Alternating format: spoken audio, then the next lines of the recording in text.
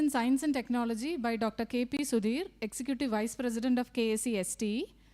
Afterwards, we have a session by Dr. K. Gopakumar, Professor of IISc Bangalore, on how to go about in research. Post-lunch, we'll be having Wellness Management of Youth and Teens by Dr. Amar Fettil, State Nodal Officer, Adolescent Health and Public Health Emergency, Government of Kerala. A session on Outreach and Extension by Dr. Jiju P. Alex, Member of Planning Board, Kerala.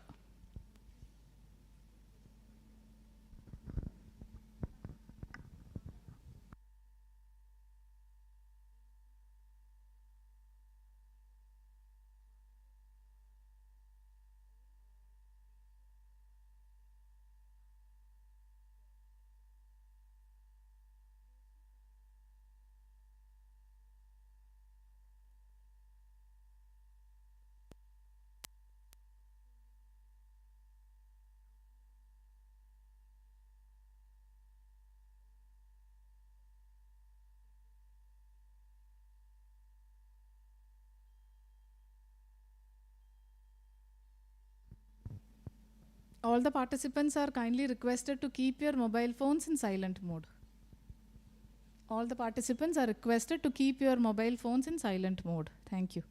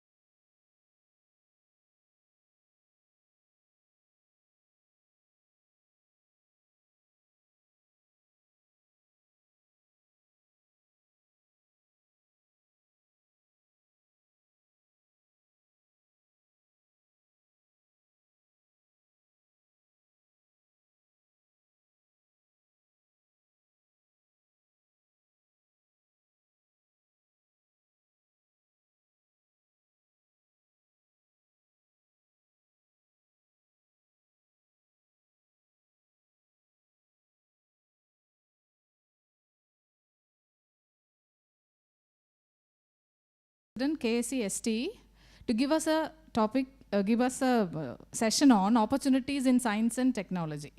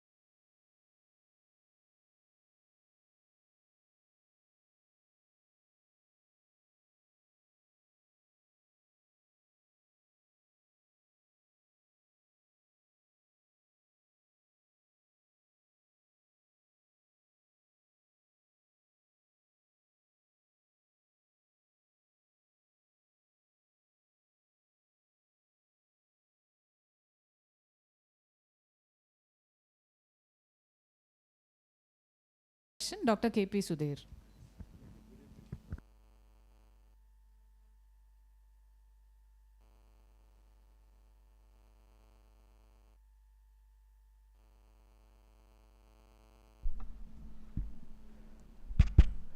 Respected principal, head of the department, resource persons, faculty members, and my dear colleagues, good morning all of you.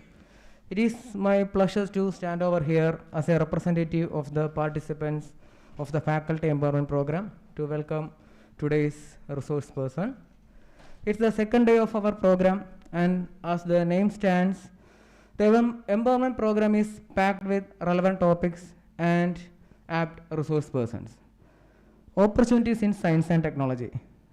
This day is going to start with such an interesting topic, and today we have with us Dr. KP Sudhir, sir, to handle the session.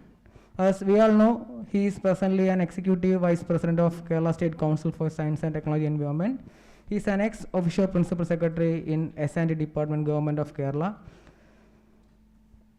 And sir done his BTech degree from Kerala Agriculture University and MTech from IIT Kharagpur and PhD from IIT Delhi. And his research areas include hydrologic modeling, irrigation water management, and fuzzy system to hydrology, knowledge extraction and knowledge embedded in soft computing based models. His research publications have more than 8,000 citations and H-index of 41 and return index of 77.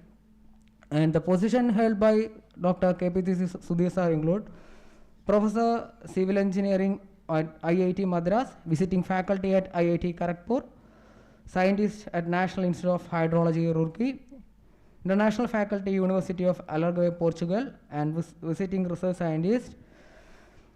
I have to grab more time if I am going to read all the achievements of Dr. KP Sudhir sir. So on behalf of the participants and college, I express our gratitude towards Dr. KP Sudhir sir for taking time out of his schedule and also for the patience he showed for the technical problems happened over here. And I welcome Dr. KP Sudhir sir to handle the session. Thank you.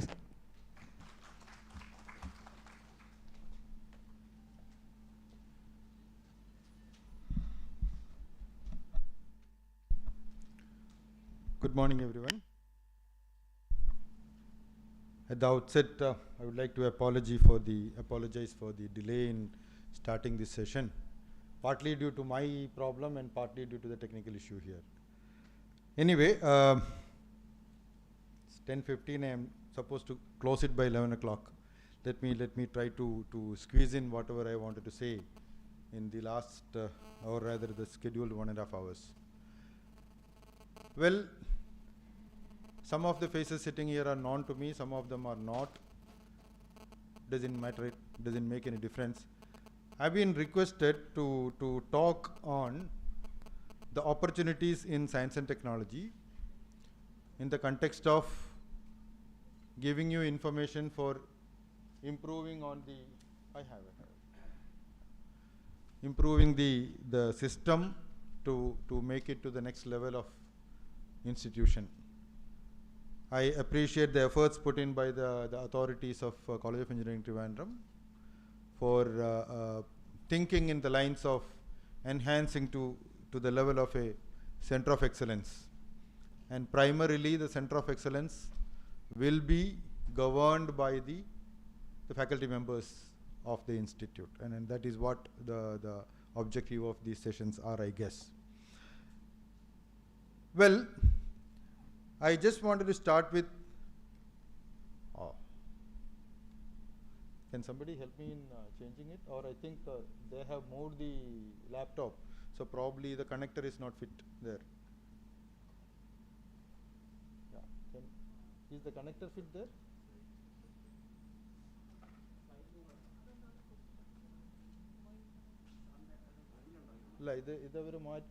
Laptop connector okay, so it's not working. Anyway, if somebody can help me in changing the slides, that will be nice. Okay. Well, I wanted to start with a slide questioning why should you take up a career in science and technology. One simple answer is you always would be able to develop solutions or identify solutions based on research, through a research. So normally, generally everybody has a feeling that research is something which is beyond the reach of the public. But then what essentially we are trying to do is, we try to identify solutions for existing problems. It requires fundamental research, it requires applied research, but then the research is leading to a solution to an existing problem. And that is one of the positive side of starting your career or doing your career in science and technology. The second is the previous one. The second is you can ideate and develop innovative solutions. There are different kinds of solutions available, maybe off the shelves, but then you can always generate or ideate innovative solutions for an existing problem, and that gives you more and more interest in developing solutions or continue your research. And third one I would say is entrepreneurship opportunities. When you have a new idea, when you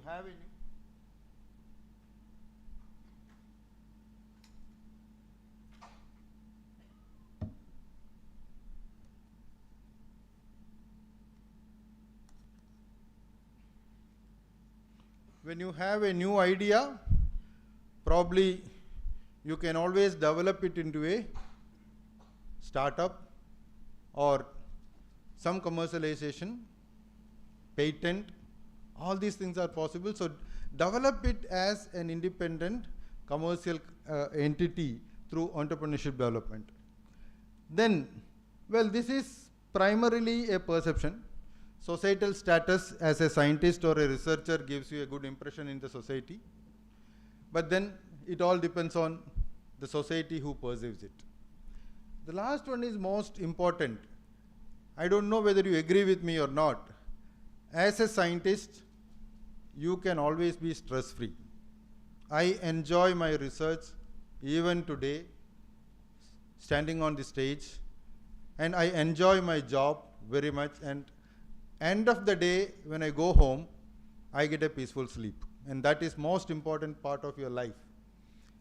There are people who take all these burden to home and ends up in sleepless nights, which should not be the case. And then that is my suggestion to all of you. Once you leave from your office, if you are continuing in research or administration or academics, when you reach home, try to be spending time with your family and have a peaceful sleep. And then otherwise, next day morning you will not be fresh and you won't be able to continue with your the passion or research or whatever kind of job you wanted to do. I had a discussion of this kind with the Kannur University faculty members a couple of weeks back. Some of them stood up and said, "Sir, I don't agree with you, because I am given this work, I am given that work, I am given this work in addition to what I am doing as an academician, and where do I get a stress-free life?" My question to him was, stress is created by ourselves. It's not created by somebody else. If you feel that I am stressed up, you are stressed up. And if you feel that I am not stressed up, you are completely free.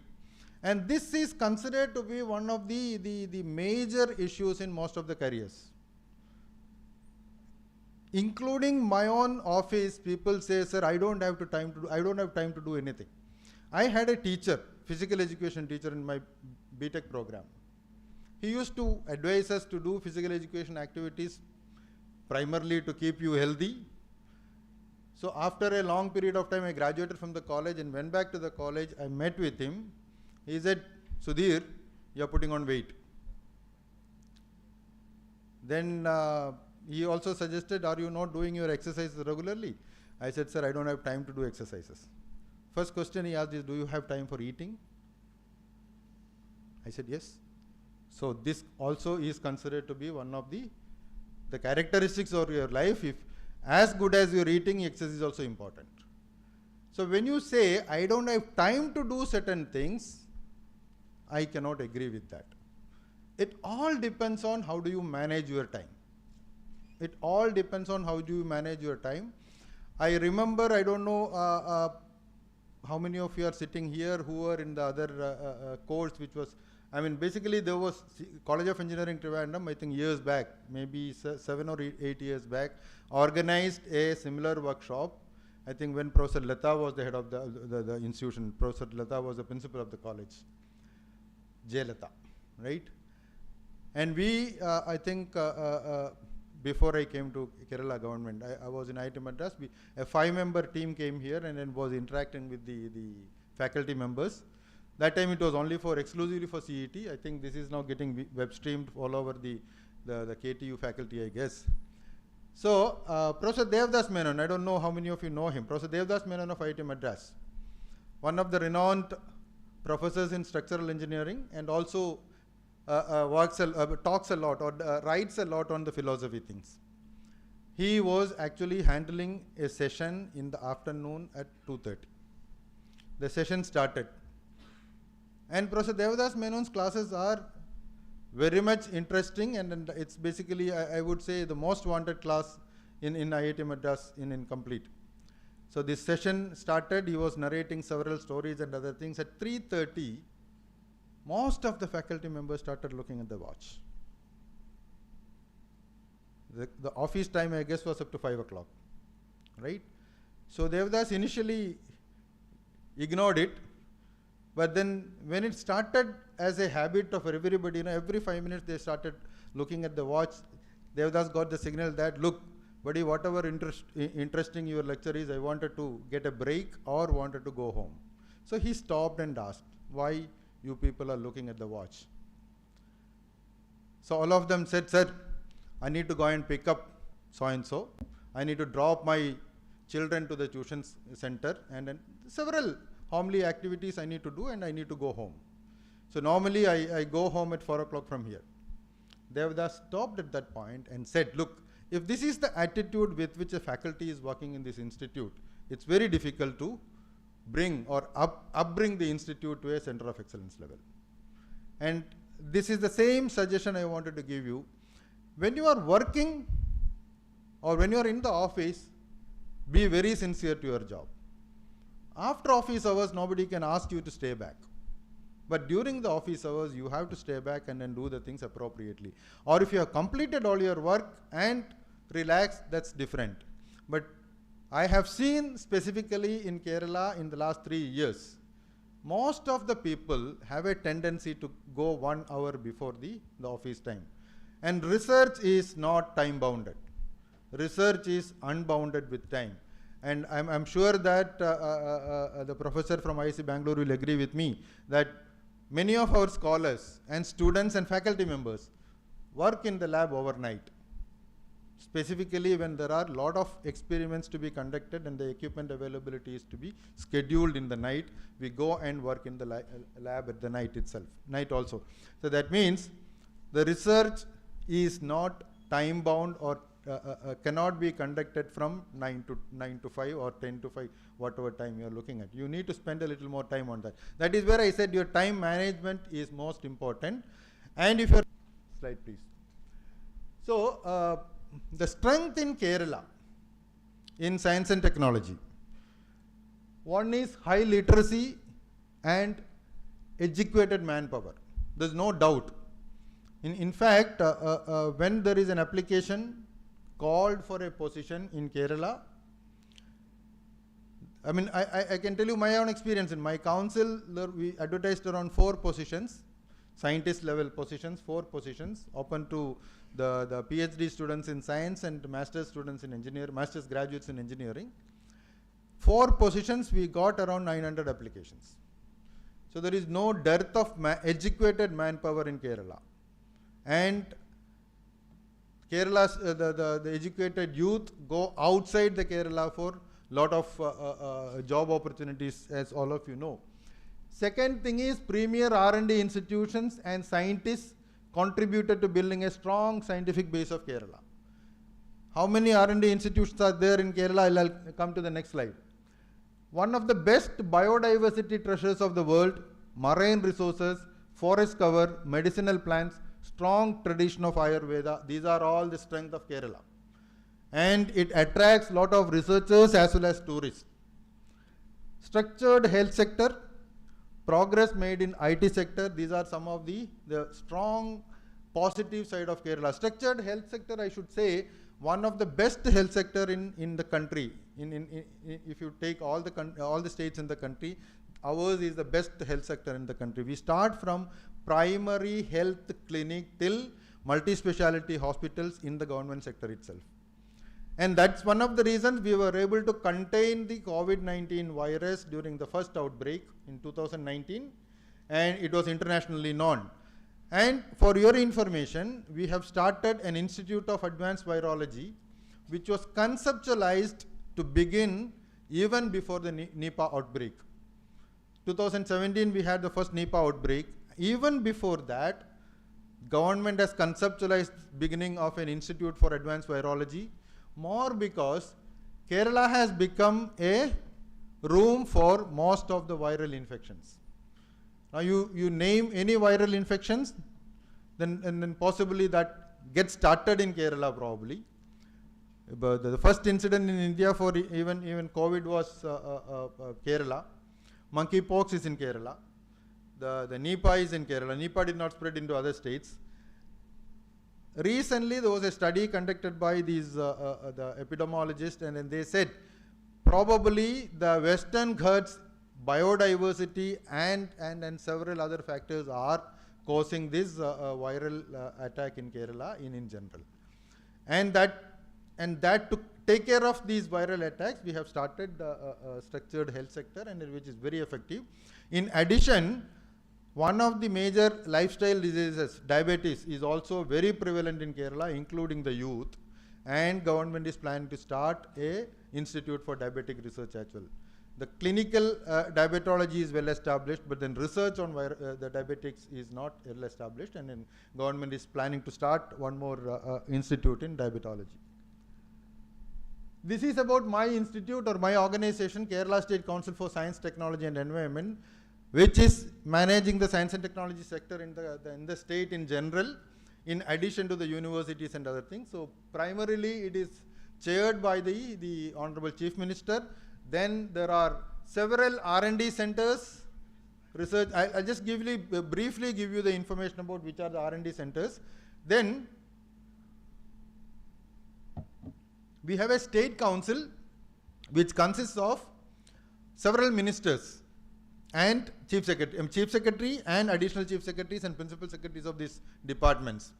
So it is considered to be a mini cabinet. The state level is considered, the state level organization is considered to be a mini cabinet. And the reason why this was developed is 1971, the government of India came up with the policy, science and technology policy, science, technology and innovation policy. And in that, it was specifically remarked that the science and technology should not get held up in red tapes. You know what I mean by red tape. So most of the things for taking decisions, it gets into the decision is never taken. And then because of that, they said, let's not be having the same structure as the administrative setup in most of the organizations. The administrative setup should be different. And that is the reason the council has been formed. Originally, it was called as Science, Technology and Environment Committee, renamed. Finally, in 2002, it was called as Kerala State Council for Science, Technology and Environment. And now the advantage is the executive vice president of the council is also the ex officio principal secretary of the Science and Technology department. Primarily, this eases out lot of difference in opinion or lack of communication or whatever it is. So whatever is the proposal from the council gets into the government directly and then taken for approval at different levels. So that's an advantage. And we also have different R&D centers. I'll go through the R&D centers in general. So before I go, these are the science and technology institutions in Kerala. There are 9 institutions. 9th institute, Institute of Advanced Virology, is not under the council as such, but then it's an independent body under the Science and Technology Department, which is also officiated by the Principal Secretary. Now, we have Forest Research Institute. All these institutes were started in the 1970s, 78 to be precise. Okay. The Forest Research Institute in Trichur. We have Transportation Planning Research Institute in Trivandrum. I guess most of you know about it. Center for Water Resource Development and Management in Calicut. Kerala School of Mathematics in Calicut. I don't know how many of you know that the calculus has its origin in Kerala. In the mathematics, we use a lot of calculus, right? All the engineers also use a lot of calculus applications, mathematical applications. Calculus has its origin in Kerala, in the premise of, in the periphery of Calicut. And that's one of the reasons this Kerala School of Mathematics has been started at location Calicut.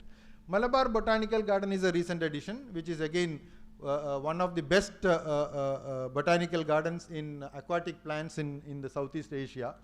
And we also have Srinivas Ramanujan Institute for Basic Sciences, which is Kottayam, primarily to help conduct research in fundamental theoretical sciences. Theoretical sciences, physics, chemistry, biology, and mathematics, we have a separate school. Institute for Climate Change Studies, Kottayam, is established in 2014, but it's a recent addition to Science and Technology Department. It was with Environment Department earlier. So government felt that they should also be a part of the council, because all the R&D institutes are being governed by the council. So we brought it under the council in 2019. And this institute is doing a lot of activities in developing weather service information to the stakeholders. Recently, they conducted a workshop on the weather service products, which they wanted to develop. We have Grandin Aid Centers, which is IRTC Mundur Palakkad, Sophisticated Test and Instrumentation Center Kusad Cochin. This is one of the unique facility in Kerala. Primarily, it is the equipments for this center is funded from Department of Science and Technology, Government of India. It is housed in Cochin University and operated and managed by the Government of Kerala funds.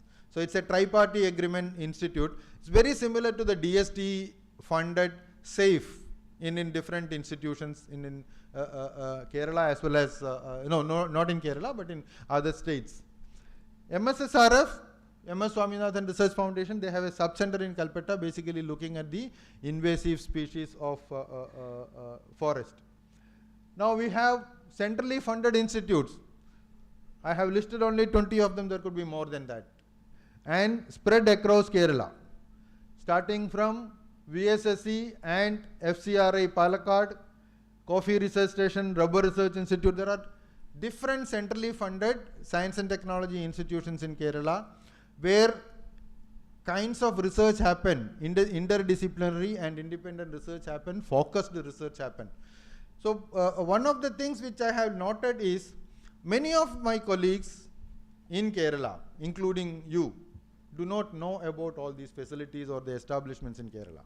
How many of you know about the R&D centers in under the council? The 8 R&D centers under the council, KCSTE, KFRA, CWRDM. Can you raise your hands? How many of you know? 1. How many of you know about these 20 institutes in Kerala? 1. I'll show you the other one. How many universities are there in Kerala?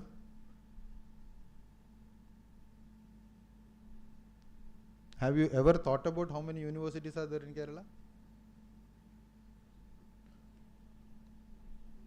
There are 15 universities in Kerala. What does it show?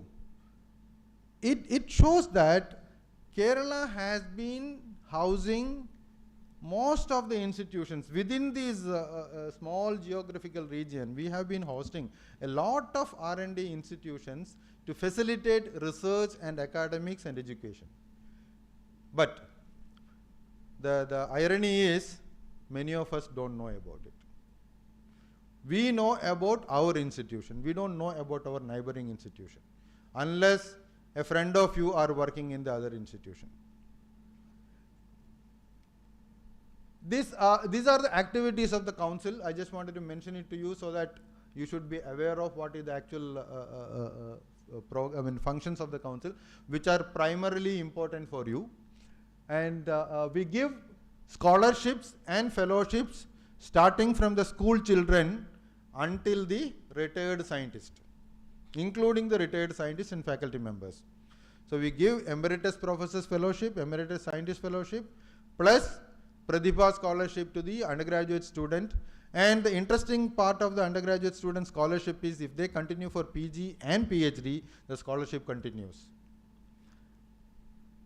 I don't know whether there is a wide popularity of these programs in Kerala about all these things. We try to do it at different forums. So this is about the students' projects and fellowships. We have research fellowships as well for conducting PhD. It's at par with CSIR or UGC fellowship, normally which is given at the level, and it's the selection is through a competitive examination like CSIR, not the CSIR as it is, but then similar to CSIR, we have an examination system, and based on the examination system, we pick up the people who are eligible for the fellowship, and we have been giving close to 50 fellowships a year. Now this is basically the research funding is most important for you. The research funding is most important for you more because you should actually get a funded project to sustain your research and your students' research. So the dependency on the institute for conducting your research, the institute for conducting the students' research will slowly go down. The financial constraints of the government is now very much, and they are not able to support all kinds of programs which you want. So we should certainly depend on research funding agencies and seek funding from them to conduct cutting edge research or whatever is your passion, and support your students and your research as such. So we have 3 different schemes under the research funding. How many of you know about it? None of you. I mean, probably 1 or 2. I think you are the beneficiaries of the fellowship, I mean the funding, right, or no? You have got some projects. So we have funding opportunities probably for the young faculty members. We have funding at par with, again I should say, DST SCRB. We give same amount of funding at par with DST SCRB and the same level of screening and rigorous review process. For a good proposal we do fund, and we fund it in 3 different schemes. One is engineering technology program, and the other is science research scheme, and the third one is ecology and environment. I think these 3 schemes covers most part of the research in various fields you wanted to conduct. In addition to it, we also have schemes, I don't know, it's listed here. We have something called Technology Development and Adaptation Program. If you have an idea about a technology development program which will finally come out as a product,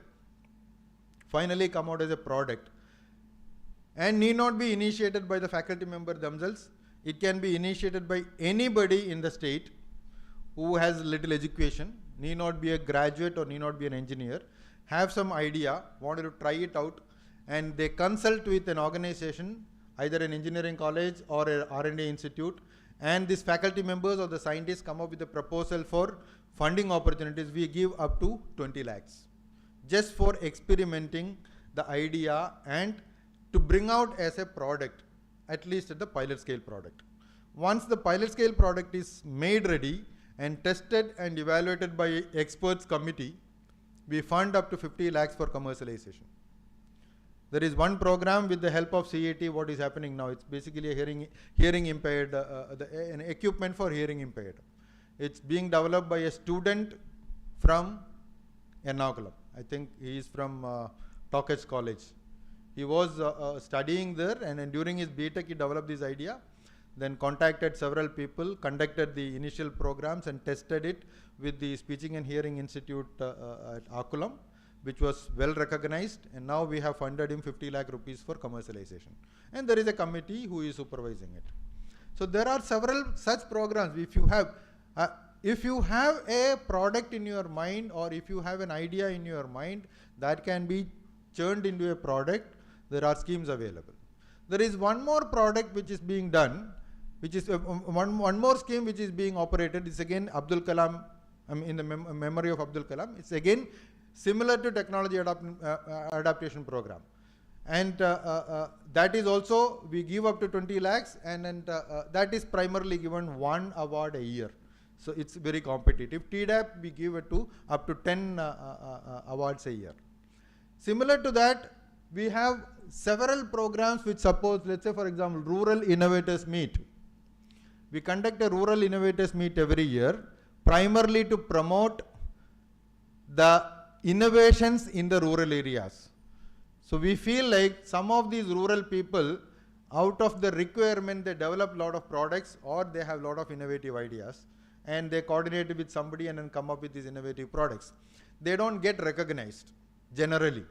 So we have developed a scheme. These are not developed in the 1 year or 2 years. These are all existing. I think Rural Innovative Meet, we are going for the 8th year now in my memory.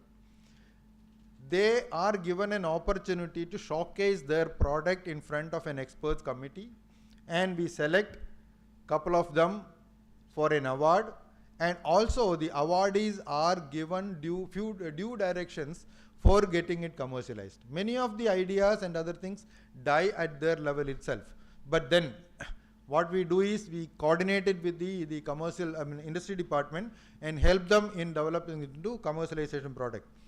And one of the unique characteristics or unique program of the council is the Kerala Science Congress, at the same program as the Indian Science Congress at the state level.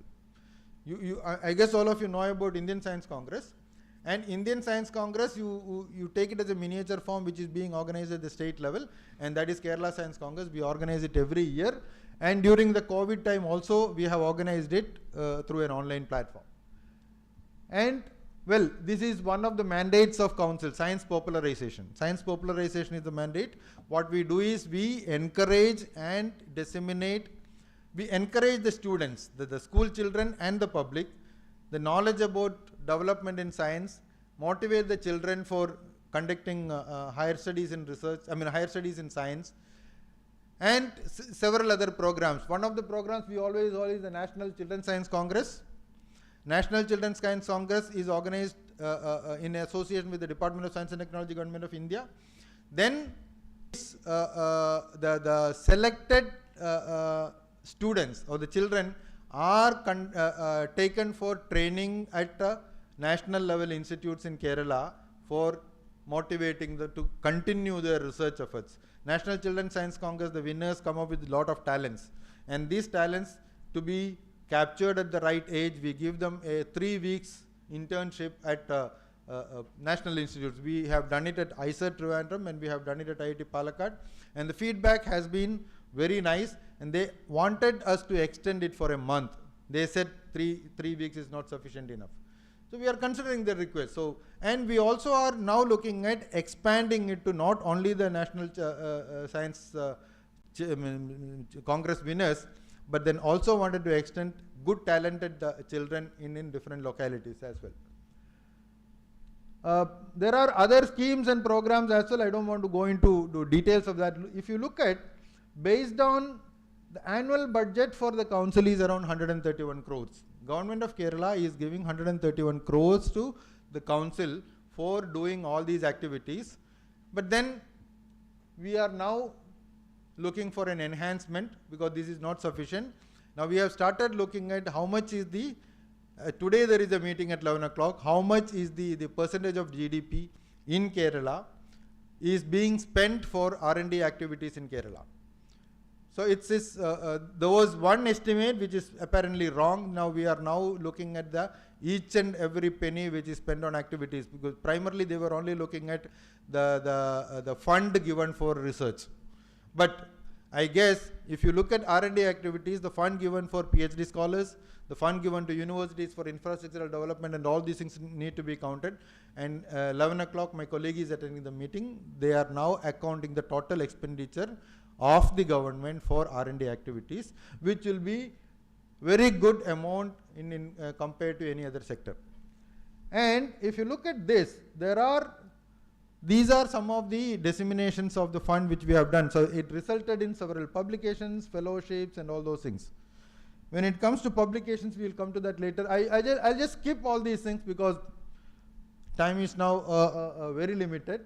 This is the primary focus of these institutes, CWRDM Calicut based on water, and we have the KFRI primarily looking at close to Trivandrum in Palod, one of the best botanical gardens in the country, looking at the biodiversity and conservation of several species and biodiversity. This is NADPAC. I guess several of you would have seen or known it. Primarily helping the government in developing policy changes and policy decisions, and also doing a lot of consulting work on the infrastructural development related to transport planning. And we have School of Mathematics. I already mentioned about you.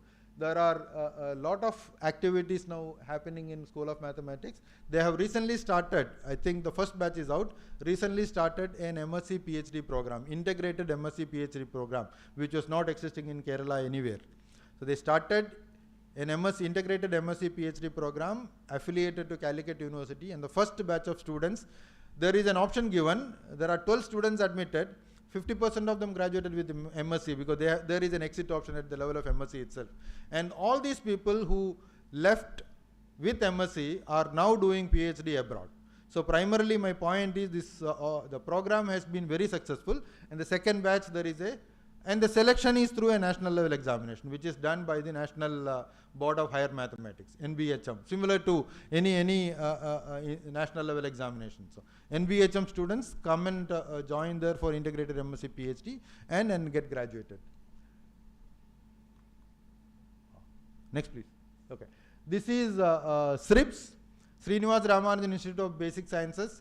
Not fully developed, though it started in 2014. It requires a little more effort on the establishment, and right now the idea is to start basically the theoretical research in those. Next, please. As I said, MBGIPS, Malabar Botanical Garden, is another botanical garden which is in Calicut, one of the best botanical gardens in the field of aquatic biology and well recognized in the Southeast Asia. This is ICCS, primarily the Climate Change Institute, developing a lot of projects. I should say they have developed, I don't mean to say they have developed, or they have actually set up a model for forecasting the rainfall in Kerala. You get every day morning a next 3-day forecast, which is very much useful and being used by the SDMA and other disaster management agencies for taking various decisions. And this is one of the forecasts which is probably odd, and we have tested it. And it clearly says the possibility of rainfall and the amount of rainfall in the entire Kerala at different locations, whichever is possible. And it gives a 3-day ahead forecast. This is IAV, as I said. IAV's idea has started even before the Nipah outbreak. Now IAV has a diagnostic facility which can detect around 70 viral infections, including monkeypox. But then unfortunate part is, as per the Government of India norms, you cannot officially declare a detected virus unless it is authorized by the ICMR, Indian Council for Medical Research. Then we are working on the affiliation with ICMR. Once they approve that, probably we will be able to detect and disseminate the results in public. Until then, we will not be able to disseminate the result in public, but then we are informing the authorities that the possibility of the outbreak and other things in advance by looking at the diagnostics of all these things. And it's going to get a BSL-4 facility soon, which is required or which is very essential for conducting high-level research in virology. Next, please. These are some of the grant-in-aid institutes. Probably IRTC, many of you know, they do a lot of things in the rural technology. And this is MSSRF, Wayanad, and this is the STIC, where there is a centralized instrumentation facility given funded by the DST, managed by Kerala government, housed in KUSAT, and it's being used by a large number of research scholars for doing analytical experiments or analytical instrumentation facility for their research. Next, please. This is one of the Kerala Science Congress. I think it's in 32nd in Palakkad, which the unique characteristics of this is it's inaugurated by the Chief Minister every year. Whoever be on the chair, he will inaugurate this Kerala Science Congress. And this has been the prestigious program of the council, and several researchers come, several students come, and there is a good network happening in Kerala. And for when I say network, or when I say attending conferences, I would suggest that all of you should also attend different thematic conferences, primarily not for getting credit for your promotion, but for meeting peers who are working in these areas, in your areas, and to have collaborative research. And I remember one of my friend's son wanted to attend a conference in US, and he did not have fund, but then he was asking his papa that he wanted to attend this conference for sure. But then my friend asked him, like, why do you want to attend this conference? But we do not know. And you need to explore and understand what are the opportunities available for you in conducting research. So primarily, I remember in IIT Kanpur, when I joined as a faculty, we had an orientation program. The director came and told many of us, we were around 20 people who have recruited fresh, and the director came and told us, buddies, you are hired for teaching, promoted based on your research, but will be asked to do administrative job. So what he meant to say is, all three are the responsibility of a faculty, and you have to basically keep a balance between all the three and be successful. Thank you, and wish you all the best. Thank you, sir. Thank you for the informative talk. Now, may I request our principal to hand over a memento as a token of gratitude to Dr. K.P. Sudhir.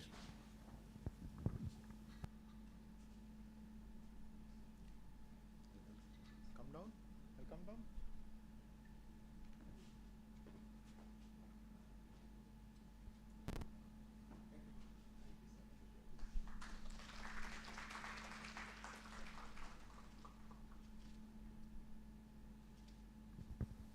Thank you, sir. To propose a vote of thanks, we have Jitina from Electronics and Communication Engineering Department.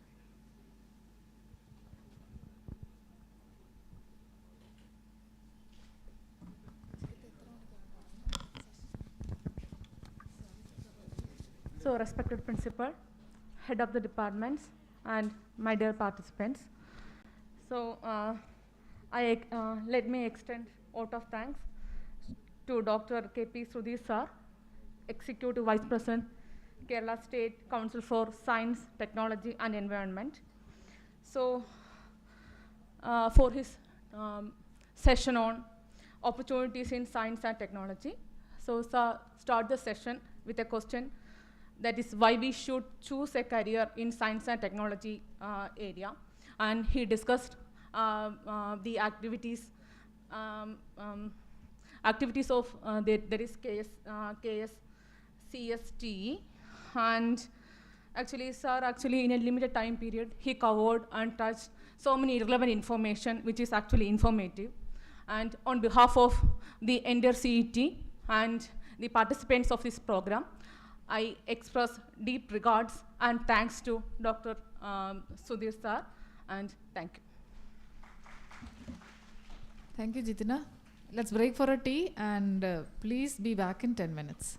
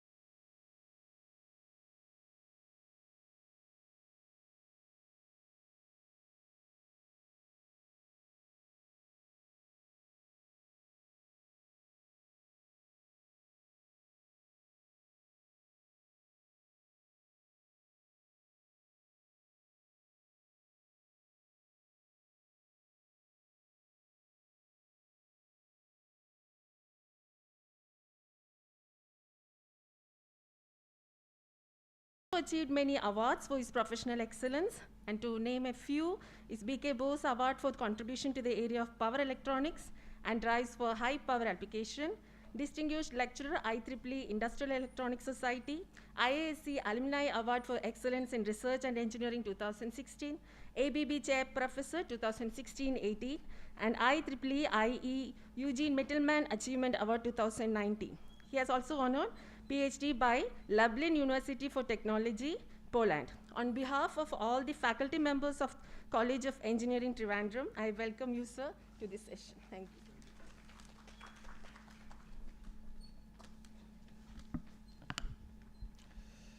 So, you can hear me? Yeah, thank you for the very generous welcome. And also, thanks the organizing committee for inviting me. Probably I am the only one they brought from outside, spending a lot of money, flight, hotel, everything. Yeah, because I don't want to give these online classes. Online class, you will be talking to the computer. You don't know who is hearing, who is listening, correct? It's a mechanical way of doing. So I said no. And that's why I came personally. And the topic they asked me, can you give me a topic? Yes, I can give multi-level inverters, inverters for drives. That is my area. Anything other than that, I don't know anything. Then he said, you have to address the, your director told me you have to address the young faculties, maybe young, maybe some senior faculties, how to go about research, how to go about teaching. See, then I thought, what I can tell? Yes, I can tell.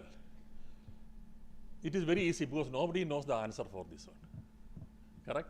There is no straight approach. So I have not prepared any slides. If you prepare the slides, you'll cut and paste someone else's ideas. So I want to speak from my experience, okay? So I have made some note also. In between I am looking at it because I'll forget. See, as a teacher, as a researcher, my innings is over. I just retired this July. And probably your innings are going to start or just started, correct? You have to go a long way. So, but I will be continuing another 5 years as honorary professor. See, how to build up, how to do research. This is same way you ask your parents, how to build up a family. See, everybody get married, they'll think about family, children, house, everything. But you ask anybody, how to build up all these things. How to get married, how to choose a wife or how to choose a boy, or how to train your children so that they can become engineers, doctors, scientists or IAS. Nobody knows the answer, correct? But still, people do this. Why? Anything you do, it should not be due to compulsion. It should be based on passion. Without passion, you will not have the strength, you will not have the confidence, you will not have the perseverance. So what is passion? Passion for teaching or research is, passion is something, I quote from somebody, I thought this is the right way of explaining. Yeah, you can come in, no problem. Passion is something which gives you always energy when you meet with repeated failures. That is true. That means never give up attitude. That is passion. Never give up. In life, we always chart things. This is I want, this is I want, this is what. This is I don't want, this is I don't want. So this is the positive result you are looking for. But when I approach things, results may not be positive always. There will be, according to your chart, there is negative result also. But I tell you, this negative result has more information. So never ignore this one. That is one thing. Very important. In research, that is very important. Research, whatever you start, I'll come to that one slowly. Whatever you start, research is a first time it's failure, second time it is a failure. Maybe 100 attempts only you may get the clear picture of the thing. But you should have the patience. You should have the motivation. You should have the passion to wait till that one. Never give up attitude. One example I always tell the students, especially nowadays, I work in a hardware area. So I know it when I was doing research in power electronics under great Professor Joseph Vidyathil. See, you have to build up things, ICs, memories, devices, everything has to come from outside, very expensive. So if something fails, then you have to wait for another 6 months because it has come from through ships, mail from there. So what is the thing? To do research, then I asked one of the professors, say, do research, you should have the passion like the young mother. See, 20, 30 years, my mother was a school teacher. Now she is 92. Early mornings, she will get up 3 o'clock. She started cooking, then pack the food for everybody. By 9 o'clock, she will be ready. She will also ready to go to school. Again, you come back 4 o'clock, she started to do the same thing. Then I was thinking, why she is doing every day same thing? She doesn't have any vacation. Saturday, Sunday, she will wash, no washing machine. Why? She want to build up the family. She has the passion for that one. Like you people also, we are born to young and caring and understanding parents. Correct? Need not be rich, need not be influential. Because of their inner strength, that makes up still safe here. Take a young mother with a 1 week or 1 month child. See, this mother has to, after some time, after 3 months, she has to take care of her job. She may have to cook, she has to do other things also. But every instant, while sleeping also, her half mind will be thinking about the child. Why? Because a minor mistake from her can be a fatal error for the child. Correct? So bringing us very important. You may be going through this one now, but definitely you will go through this one day. But it's very, very difficult. What makes you go through this one? Your passion for that one, your love for that one. Correct? So in research also, you should have this passion. That means each and every step think. You always think about that and half mind, but other things also you have to do it. Then nothing fails. Even if it fails, you'll have way to come out of it. This is very important. So to do research or teaching, what is important is passion. But many a times, because of the societal pressure, or we will be looking at others, we always try to make our next step based upon our so-called successive friends around. You want to copycat, imitate them. Correct? That's what. Whenever the CET result or Karnataka engineer result, when the results are out, many times my friends and friends' children will call me, sir, which branch is better? I think engineering? Yes, engineering. Which one you like? I think computer science is the trend now. Then I tell him, in this campus, I am in a campus research institute, there are metallurgists, much more famous and much more contributed than a computer science here. So you can be in anywhere. Need not be an engineer. You can be a school teacher also. You can be an artist also. You can have a painter also. Then what you want to become? That depends on your passion. What you wanted, you have to think about inside. Then only go for that. Never compare with others. That is one thing in research. Then, okay, as you grow, you want to do something. So which area? Maybe while teaching, you know that I want to work in this area. Okay, fine, you decide. Then what you have to look for, don't do a shortcut. Many people want a promotion. Everybody want a promotion.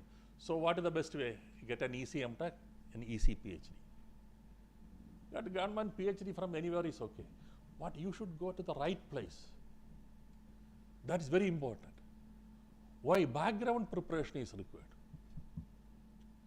So before going for research, you try to become a good teacher. Good teacher means how? What is the importance of teacher? See, Indian society, if you see, a teacher's status is same as parents. We consider equal parents and teacher on the same level and respect them. Correct? Why? These teachers, parents and teachers have the huge responsibility. They are building up the next generation. The future scientists, future teachers, future patriotic citizen, correct? Because of the parents. Parents need not be rich and influential. Same way, teachers need not be super intelligent, super capable. This term doesn't have any meaning. Everybody has intelligence. But at the right time, when the problem happens, how do you face it? There you require a different capability. That is very important. So to become a teacher, you are lucky now. In my time, no information. Internet is not available and books were not available. What are the books? You know, the local teachers, what they write. That's the only thing. When I went to Indian Institute of Science to do my BE, I thought, you know, after getting through the entrance exam, when there, I am also some big fellow. I may be a super intelligent. I went there. Then I found, you know, I am nothing. Many of the students from across the country, their capability is much more than me. They have seen many lectures, Feynman lectures, Harvard lectures. I have not seen any of these things. Even I couldn't speak an English one sentence properly. One sentence properly. Then I thought I should go back. This place is, I was like a child, you know, lost in a wood. I want to go back and see my mother. See, then I think why I came here, I could have stayed there, I could have continued, maybe I could have been a teacher, or maybe a bank job. I could have stayed in Kerala. Then I wrote to my father. Those days telephones are not there. You write and after 1 week you get a letter. He said, yeah, it's okay. Then you have decided. You think about or you look at the other people around you, how they are managing, the so-called intelligent. Mingle with them. You learn something. Try 1 year. Even if you come back, you know, you can join other course only next year only. Try to say that, look for that one. That's a nice lesson. See? Then I found, you know, slowly I found I can also do things. I can also do things. Then somebody told me, they called me Govan. Govan, you know the story, the famous hare and tortoise stories. Amai Mudilum Moyilum story we have been taught in young days. Why this story? What is the moral of the story? See, if you see, the hare, the moil, always think, you know, he is superior than the tortoise. Correct? That is a problem with the so-called intelligent people. That means not only everybody compare your achievement capability with others. And oh, that fellow is weaker than me, so I can at any time I can defeat him. But the weaker man always compare him with the so-called stronger person. Oh, I will not be able to defeat him, so there is no point in competing with him. That is not the case. What the hare did? Hare kept moving. It never stopped. It moved at its pace only. Correct? Finally reached the goal. That is how achieve things. Within your capability, whatever it is there, you start keep moving forward. This moving forward, which way to go direction? There is no straight path from here to end for research or anything. There's always trial and error. You will face difficulties, then you have to come back. You always make that last step.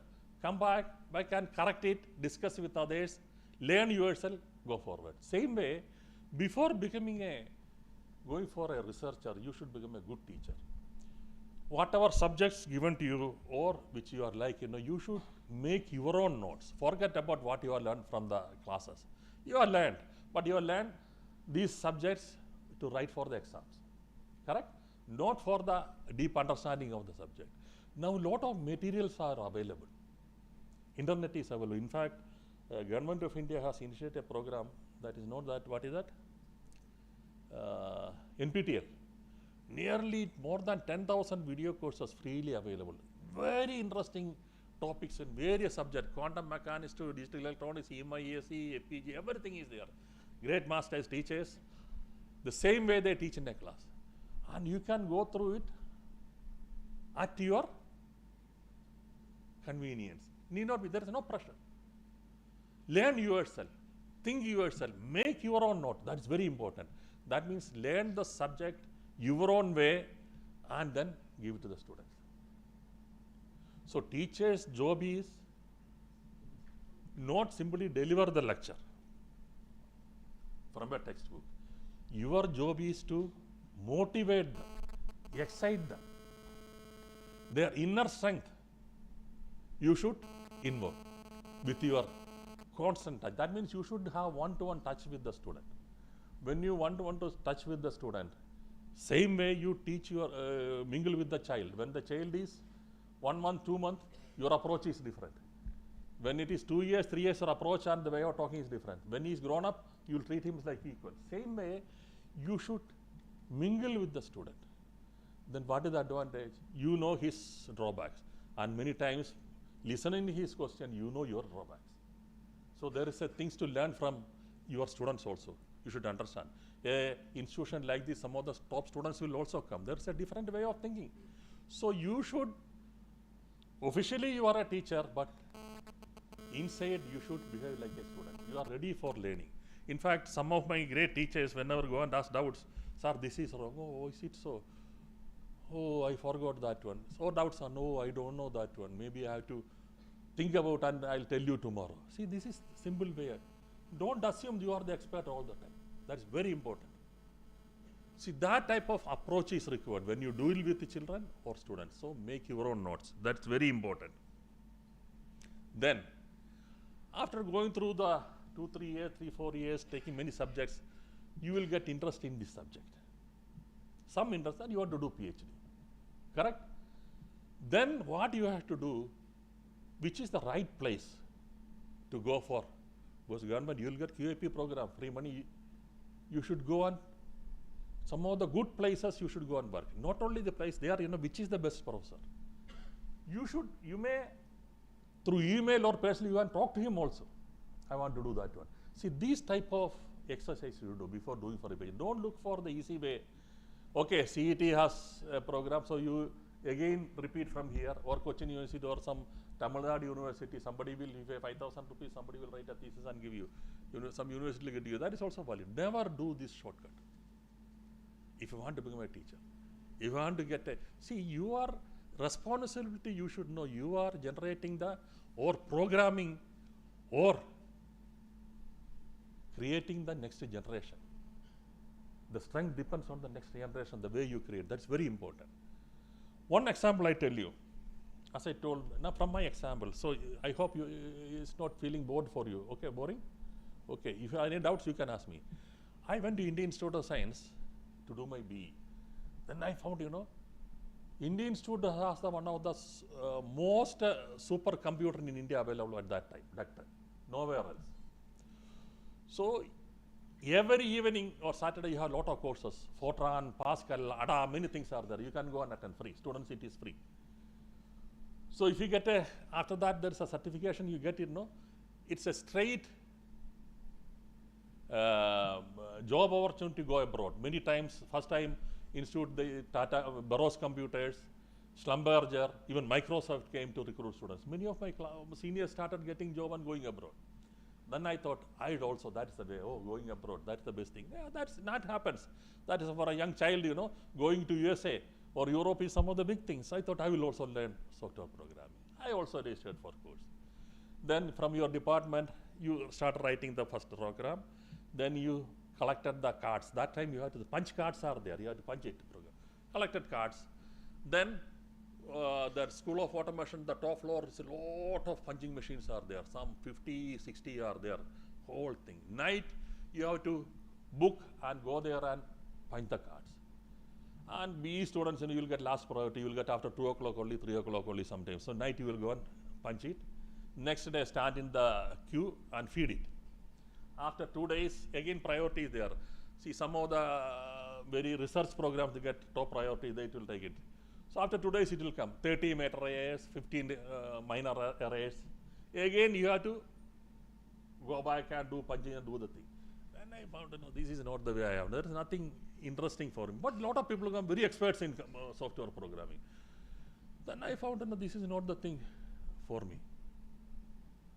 Then I don't know what to do. I said, computer science is not the thing. Sorry to tell you. That's the thing. Then I was going through a lab, there, see, everything, a lot of sound it is coming, a lot of inverters, controllers, like their machines, they are in the power electronics lab. Then I went through there, it's very interesting, a lot of physics is there, magnetics is there, control is there, EMI, everything. Then I talked to that one, they laughed. See, you are an idiot. These type of things will never work. If it fails, you will take another 1 year, 2 years to repair it.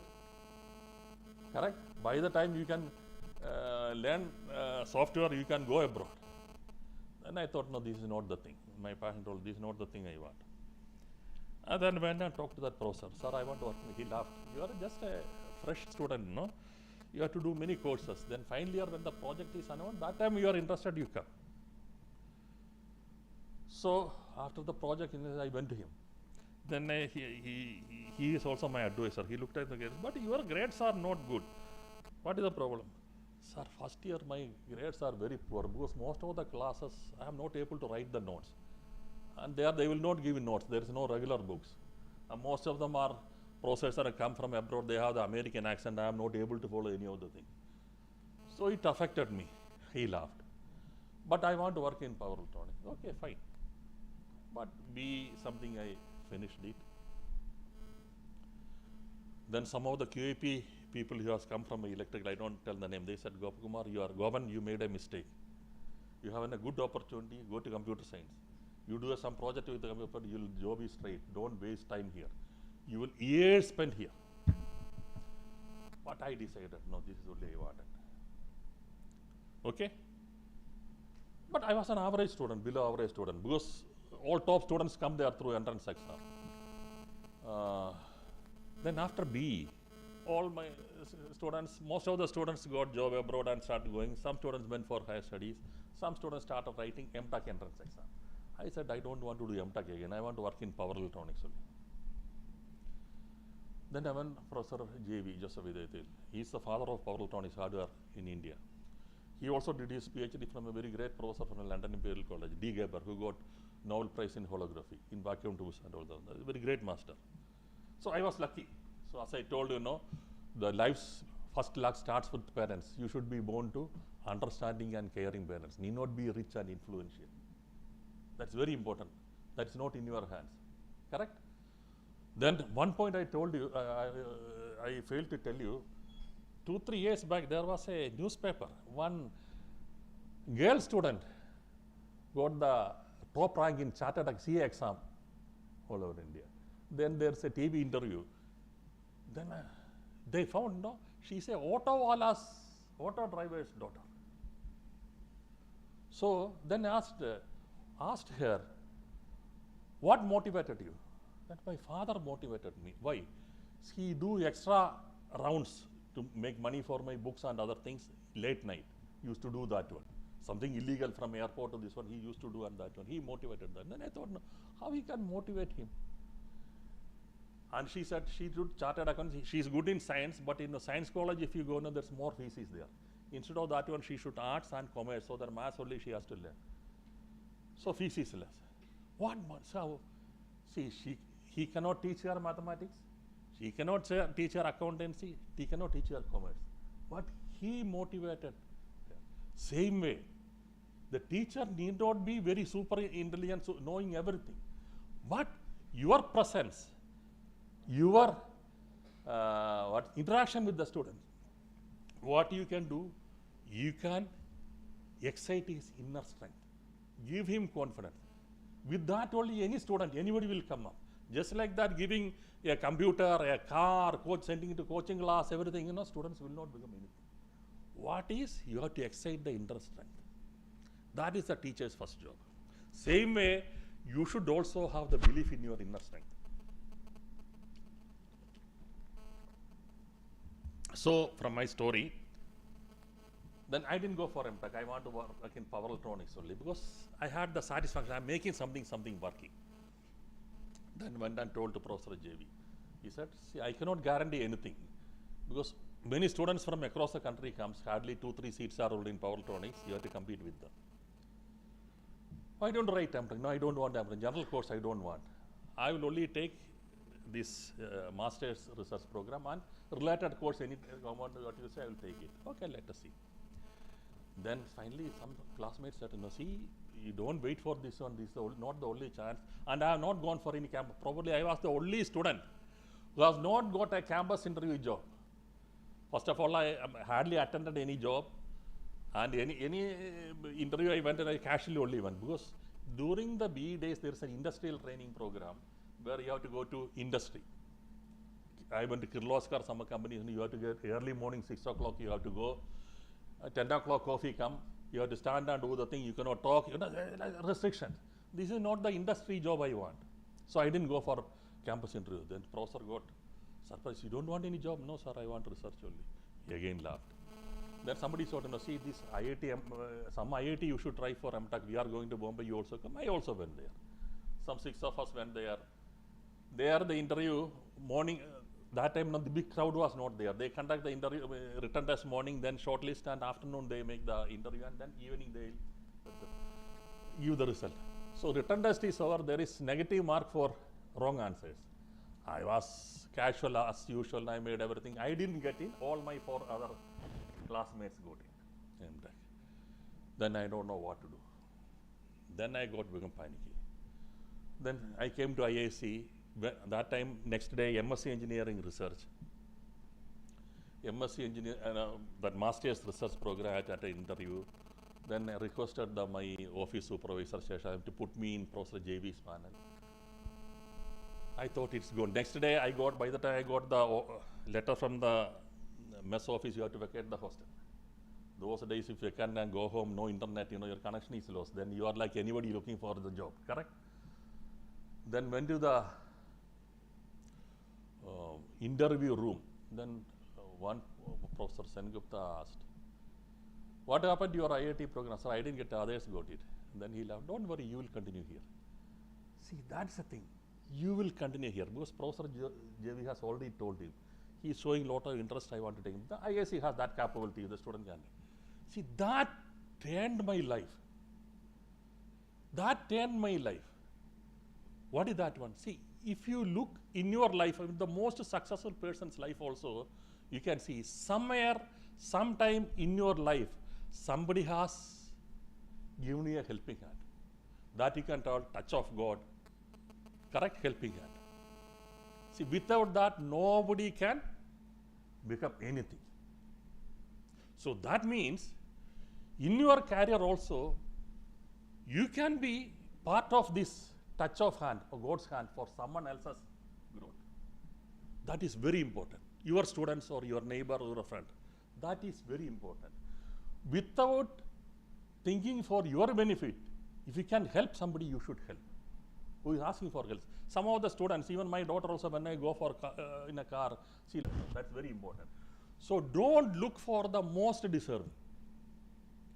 So this professor helped me in doing research. And I'll tell you what happened.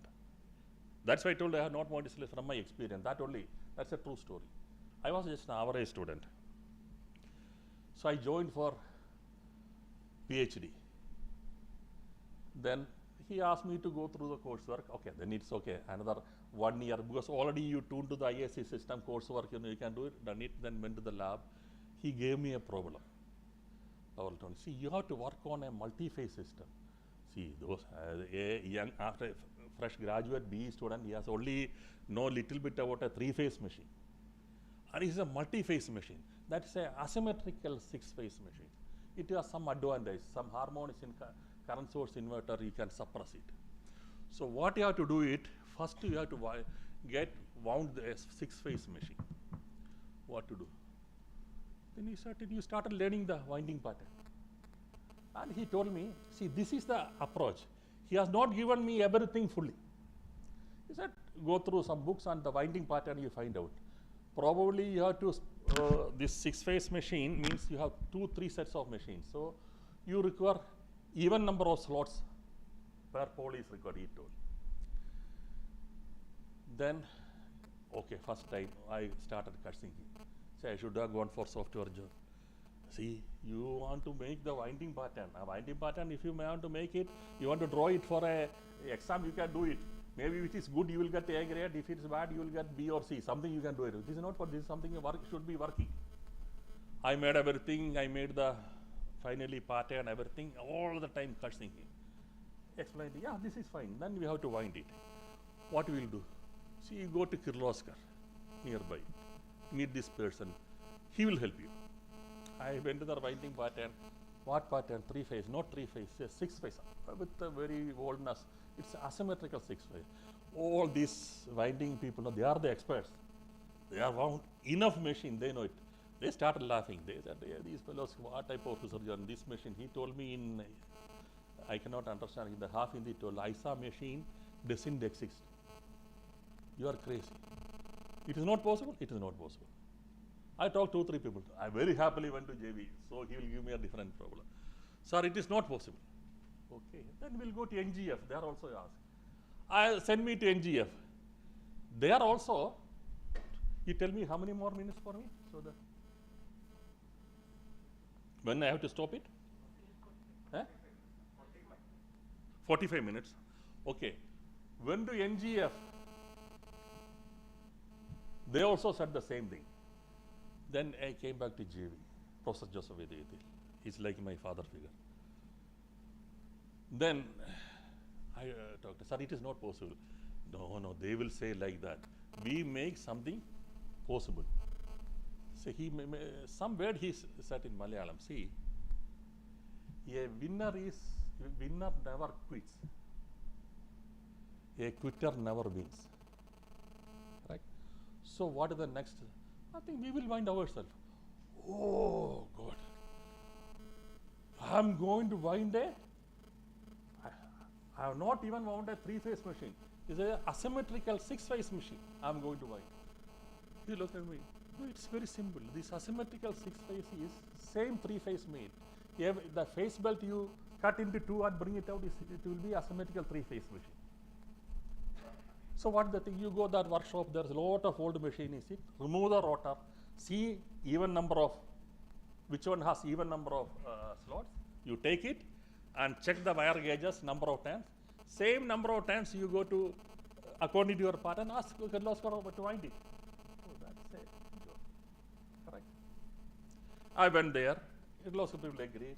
They want everything, totally, you have the start and end terminal. So total how many? 3-phase 6, other 3-phase, so total 12 things have come by. So then, and they inserted the rotor, everything, they balanced everything, gave it to me. I put in a auto with great difficulty, brought to the department. Sir, it is ready. He looked at it. He laughed. I don't know. Why? Where is the start and end, which is A phase, B phase, and only terminals are out. You have not marked it. He never shouted at me. That's a mistake. It's very difficult to find out. Which is A dash, B dash, C dash. What to do? You have to go back. Rewound the thing. Because so now this machine cannot, if you take out, the insulation must have gone.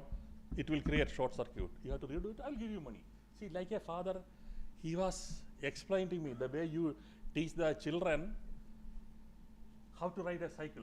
The moment you give a cycle, children know it will never work 1 inch. The tire is 1 inch. If I know you can fall this way or that way, you will get hurt. But father will say behind, no, you start riding, I will be holding you. That is how you'll ride it. Then the father, when he is steady, he'll in between remove, in between hold. That way you teach that. Same way that teacher was teaching me, the great master. So again went, I put the tag everything, brought everything, and checked whether it is as a 3-phase 6-phase, so I connect through the mains, it is rotating, it's rotating. Then he started making the inverter. Everything, current source inverter, I made it. Then I started, then he asked me to simulate it. Then you have to make your own model. Then 6-phase machine, no model is available. I think you go through the standard DQ model of the 3-phase, you do it. That exercise also he made, I made it. I made the compute the torque pulsation. Then the torque pulsation also, finally you have to compute it. I want to show this torque pulsation has reduced by half because of the asymmetrical 6-phase. See that a computer, you go there, feed the car, it comes back, and then you will give a plotter timing, they will go and plot it. Every time plotting result is not coming. 6 months I spent on this one. What is the problem? I discussed many people, nobody can find a mistake. Then one day, all the time was thinking about this one and cursing me. Then I found, what is the problem? There is something, my visualization concept is wrong. What is that one? Then I think, see in textbook, say harmonics, 5th, 7th, 11th, 13, 17, 19, after that, totally. Rest of thing we are not worth. Same way, I have only floating up to 19. If you want to replicate a waveform through harmonics, you should have a lot of harmonics, you have to float it. Correct? That I realized after 6 months only. Immediately went to the room and took the card and I made n is equal to 1 to all the series they put it. I lost my patience. I am going to get the result. I am 100% sure. Then feed it. Next day only it will come. Then there will be a time slot for the plotter. You have to go there and do it. When the plotter came, everything is fine. 6 months. That gave me the confidence. Then went and told the professor, yes, I know that. That is true. Now you learned it. This is research, he told me. Then I made the experiment. Machine started rotating this way, that way. So there's a lot of people who come and watch and everything. Then my classmates gone abroad. They have come with all the latest perfume, shoes, to some visiting campus, and chocolates and cigarettes. They are coming and then doing. Oh, you are working still there, hardware. I think by the time, I thought it's okay. This is my job. Then one day he told me, everything is working. He said, now you have to write the thesis. But you have to take the oscillogram, all the waveforms. Then that time we had a Polaroid camera. Then he told my senior, he only will touch that one, otherwise somebody should not spoil it. He said, tomorrow afternoon 12 to 1 I am free. By the time today you check everything, all your waveforms, everything, mark it, we'll come and take it. So tonight you check everything. So I went to the lab. See, machines lab is far away from the department. It's a huge lab. And after 11 o'clock it will become very silent. So I was alone there. And that one khaki shirt was hanging. That was belonged to the lab inspector, Lopez, who passed away 1 week back. Whenever do this one, like that one, I got the fear. But then, see, I have to finish it. So that necessity made me to stay there. I checked everything. Everything is fucked up. I closed the lab, started moving towards my hostel. Halfway through, I found one experiment I have not checked out. It's very important. What is that? Commutating capacitors voltage, how it works. In the morning, you can come and check it. No, the mind said, no, you have to finish it, otherwise I cannot sleep it. Because by the time I have become very passionate about my work. Finally, I stood there and thought I will go and check again. Again, night 2:30, I went back to the lab, switched on everything. That time, like these days, you don't have high voltage, isolated probes, and all those things are not there. You have to be very careful grounding. So I took this probe, one probe, and took it to the capacitor and switched on everything. And as the oscilloscope, something happened. Some sound came, oh, and whole thing exploded in front of me. Whole my 25 PCB labs, because those days everything you have to unlock circuits. All my op-amps, all my counters, everything center there is a hole. Because I put this probe to the high voltage thing, and the ground was previously I was checking, last I was in the control signal, it was the control signal there. So it got short circuited and got thing. I started sweating. I don't know what to do. By the time it was 3:34, I just stood there. Early morning, another colleague, Professor Dr. Bishwas came. He's also one of the very brilliant people. He said, what happened? Everything happened. Oh, but don't worry. You have already shown Professor JV the result, so he believes you. He will allow you to write the thesis. I thought, then JV came. He smiled. Yeah, now you learned how to do research. What next? Replace the card. We have the money, we'll do it. You have to get the result. So another 6 months it took, see. But whole thing, PCB, everything, all the track has come out. I did everything, I got the result.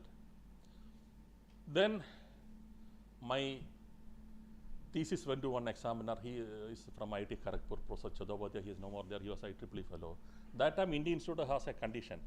If the examiner says, this thesis can be passed without viva based on the content examiner feels, it can be done. So he wrote that one. This thesis need not be a viva, is required content more than sufficient for a master degree. Probably the candidate could have got a PhD with one more chapter. But that is one of the rare MSc engineering thing. And our student, I got an MSc engineering without viva. Then I was very excited. I want to work in power electronics. Then this professor was getting retired. Then I thought I'll work with some other professor. The next professor came, Professor Ranganathan. Later I worked with one of the very brilliant guy. He said, I am changing my area. My PhD was in resonant converters. I want to work in motor drives. It will take another 2 years. I don't know what to do. Then power system people called me. You can work there. I said, I don't want power system. Then only alternative is go for job.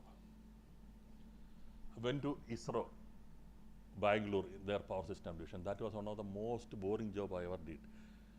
And I was all the time feeling bad. See, I did my BE Masters there. I messed up my career. I couldn't go for PhD. I should have tried for PhD outside. By the time my parents forced me to get married also. I married and I have a wife and a child to take care of. But I want all the time to get out of that ISRO. I want to work in power electronics.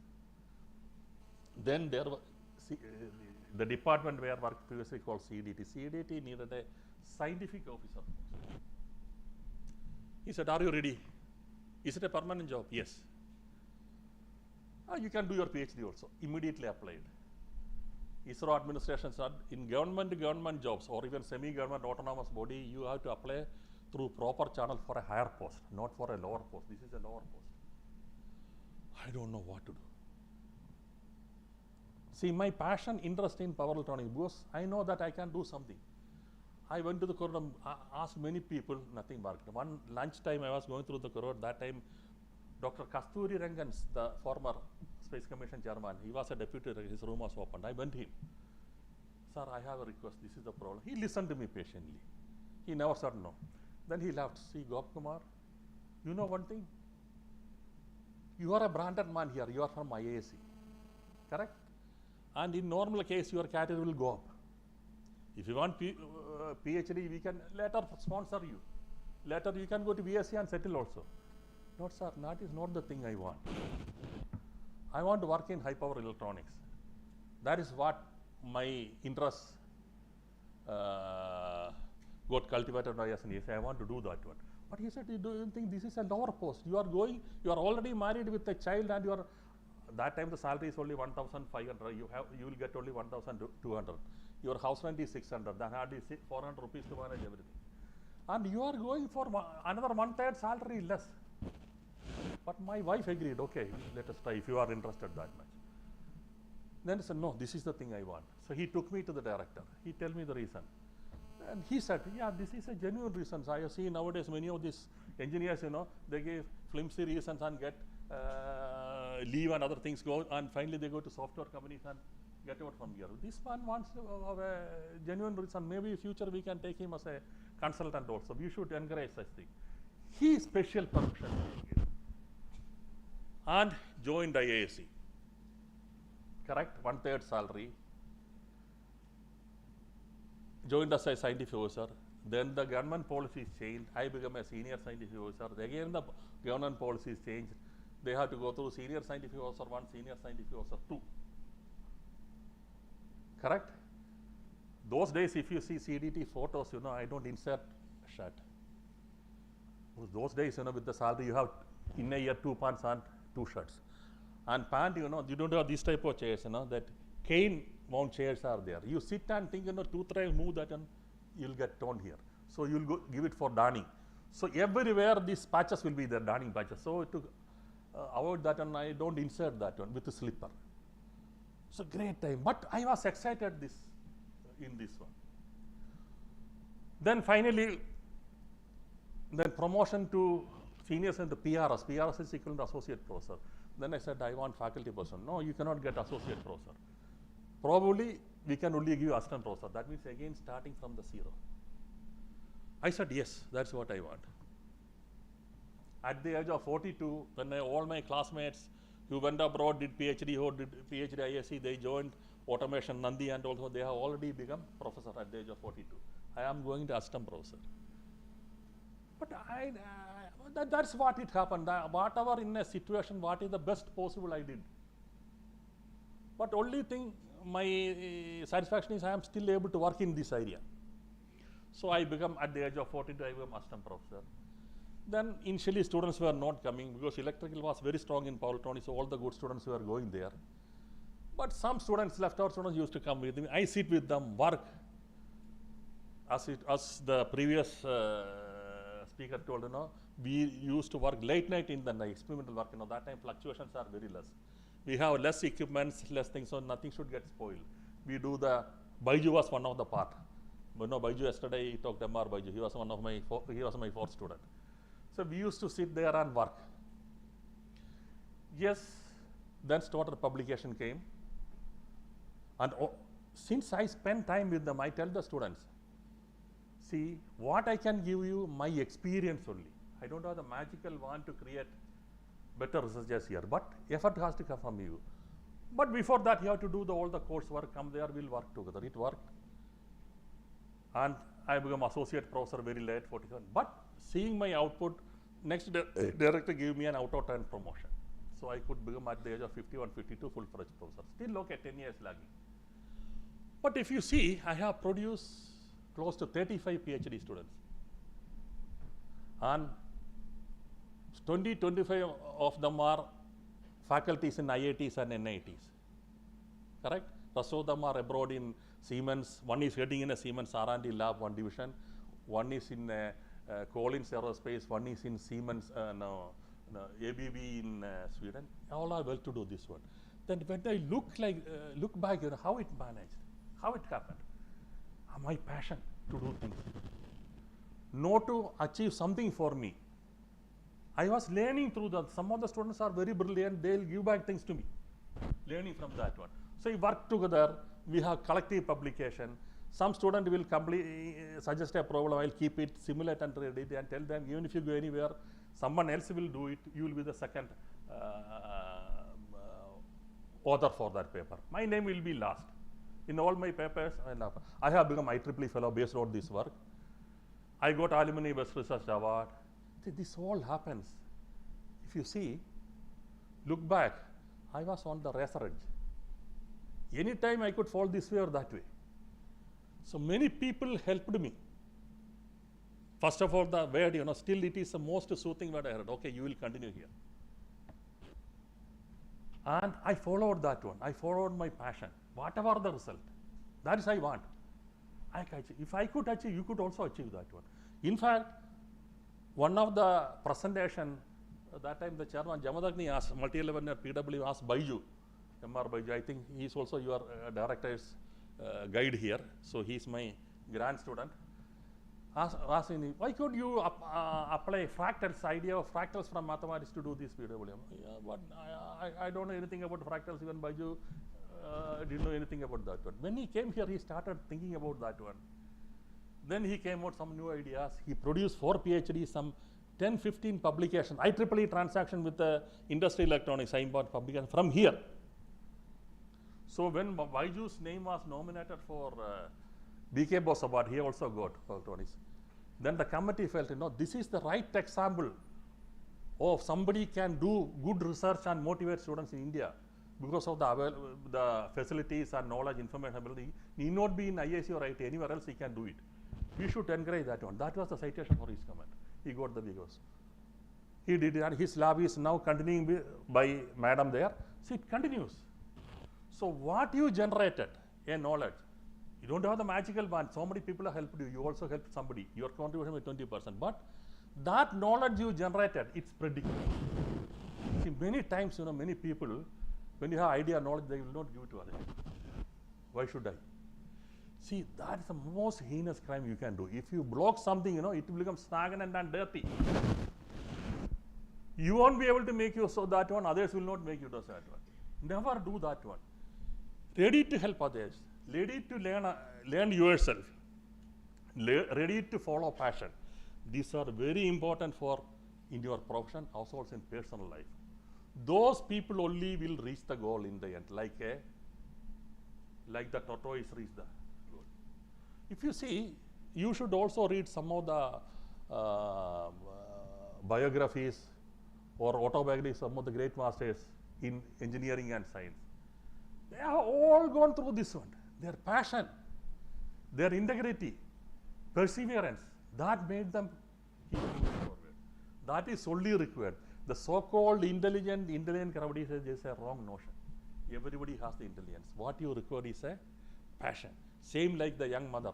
We are all here without any accident because of this, because of our passionate parents. Correct? No, I am 100% many of your parents are not very rich or influential or correct? It's all come that one. It happened. So if I can do it, if Vaiju can do it, if Madam can do it, he can do, you can also do it. So first find your inner strength, passion, and keep moving forward. You are lucky. As the previous speaker said, no, now lot of research fund is there. You can follow your dream. It is possible in this country now. Only thing you should have the patience. Don't think this job is as a 9-to-5 job. If that is the thing required, you should have gone to AG's office or banking job. This job, see, when I started, the salary of a lecturer was equivalent to a state bank clerk salary only. Now it is become equal to IAS cadre. More perks and facilities will come. So you should make use of that one for you, not for your benefit, for to generate, bring up the next generation. You don't require a magical wand in your hand to do things. Only you require passion, integrity, and patience. Never cheat, never do shortcut. I think this is the only thing I can tell how to go about research and teaching. Everything is available. What is needed is your effort and passion, supported by passion. Thank you. Anything else? Any questions you want to ask me, you can ask.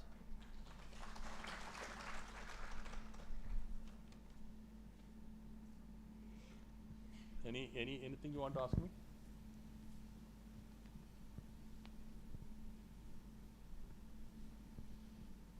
Yeah, that's the only thing. You people are lucky.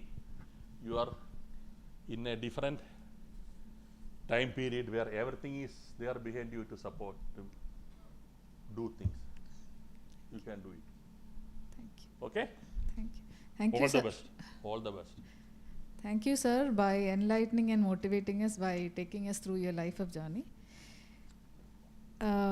We have with us Principal Dr. Suresh Babu to share some views on the session and to propose the vote of thanks. Yeah, that's okay. You already thanked me.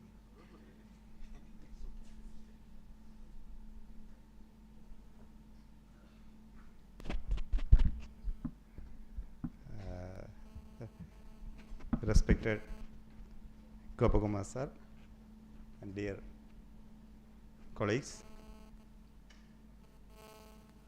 എനിക്ക് ഈ session പൂർണ്ണമായിട്ടും കേൾക്കണം എന്ന ആഗ്രഹമുണ്ടായിരുന്നു. പക്ഷേ എനിക്ക് ഇത് പാരലായിട്ട് മറ്റൊരു പ്രോഗ്രാം നടക്കുന്നത് കൊണ്ട് മാത്രമാണ് ഇത്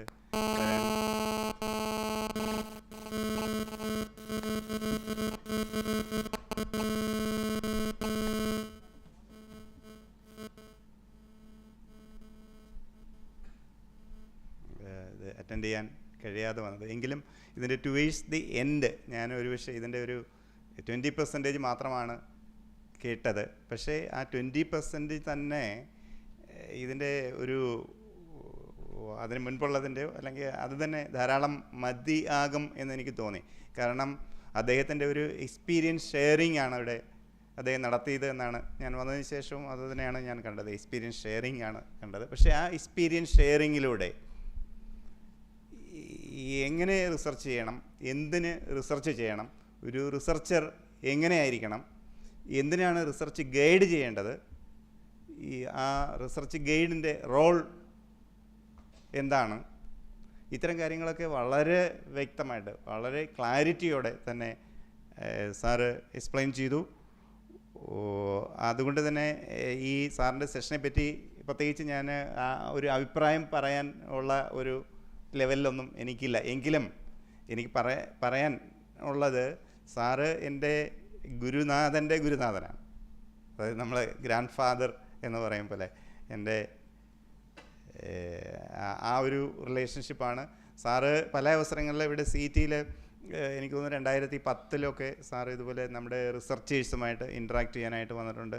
ഞാൻ ഇടുക്കിയിൽ വർക്ക് ചെയ്യുമ്പോൾ ഇടുക്കി എഞ്ചിനീയറിംഗ് കോളേജ് വളരെ റിമോട്ടായിട്ടുള്ള പ്ലേസാണ്. അവിടെ ആ ഇടുക്കിയിൽ ആദ്യമായിട്ടാണ് ഒരു കോൺഫറൻസ് ഓർഗനൈസ് ചെയ്യേണ്ട ഒരു സാഹചര്യം വന്നത്. അവിടെ ടെക്യൂബ് പ്രോജക്റ്റൊക്കെ ഉണ്ടായിരുന്ന ഒരു സമയമാണ്. ഞാനപ്പോഴും അവിടെ ടെക്യൂബ് കോർഡിനേറ്ററുമായിരുന്നു. അവിടെ കോൺഫറൻസ് ഓർഗനൈസ് ചെയ്യാനായിട്ട്, കാരണം നല്ല റിസോഴ്സ് പേഴ്സൺ വേണം. ഈ അവിടുത്തെ ഇത്തരം സാഹചര്യങ്ങളുമായിട്ട് അഡ്ജസ്റ്റ് ചെയ്യാൻ നമ്മളുമായിട്ട് സഹകരിക്കുന്ന. പക്ഷേ എൻ്റെ മനസ്സിൽ ആദ്യം വന്ന തന്നെ ചോയ്സ് തന്നെ ഗോമ സാറായിരുന്നു. അത് സാറ് വളരെ ഹോൾ ഹാർട്ടഡായിട്ട് അത് അക്സെപ്റ്റ് ചെയ്തു. പക്ഷേ ഈ പ്രോഗ്രാമിനെ പറ്റി ആലോചിച്ചപ്പോഴും തീർച്ചയായിട്ടും നിങ്ങളെ ഇൻസ്പയർ ചെയ്യാൻ ഏറ്റവും സ്യൂട്ടബിളായിട്ട് ആദ്യം തന്നെ മനസ്സിൽ വന്ന പേര് സാറിൻ്റേതാണ്. സാറത് സന്തോഷത്തോടെ അക്സെപ്റ്റ് ചെയ്തു. പക്ഷേ സാർ ഇവിടെ വരുന്നത് സാറിനേക്കാൾ സന്തോഷം നമുക്കാണ്. അപ്പോൾ അങ്ങനെ ഞാൻ പറഞ്ഞ അതിൽ ഇനി ഒരു കാര്യം കൂടി, ഈ ഗൈഡ് ചെയ്യുക എന്നുള്ളത്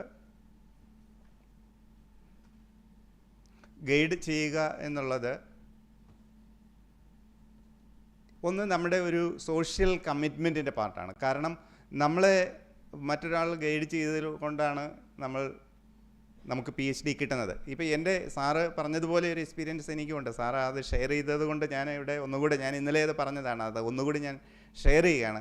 കാരണം എനിക്ക് PhD കിട്ടിയത് കൊണ്ടാണ് ഇന്നലെ ഞാനിത് പറഞ്ഞു, ഞാനിവിടെ നിൽക്കുന്നതിന് പോലും കാരണം ഡോക്ടർ MR ബൈജു ആണ് എന്ന്. കാരണം അത് എൻ്റെ ഗൈഡായി എന്നുള്ളത് മാത്രമല്ല, എന്നെ ഗൈഡ് ചെയ്യാനായിട്ട് വിളിച്ച് നിർബന്ധപൂർവ്വം, കാരണം ഞാൻ MTech കഴിഞ്ഞ് വന്നു, അത് കഴിഞ്ഞിട്ട് പിന്നെ കുറച്ച് വർഷങ്ങളൊക്കെ കഴിഞ്ഞു, അതുകൊണ്ട് ഇനി PhD വേണ്ട എന്ന് ഏകദേശം തീരുമാനിച്ചുറപ്പിച്ചിരുന്ന എന്നെ ആ ഒരു എന്തോ ബൈസാറ് എന്നോട് തോന്നിയ വേറെ ബൈസാറിനോട് ഗൈഡ്ഷിപ്പ് ചോദിച്ചവർക്ക് പോലും എല്ലാവരെയും ഒന്നും എടുത്തിട്ടില്ല എന്നാണ് ഞാൻ മനസ്സിലായത്. പക്ഷേ എന്നെ നിർബന്ധപൂർവ്വം സുരേഷ് PhD ചെയ്യണം എന്ന് പറഞ്ഞ് എന്നെ നിർബന്ധപൂർവ്വം വിളിച്ച് എനിക്ക് PhD ഇങ്ങോട്ട് തരാൻ അല്ലെങ്കിൽ PhD എടുക്കണം, അതിന് അത് സാർ പറഞ്ഞു. അതായത് നമ്മൾ ഇതിനൊരു കാരണങ്ങൾ അത് നമ്മുടെ കാരണം അങ്ങനെ ഒരാൾക്ക് PhD കൊടുക്കാൻ പറ്റുക എന്ന് പറഞ്ഞാൽ അത് വലിയൊരു ആ PhD കിട്ടിയ ആളിനേക്കാളും ഏറ്റവും അധികം സന്തോഷം ആ PhD അങ്ങനെ ആ ഒരു റോള് ഈ PhD കഴിഞ്ഞവരെ സംബന്ധിച്ച് എനിക്ക് പറയാനുള്ളതാണ്. ആ ഒരു റോൾ കൂടിയുണ്ട്. ഇത് ഇൻസ്റ്റിറ്റ്യൂഷണലായിട്ടുള്ള ഒരു കാരണം റിസർച്ചിലൂടെ നമുക്ക് ഇൻസ്റ്റിറ്റ്യൂഷൻ പബ്ലിക്കേഷൻസ് വേണം, അതിലൂടെ സ്പോൺസേഡ് റിസർച്ച് വേണം. പക്ഷേ അതിനകത്ത് ഇത്തരം ഒരു സോഷ്യൽ, കാരണം PhD research is not simply guiding PhD. കാരണം അത് ആ PhDയിലൂടെ കിട്ടുന്ന റിസർച്ച് ഔട്ട്കംസ് സൊസൈറ്റിക്ക് വേണ്ട പ്രോഡക്ട്സും സർവീസസുമായിട്ട് മാറുമ്പോഴാണ് ആ റിസർച്ച് പൂർണ്ണതയിലേക്ക് എത്തുന്നത്. അപ്പോൾ അതിൻ്റെ വേറൊരു ഭാഗമാണ്. അതും വളരെ വളരെ അത്യാവശ്യമായിട്ടുള്ള ഒരു കാര്യമാണ്. അപ്പോൾ അതുകൊണ്ട് തന്നെ ഈ റിസർച്ചിന് പല തലങ്ങളുണ്ട്. അപ്പോൾ അതൊക്കെ തന്നെയും ഇവിടെ തന്നെ മറ്റ് സെഷനുകളിലും ഇത്തരം കാര്യങ്ങൾ കവർ ചെയ്യപ്പെടും. എങ്കിൽ കൂടി എന്തായാലും വളരെ എക്സലൻ്റായിട്ട് അദ്ദേഹത്തിൻ്റെ ഒരു എക്സ്പീരിയൻസിലൂടെ നിങ്ങൾക്ക് ഏറ്റവും നല്ല രീതിയിൽ ഇൻസ്പയർ ചെയ്യുന്ന രീതിയിൽ ഈ സെഷൻ അദ്ദേഹം കൈകാര്യം ചെയ്തു. നമ്മുടെ ക്ഷണം സ്വീകരിച്ച് അദ്ദേഹം അത്രയും അവിടെയുള്ള തിരക്കുകളൊക്കെ മാറ്റി വെച്ചിട്ട് എത്തിച്ചേർന്നു. അദ്ദേഹത്തിന് I request our principal to hand over a memento as a token of gratitude to Dr. Gopakumar, sir.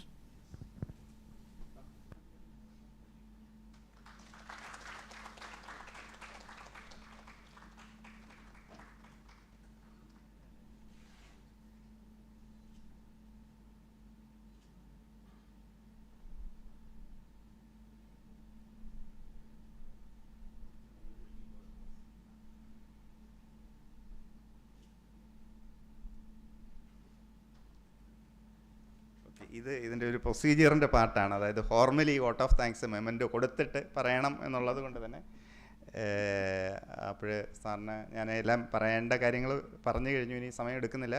സാറിന് നിങ്ങളുടെ ഓരോരുത്തരുടെയും പേരിലും ഈ സ്ഥാപനത്തിൻ്റെ പേരിലും എൻ്റെ വ്യക്തിപരമായും നന്ദി രേഖപ്പെടുത്തുന്നു. നിങ്ങളുടെ സമയം ഷെയർ ചെയ്യുന്നു.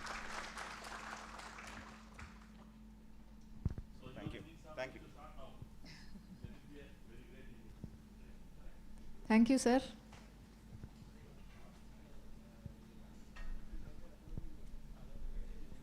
Participants, please be informed that we'll be continuing our afternoon sessions here itself in the CGPU hall, breaking for a lunch, and kindly be back by 1:30 p.m.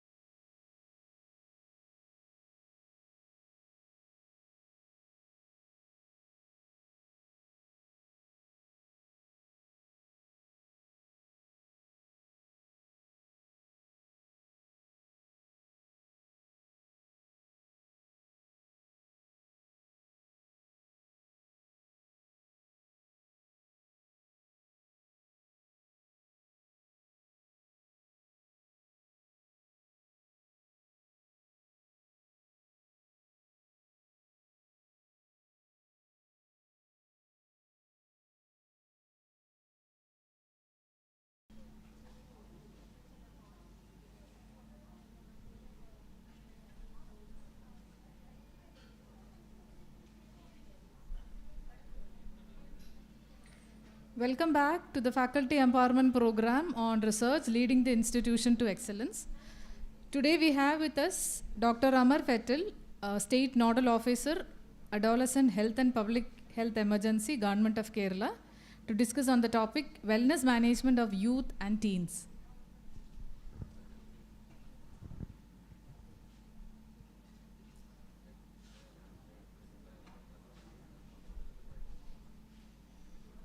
All the participants are kindly requested to keep your mobile phones in silent mode.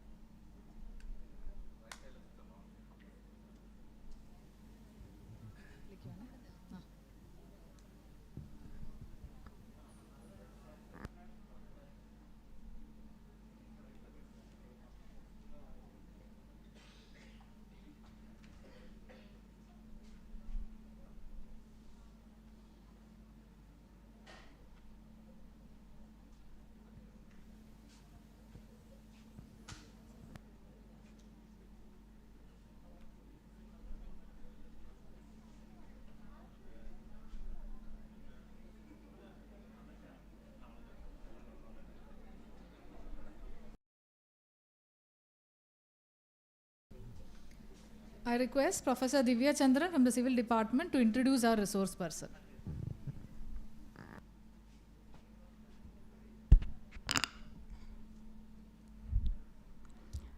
Respected principal, faculties, colleagues, and dear friends. On the second day of the faculty development program, as this is session, we are really privileged to have a session by Dr. Amar Fettil. He is presently working as a nodal officer of the Adolescent Health and Public Health Emergency. He is also the nodal officer for H1N1 and COVID-19. And he is a familiar face to most of you, as he is famous in newspapers, as he is holding the baton for our COVID front-end warriors since the onset of COVID-19. He is very particular in giving awareness to the public about all these viral infections, and he is also suggesting many preventive measures. There were days when we eagerly waited for his media coverage. In this session, he will be sharing his thought about wellness management of youth and teens. As faculties, on a daily basis, we are dealing with students who are in their teens and mostly in their youth period. So I am sure his session will give us an insight to how to handle our students in the most efficient way. So on behalf of our CET family, I welcome you, sir, to deliver the session.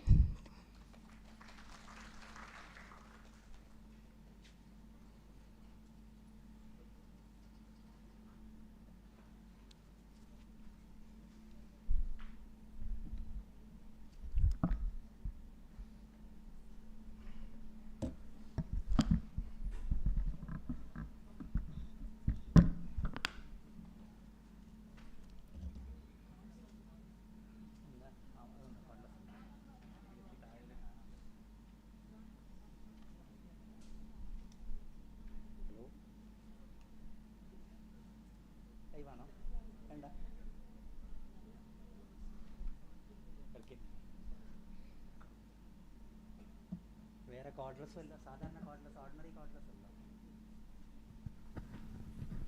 എനിക്ക് കാണാൻ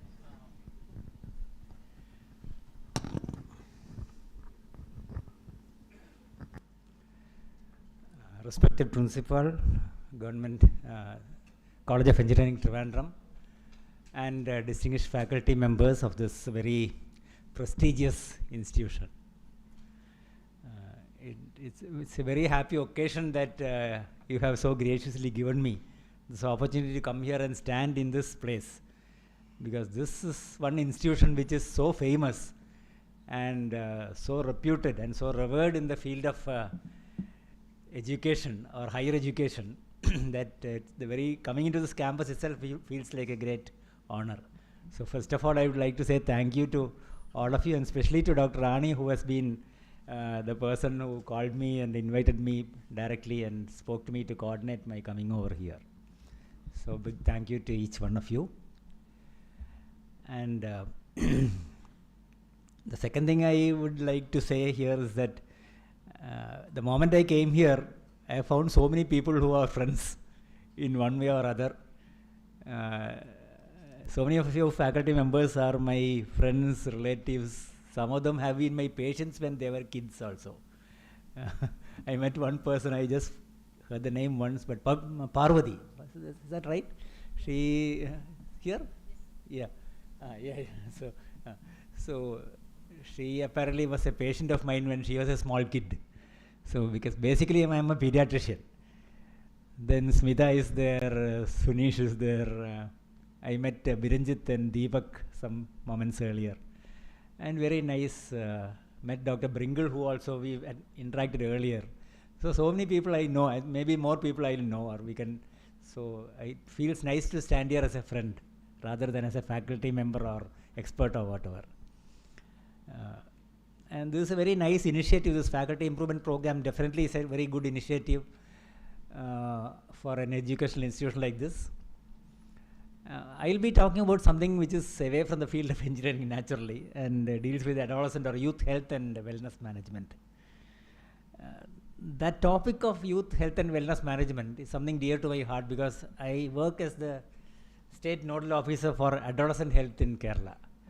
So we all have different what you call charges or tasks given to us by government. So one thing is the virus stuff which the person who introduced me spoke about. I've been the nodal officer for all the viral emergencies for Kerala from 2009 onwards. But apart from that, something which is very dear to my heart is the part about adolescent health.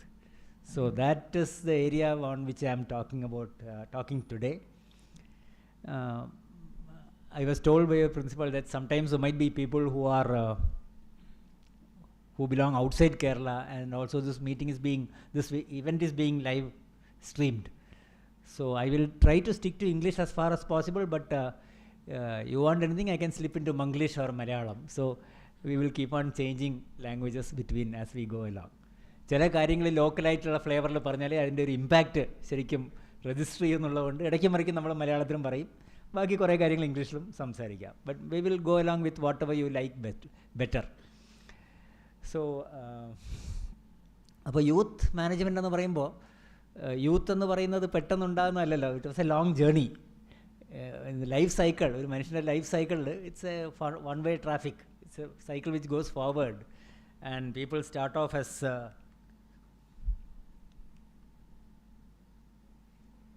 kids, babies. So everyone is born one day, everyone leaves the world one day. So agane jeevitha chakram. So people start off as kids, and within no time the kids grow up into school children. After passing through a stage of infant, toddler, അങ്ങനെ പിച്ച വെച്ച് നടക്കുന്ന സ്റ്റേജൊക്കെ കഴിഞ്ഞ് പെട്ടെന്ന് സ്കൂളിൽ കയറി. പേരൻസായ നമ്മൾ എപ്പോഴും ബാക്കിലേക്ക് നോക്കുമ്പോൾ ടൈം ഹാസ് ബീൻ ഫ്ലൈയിങ്. നമ്മുടെ തന്നെ മക്കൾ ഇപ്പോൾ ഓരോ സ്ഥാനത്തെത്തി. ബട്ട് ബാക്കിലേക്ക് നോക്കുമ്പോൾ ഇന്നലെയാണ് അവർ ജനിച്ചത്, മെനഞ്ഞാന്നാണ് അവർ, ഇന്നലെ മെനഞ്ഞാന്ന് ജനിച്ചു, ഇന്നലെ അവർ സ്കൂളിൽ ചേർത്തു, അതിൻ്റെ പിറ്റേന്ന് പ്രൊഫഷണൽ കോളേജിൽ കയറി, ഇപ്പോൾ അങ്ങനെ വലിയ സ്ഥാനത്തെത്തി എന്നൊക്കെ പറയുമ്പോൾ time is always flying. So സ്കൂളിൽ നിൽക്കുന്നില്ല, അവിടുന്ന് പിന്നെ മുമ്പോട്ട് ഭയങ്കര ഫാസ്റ്റായിട്ടാണ് പ്രയാണം എന്ന് പറയുന്നത്, ഫാസ്റ്റായിട്ടാണ്.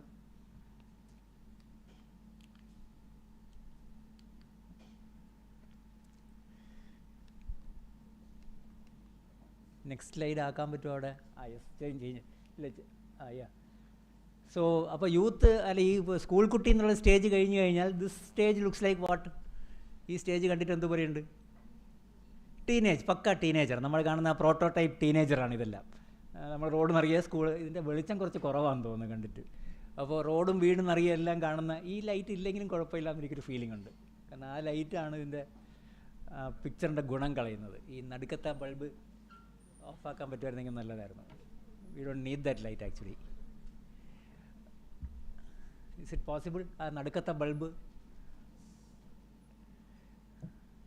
So okay. So teenagers. അപ്പോൾ ടീനേജർ എന്ന് പറഞ്ഞാൽ എല്ലാവർക്കും they are a headache for everybody എന്ന് എല്ലാവരും പറയാറുണ്ട്. But what the teenager says is that the parents are the headache എന്ന് അവരും പറയാറുണ്ട്. We don't have any problem, നമുക്ക് പ്രശ്നങ്ങളൊന്നുമില്ല. നമ്മുടെ ബിഗ്ഗസ്റ്റ് തലവേദന എന്താണെന്ന് വെച്ചാൽ നമ്മുടെ പേരൻസാണ്. And I am a person who always stands on the side of teenagers. അപ്പോൾ ഞാൻ സ്ട്രോങ്ലി പോസിറ്റീവ്ലി ബയസ്ഡാണ് ടീനേജേഴ്സിനോട്. അപ്പോൾ അങ്ങനെ എൻ്റെ അടുത്ത് കൗൺസിലിങ്ങിനും സംസാരിക്കാനും പ്രശ്നങ്ങൾ ചർച്ച ചെയ്യാനൊക്കെ വരുമ്പോൾ I also agree with dum. കാരണം പല പേരൻസും ടോട്ടലി ഒരു ഡിഫറെൻറ്റ് ടൈം വാർപ്പിലാണ് ജീവിക്കുന്നത്. ഈ കാലം കുറേ മുമ്പോട്ട് പോയി, താങ്ക് യു, കാലം കുറേ മുമ്പോട്ട് പോയി എന്നും over this time of the journey in the through the past the situation has changed so much. Today's world has no relation to the world that they were living in. So we find that they have really a lot of practical disconnect between their life and our life, or the life of youngsters today. So they have unrealistic expectations and unrealistic ambitions and unrealistic rules and all those, which today's children or youngsters cannot manage really. So that causes clashes. Anyway, that is all teenage, but yours being a professional institution, then you are moved in a field of youth. So this is one cycle. Now we will focus mainly on the teenage and the youth part of it. So some specialities about their life. I think I will come that side. ഞാൻ താഴെ നിൽക്കാൻ തോന്നുന്നു, കാരണം ഇവിടെ നിന്നിട്ട് എൻ്റെ കഴുത്ത് പോകുന്നുണ്ട്. I can't see. Yeah. So these are some things which you see on the slide. Some specialities about how youth or youngsters and teenagers behave. What are their traits? So these are things we'll go through very fast, but they are all what you call just like icons. ചില കാര്യങ്ങൾ സൂചിപ്പിക്കുന്ന ഐക്കൺസാണ് ഓരോ picture, ഓരോ ഇമേജും ഓരോ പിക്ചറും ചില കാര്യങ്ങൾ സൂചിപ്പിക്കുന്നു. Picture on the left upper left is what signifying what, എന്തിനാ സൂചിപ്പിക്കുന്ന picture? Upper left is blue, in blue. Sadness, depression, എൻ്റെ റേഞ്ച് ഓഫ് ഒരു റെയിൻബോ ആണ്. റെയിൻബോ എന്ന് പറഞ്ഞുകൊണ്ട് ഒരു വലിയൊരു ഒരു റേഞ്ചാണ്.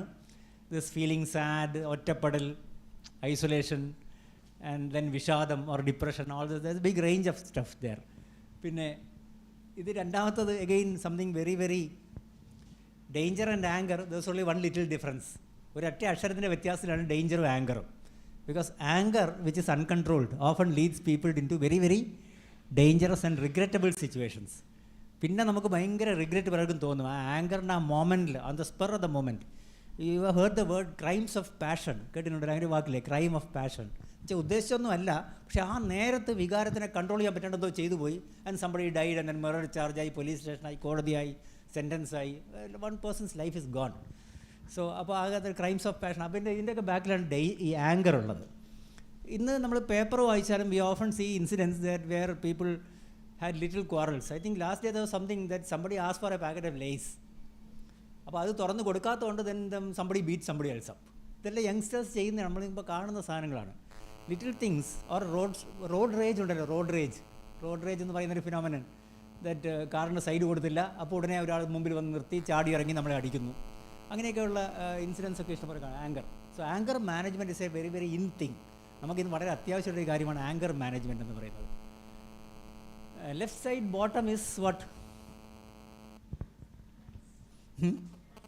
ഫ്രണ്ട്സ് ആണ്, ബട്ട് അതിൻ്റെ എക്സ്പ്രഷനിൽ വല്ലതും ഉണ്ടോ? Yes that is it. എന്താ ആൻസർ കേട്ടത് ഞാനിപ്പോൾ? വായ്നോട്ടം. യെസ്, ഒരു തരത്തിൽ വായ്നോട്ടമാണ്. അപ്പോൾ again good thing that you said that വായ്നോട്ടം ബിസിനസ്. ഈസ് വായ്നോട്ടം a prerogative of boys or is? അങ്ങനെയാണ് പൊതുവേ എല്ലാവരും പറയുക അല്ലേ. ബോയ്സിൻ്റെ ഒരു കുത്തക ഫീൽഡാണ് ഈ വായ്നോട്ടം. അപ്പോൾ ഗേൾസിനും വായി നോക്കാം അല്ലേ. And I think girls also do it equally well as the boys do. So that is there. And I would always, ഞാൻ പറഞ്ഞു ഞാൻ അവരുടെ സൈഡിലാണ്. So this is something normal. So this some of the truths that we need to raise. അങ്ങോട്ടും ഇങ്ങോട്ടും നോക്കുന്നത് നോർമലാണ്.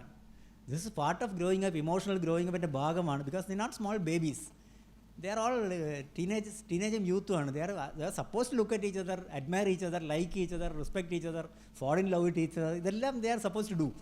അങ്ങനെ ഇതെല്ലാം കഴിഞ്ഞ് ലൈഫിൽ ഇങ്ങനെ പാകപ്പെട്ട് വരുന്നത് ഇതെല്ലാം കൂടെ ഇതിൽ കൂടെ കടന്നു പോയിട്ടാണ്. സോ അങ്ങോട്ടും ഇങ്ങോട്ട് നോക്കുന്നു. ആൻഡ് അപ്പോൾ അത് ശരിയാണ്. So they are looking at somebody who interests them and this goes on.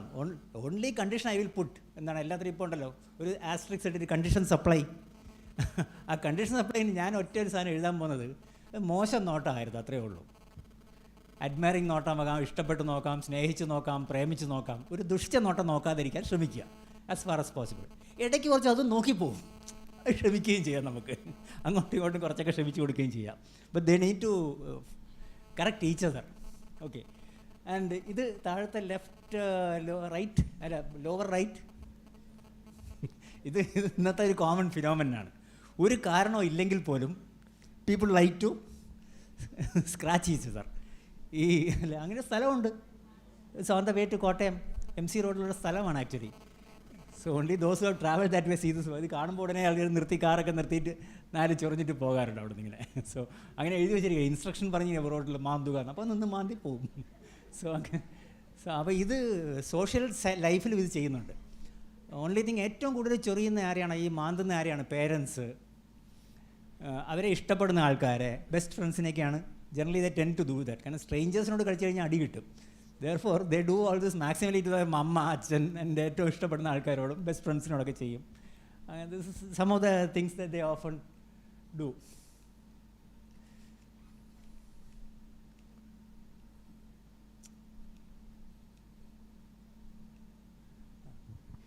ഈ നമ്മൾ കാഷ്വൽ ഇൻഡിഫറൻസ് എന്ന് പറയും. This is called casual indifference. ഇതാണ് ഈ വേവ് ലെങ്ത്തിൻ്റെ വ്യത്യാസം നമ്മൾ പറയുന്നത്. ഈ യങ്സ്റ്റേഴ്സിൻ്റെ യൂത്തിൻ്റെയും നമ്മുടെയും വേവ് ലെങ്തിൻ്റെ വ്യത്യാസം ഇതാണ്. സോ നമ്മുടെ പ്രയോറിറ്റി അല്ല അവർക്ക്. നമ്മളിപ്പോൾ ബേബിയെ നല്ലോണം നോക്കണം എന്ന് പറയുമ്പോൾ ഇങ്ങനെ ബേബിയെ നോക്കുന്നത് ചിലപ്പോൾ. അപ്പോൾ അവരുടെ പ്രയോറിറ്റി വാച്ച് അടിക്കുക, ഫോണിൽ എത്രയും മണിക്കൂർ ചിലവാക്കുക. So I am just baby sitting എന്ന് പറയുമ്പോൾ അതാണ് അവരുടെ രീതി എന്നാണ്. So this signifies self-image and body consciousness, which is something again boys and girls രണ്ടും അല്ലേ. നിങ്ങൾ കാണുന്ന ആ റേഞ്ച് ഓഫ് പിള്ളേർ, they are all actively into the self consciousness. അവർ ഭയങ്കര സെൽഫ് ഇമേജിൻ്റെ, അപ്പോൾ അതുകൊണ്ട് അവരുടെ മുടി എങ്ങനെയുണ്ട്, എന്നെ അഡ്മയർ ചെയ്യാൻ എല്ലാവരും അഡ്മയർ ചെയ്യുക, ഈ ഉടുപ്പ് കൊള്ളാമോ, ഞാനിട്ട ഇതിട്ട് എന്നെ കാണാൻ എങ്ങനെയുണ്ട്, പിന്നെ എനിക്കിവിടെ 6 പാക്കിൽ ഒരു പാക്കെങ്കിലും വന്നോ, 6 പാക്കിന് ആഗ്രഹമുണ്ട്, ഒരു പാക്കെങ്കിലും വന്ന് കിട്ടിയാൽ കൊള്ളാമെന്ന് ആഗ്രഹിക്കുന്ന ആൺപിള്ളികളുണ്ട്. പിന്നെ മുഖം മുഴുവൻ പരിശോധിച്ച് മീശയും താടിയും മറ്റവൻ്റെ അത്ര ഇല്ല എനിക്ക്. സോ ഓൾ ദീസ് തിങ്സ് അത് ഭയങ്കര ആങ്സൈറ്റി ഉണ്ടാക്കും. നമ്മൾ ഡിസ്മിസ് ചെയ്യാൻ പറ്റില്ല. We my think that it is silly, but at that moment the fellow considers it very important. ഇത് അവൻ്റെ ലുക്ക് മറ്റേതുപോലെ ഇല്ല എന്നൊക്കെ പറയും. So beauty consciousness again normal thing. Creativity, this is something very nice that if you can uncover them then there so much of creativity. ഈ diamond polish ചെയ്യുന്ന പോലെയാണ്. ഇനി going to a diamond mine, അവിടെ നമ്മൾ കിളച്ചെടുക്കുമ്പോൾ diamond doesn't look anything like a diamond എന്നാണ് പറഞ്ഞു കേട്ടിട്ടുള്ളത് അല്ലേ. Raw diamond or uncut diamond can look just like a big blob of alum or salt or whatever. And only when you cut it and then polish it and uncover all the facets, അത്രയും facets പുറത്ത് കൊണ്ടുവരുമ്പോൾ then it starts, എന്താണ് അതിൻ്റെ refraction ഒക്കെ നടന്ന് then it shoots out million rays of fire. ഇങ്ങനെ famous diamonds ഒക്കെ they R on fire എന്ന് പറയാറുണ്ട്. വളരെ ഫേമസ് ചില ഡയമണ്ട് ഒക്കെ ഉണ്ട്, ഹോപ്പ് ഡയമണ്ട് എന്നൊക്കെ പറയുന്നതൊക്കെ ജസ്റ്റ് ലൈക്ക് ലിക്വിഡ് ഫയർ എന്ന് പറയാറുണ്ട്. ഈവൻ നമ്മുടെ രവിവർമ്മ പെയിൻറ്റിങ്സ് കണ്ടിട്ടുണ്ടോ? ട്രിവാൻഡ്രത്ത് we have a very nice art gallery. Have you visited that place? എത്ര പേര് കണ്ടിട്ടുണ്ട് ട്രിവാൻഡ്രത്ത് ഈ മ്യൂസിയം കോമ്പൗണ്ടിലെ ആർട്ട് ഗാലറി? എത്ര പേര് പോയിട്ടുണ്ട്? Just out of curiosity masking, എത്ര കൈ പൊക്കാമോ പോയിട്ടുള്ളവർ? അപ്പോൾ പോയിട്ടുള്ളവർക്ക് അതറിയാം, പോകാത്തവരവിടെ പോയി നോക്കണം. There are so many Ravi Varma paintings. അപ്പോൾ രവിവർമ്മ പെയിൻറ്റിങ്ങിൽ ഇങ്ങനെ ഈ മഹാറാണിമാരൊക്കെ ഇരിക്കുന്ന പിക്ചേഴ്സ്, അപ്പോൾ അവരുടെ ഈ കയ്യിലെ മോതിരങ്ങളൊക്കെ ഇങ്ങനെ ആ പെയിൻറ്റിങ്ങിൽ പോലും ഇങ്ങനെ തീ ഇങ്ങനെ പാറുന്ന പോലെ തോന്നും. അങ്ങനത്തെ beautiful paintings. So diamond anyway. അപ്പോൾ അത് ഈ ക്രിയേറ്റിവിറ്റി നമ്മുടെ huge percentage of children have, children and young people have. But often it get suppressed because നമ്മുടെ എഡ്യൂക്കേഷണൽ സിസ്റ്റത്തിൽ ഇപ്പോഴാണ് പിന്നെ ഒട്ടെങ്കിലും റിയാലിറ്റി ഷോയും ടിക്ടോക്കൊക്കെ വന്നുകൊണ്ട് ഇത് പുറത്ത് വരുന്നത്. പണ്ടൊക്കെ ആണെങ്കിൽ ഒന്നുമില്ല, സ്കൂളിലൊക്കെ എന്തെങ്കിലും എണീറ്റെന്ന് പറയാൻ നോക്കിയാൽ shut up and sit down എന്നാണ് response. So creativity gets what you called muffled. അങ്ങനെ കുട്ടികൾക്ക് ക്രിയേറ്റിവിറ്റി പുറത്ത് കൊണ്ടുവരാൻ പറ്റാതെ എത്രയോ ഒരു ജനറേഷൻസ് ഉണ്ടായിരുന്നു. ഇപ്പോൾ ഈ ടിക്ടോക്ക് വന്നുകൊണ്ട് പിന്നെ അത് വളരെ ജനകീയമായി. അതിന് സ്റ്റേജ് പോലും വേണ്ടല്ലോ, എന്ത് വേണമെങ്കിൽ പറയാം. So then you see the so many children came up.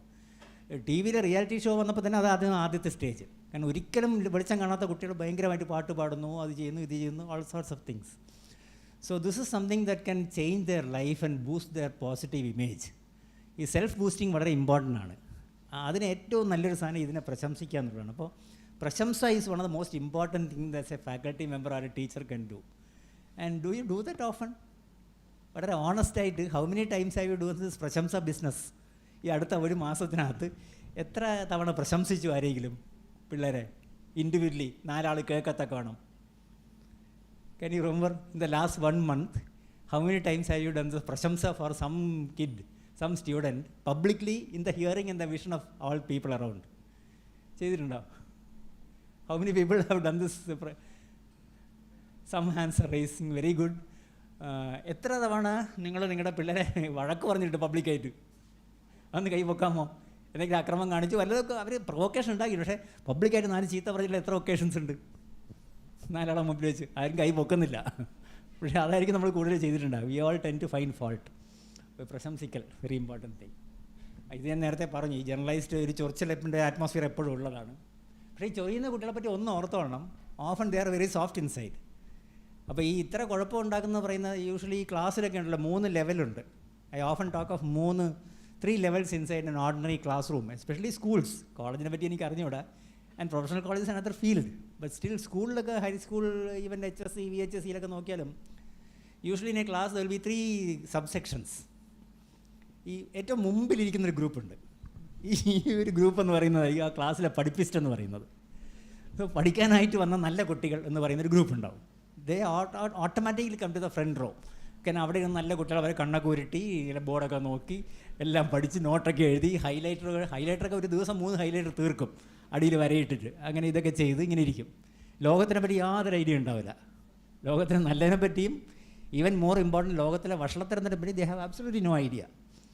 പിന്നെ ഏറ്റവും ബാക്കിൽ we always traditionally call them the back benchers and the trouble makers. This another group അല്ലേ. ഏറ്റവും ബാക്കിൽ നമ്മളിപ്പോൾ ഓട്ടോമാറ്റിക് പേരാണ് trouble makers or back benchers. And അവിടെ ആയിരിക്കും ഓൾ ദ അക്രമത്തിൻ്റെ ആ ന്യൂക്ലിയസ് അവിടെ നിന്നായിരിക്കും source of energy for all that usually comes in the back bench. അപ്പോൾ അങ്ങനെ ഒരു ഗ്രൂപ്പ് ഉണ്ട്. ഇതിൻ്റെ നടുക്കുള്ളതോ say row 2 to row 5 or row 6 അങ്ങനെ ഗ്രൂപ്പില്ലേ. So those are really the treasure of the institution.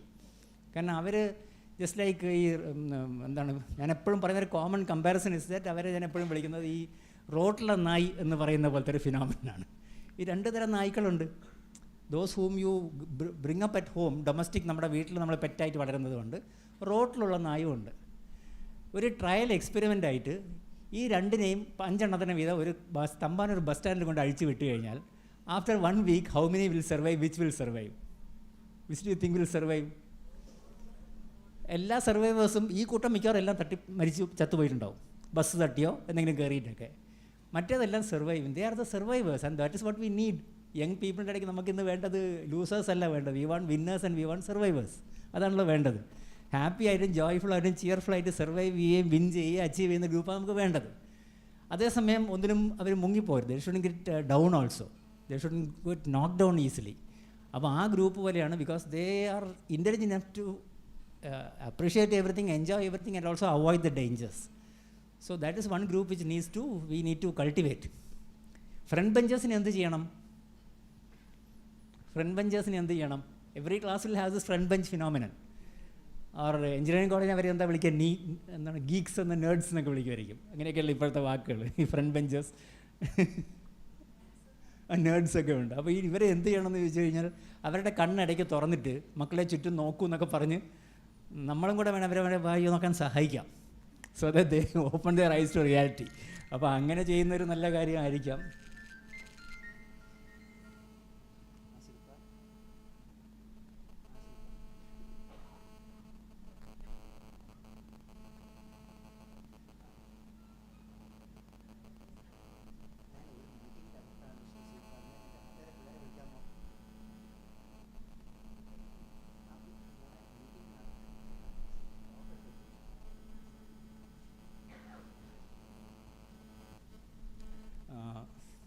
അപ്പോൾ അവരെ ഒന്ന് ആ രീതിയിലൊന്ന് കണ്ണ് തുറക്കേണ്ട ആവശ്യമുണ്ട്. And what you do with the back benchers? അവർക്കിതുപോലെ ചിലപ്പോൾ എന്തെങ്കിലും ജോലികൾ റെസ്പോൺസിബിലിറ്റീസ് കൊടുക്കുകയും അത് നല്ലോണം ചെയ്യുമ്പോഴേക്കും അവർക്ക് 4 കോംപ്ലിമെൻറ്റ്സ് പബ്ലിക്കായിട്ട് 4 ആളെ മുമ്പിൽ വെച്ച് കൊടുക്കുകയൊക്കെ ചെയ്ത് കഴിഞ്ഞാൽ you are likely to see a magical transformation at least 50% of them. And then you find that they are actually the heart and soul of the event, whatever events happen. അപ്പോൾ അവരുടെ ലീഡർഷിപ്പ് സ്കിൽസ്, ഓർഗനൈസേഷണൽ കപ്പാസിറ്റീസ്, അങ്ങനെ നമ്മൾ മറ്റവർക്ക് expect ചെയ്യാത്ത പലതും അവരിൽ practical sense പലപ്പോഴും കാണാറുമുണ്ട്. So that is a group. ഈ ടീനേജേഴ്സിനെ പറ്റി എല്ലാവരും പറയുന്ന ഭയങ്കര ഒരു കുറ്റം ഇതാണ്. Too very lazy, no sense of time, no sense of urgency, ഒന്നും പറഞ്ഞാൽ ചെയ്യില്ല, അപ്പാരൻ്റ്ലി വെരി ലേസി. പക്ഷേ വേണമെങ്കിൽ അവർക്ക് പലതിനും സ്പീഡപ്പ് ചെയ്യാൻ അറിയുകയും ചെയ്യാം. But only thing, in our wisdom, we know that things have to be done early enough. Last minute വെച്ച് കഴിഞ്ഞാൽ കാര്യം നടക്കില്ല. എല്ലാം നേരത്തെ ചെയ്യേണ്ടതൊക്കെ നേരത്തെ ചെയ്യണം നമുക്കറിയാം. ഇത് സ്ലൈറ്റ്ലി ബയോളജിക്കലാണ്. അതുകൊണ്ട് excuse that thing, this picture is bit biological picture. അപ്പോൾ അഡോളസൻസ് യൂഷ്വലി വി സേ, അഡോളസൻസും ഏർലി യൂത്ത് ഒക്കെ ഹൈ ടെൻഷൻ്റെ കാലമാണെന്ന് എല്ലാവരും പറയാറുണ്ട്. എക്സ്ട്രീം ഹൈ ടെൻഷനാണ്. 4 million volts ആയിരിക്കാം, 4 lakh volts ആയിരിക്കാം, 40,000 ampere ആയിരിക്കും, വാട്ടെവർ. ഭയങ്കര ടെൻഷനാണ് എല്ലാവരും എഗ്രി ചെയ്യുന്നത്. പേരൻസും എഗ്രി ചെയ്യാറുണ്ട്, എല്ലാവരും എഗ്രി ചെയ്യുന്നുണ്ട്. But I would like to say that this is not restricted, all this tension business is not restricted to adolescents, because even young babies today are exposed to the world of tension. But tension ഇന്ന് കൊച്ചു കുട്ടികൾക്കും ഉണ്ട്. അതുകൊണ്ട് അവൻ്റെ മുഖത്തെ ഭാവം നോക്കിയാലും ഇഷ്ടപ്പെടുന്നതിന് യാതൊരു കുറവില്ല. ജനിക്കുന്ന മൊമെൻ്റ് തൊട്ട് മരിക്കുന്നവരെയും ടെൻഷൻ തന്നെയാണ് ഇന്നത്തെ ലോകം എന്ന് പറയുന്നത്. So there is no what you call കുത്തക for this tension. So that is ഇന്നത്തെ ഒരു പ്രോബ്ലം എന്ന് വെച്ചാൽ lack of sense of direction, that is there. So every slide which I am showing here has a message for you, in that as faculty members, it is for intervention. I intervene ചെയ്യേണ്ട ചില ഫോക്കസുകളും ഓരോ സ്ലൈഡിൻ്റെ പിക്ചറും തമാശകൾക്ക് apart from all that areas for intervention. Lack of direction വലിയൊരു issue ആണിന്ന്. അപ്പോൾ അത് സെൻസിബിളായിട്ട് അവരുടെ വേവ് ലെങ്ത്തിൽ you have to match wave lengths, otherwise it won't sync. It will never sync unless the wave lengths are closely matching. അപ്പോൾ we need to think like teenagers for some time, we need to act like teenagers for some time, we need to behave like teenagers for some time. അങ്ങനെ ചെയ്യുമ്പോൾ then they will also identify with us, and then what you say makes 10 times more sense. അല്ലെങ്കിൽ അവർ they will brand you as നിങ്ങളൊക്കെ വലിയ ഡൈനോസറാണ് അല്ലേ, അതല്ലേ അവർ young people, നമ്മളൊക്കെ ഡൈനോസറാണ്. എൻ്റെ മോളൊക്കെ പറയും നമ്മളൊക്കെ ഡൈനോസേഴ്സ് എന്നാണ് പറയുന്നത്. അപ്പോൾ അവരെല്ലാം യങ് ആക്റ്റീവാണ്, ബാക്കി എല്ലാവരും ഡൈനോസറാണ്, മൂത്തവരെല്ലാം. അപ്പോൾ അങ്ങനെ പറഞ്ഞിട്ട് ആദ്യമേ തള്ളിക്കളയുക. അത് ചെയ്യാതിരിക്കാൻ വേണ്ടിയാണ് നമ്മൾ ഈ വേവ് ലെങ്ത് അഡ്ജസ്റ്റ് ചെയ്ത് പോകണം. So learn to tune in to teenage period. One little tip I will say is that always every day you should spend some 10 minutes every day, not in meditating and not in yoga, അതെല്ലാം വേണം, നല്ല കാര്യം. But just to remember our +1 days or pre-degree day or whatever. ആ കാര്യത്തിനെ പറ്റി imagine ചെയ്ത് അയവിറക്കി അതൊക്കെ ആ മെമ്മറീസൊക്കെ ഒന്ന് ചൂയിങ് ദ കഡ്ഡു പോലെയൊക്കെ ചെയ്ത്, അപ്പോൾ you will find lot of things to enjoy ആ കാര്യം. And with that I when you look at the teenagers in your class on your campus, അപ്പോൾ നമുക്ക് വളരെ ക്ലോസ് ആയി തോന്നുന്ന ഈ കാര്യങ്ങൾ. Then we will find that it's all good things. അപ്പോൾ സെൻസ് ഓഫ് ഡയറക്ഷൻ, അല്ലെങ്കിൽ ഗൈഡൻസിൻ്റെ ഇഷ്യൂ ആണ് ഏറ്റവും വലിയൊരു ഇഷ്യൂ.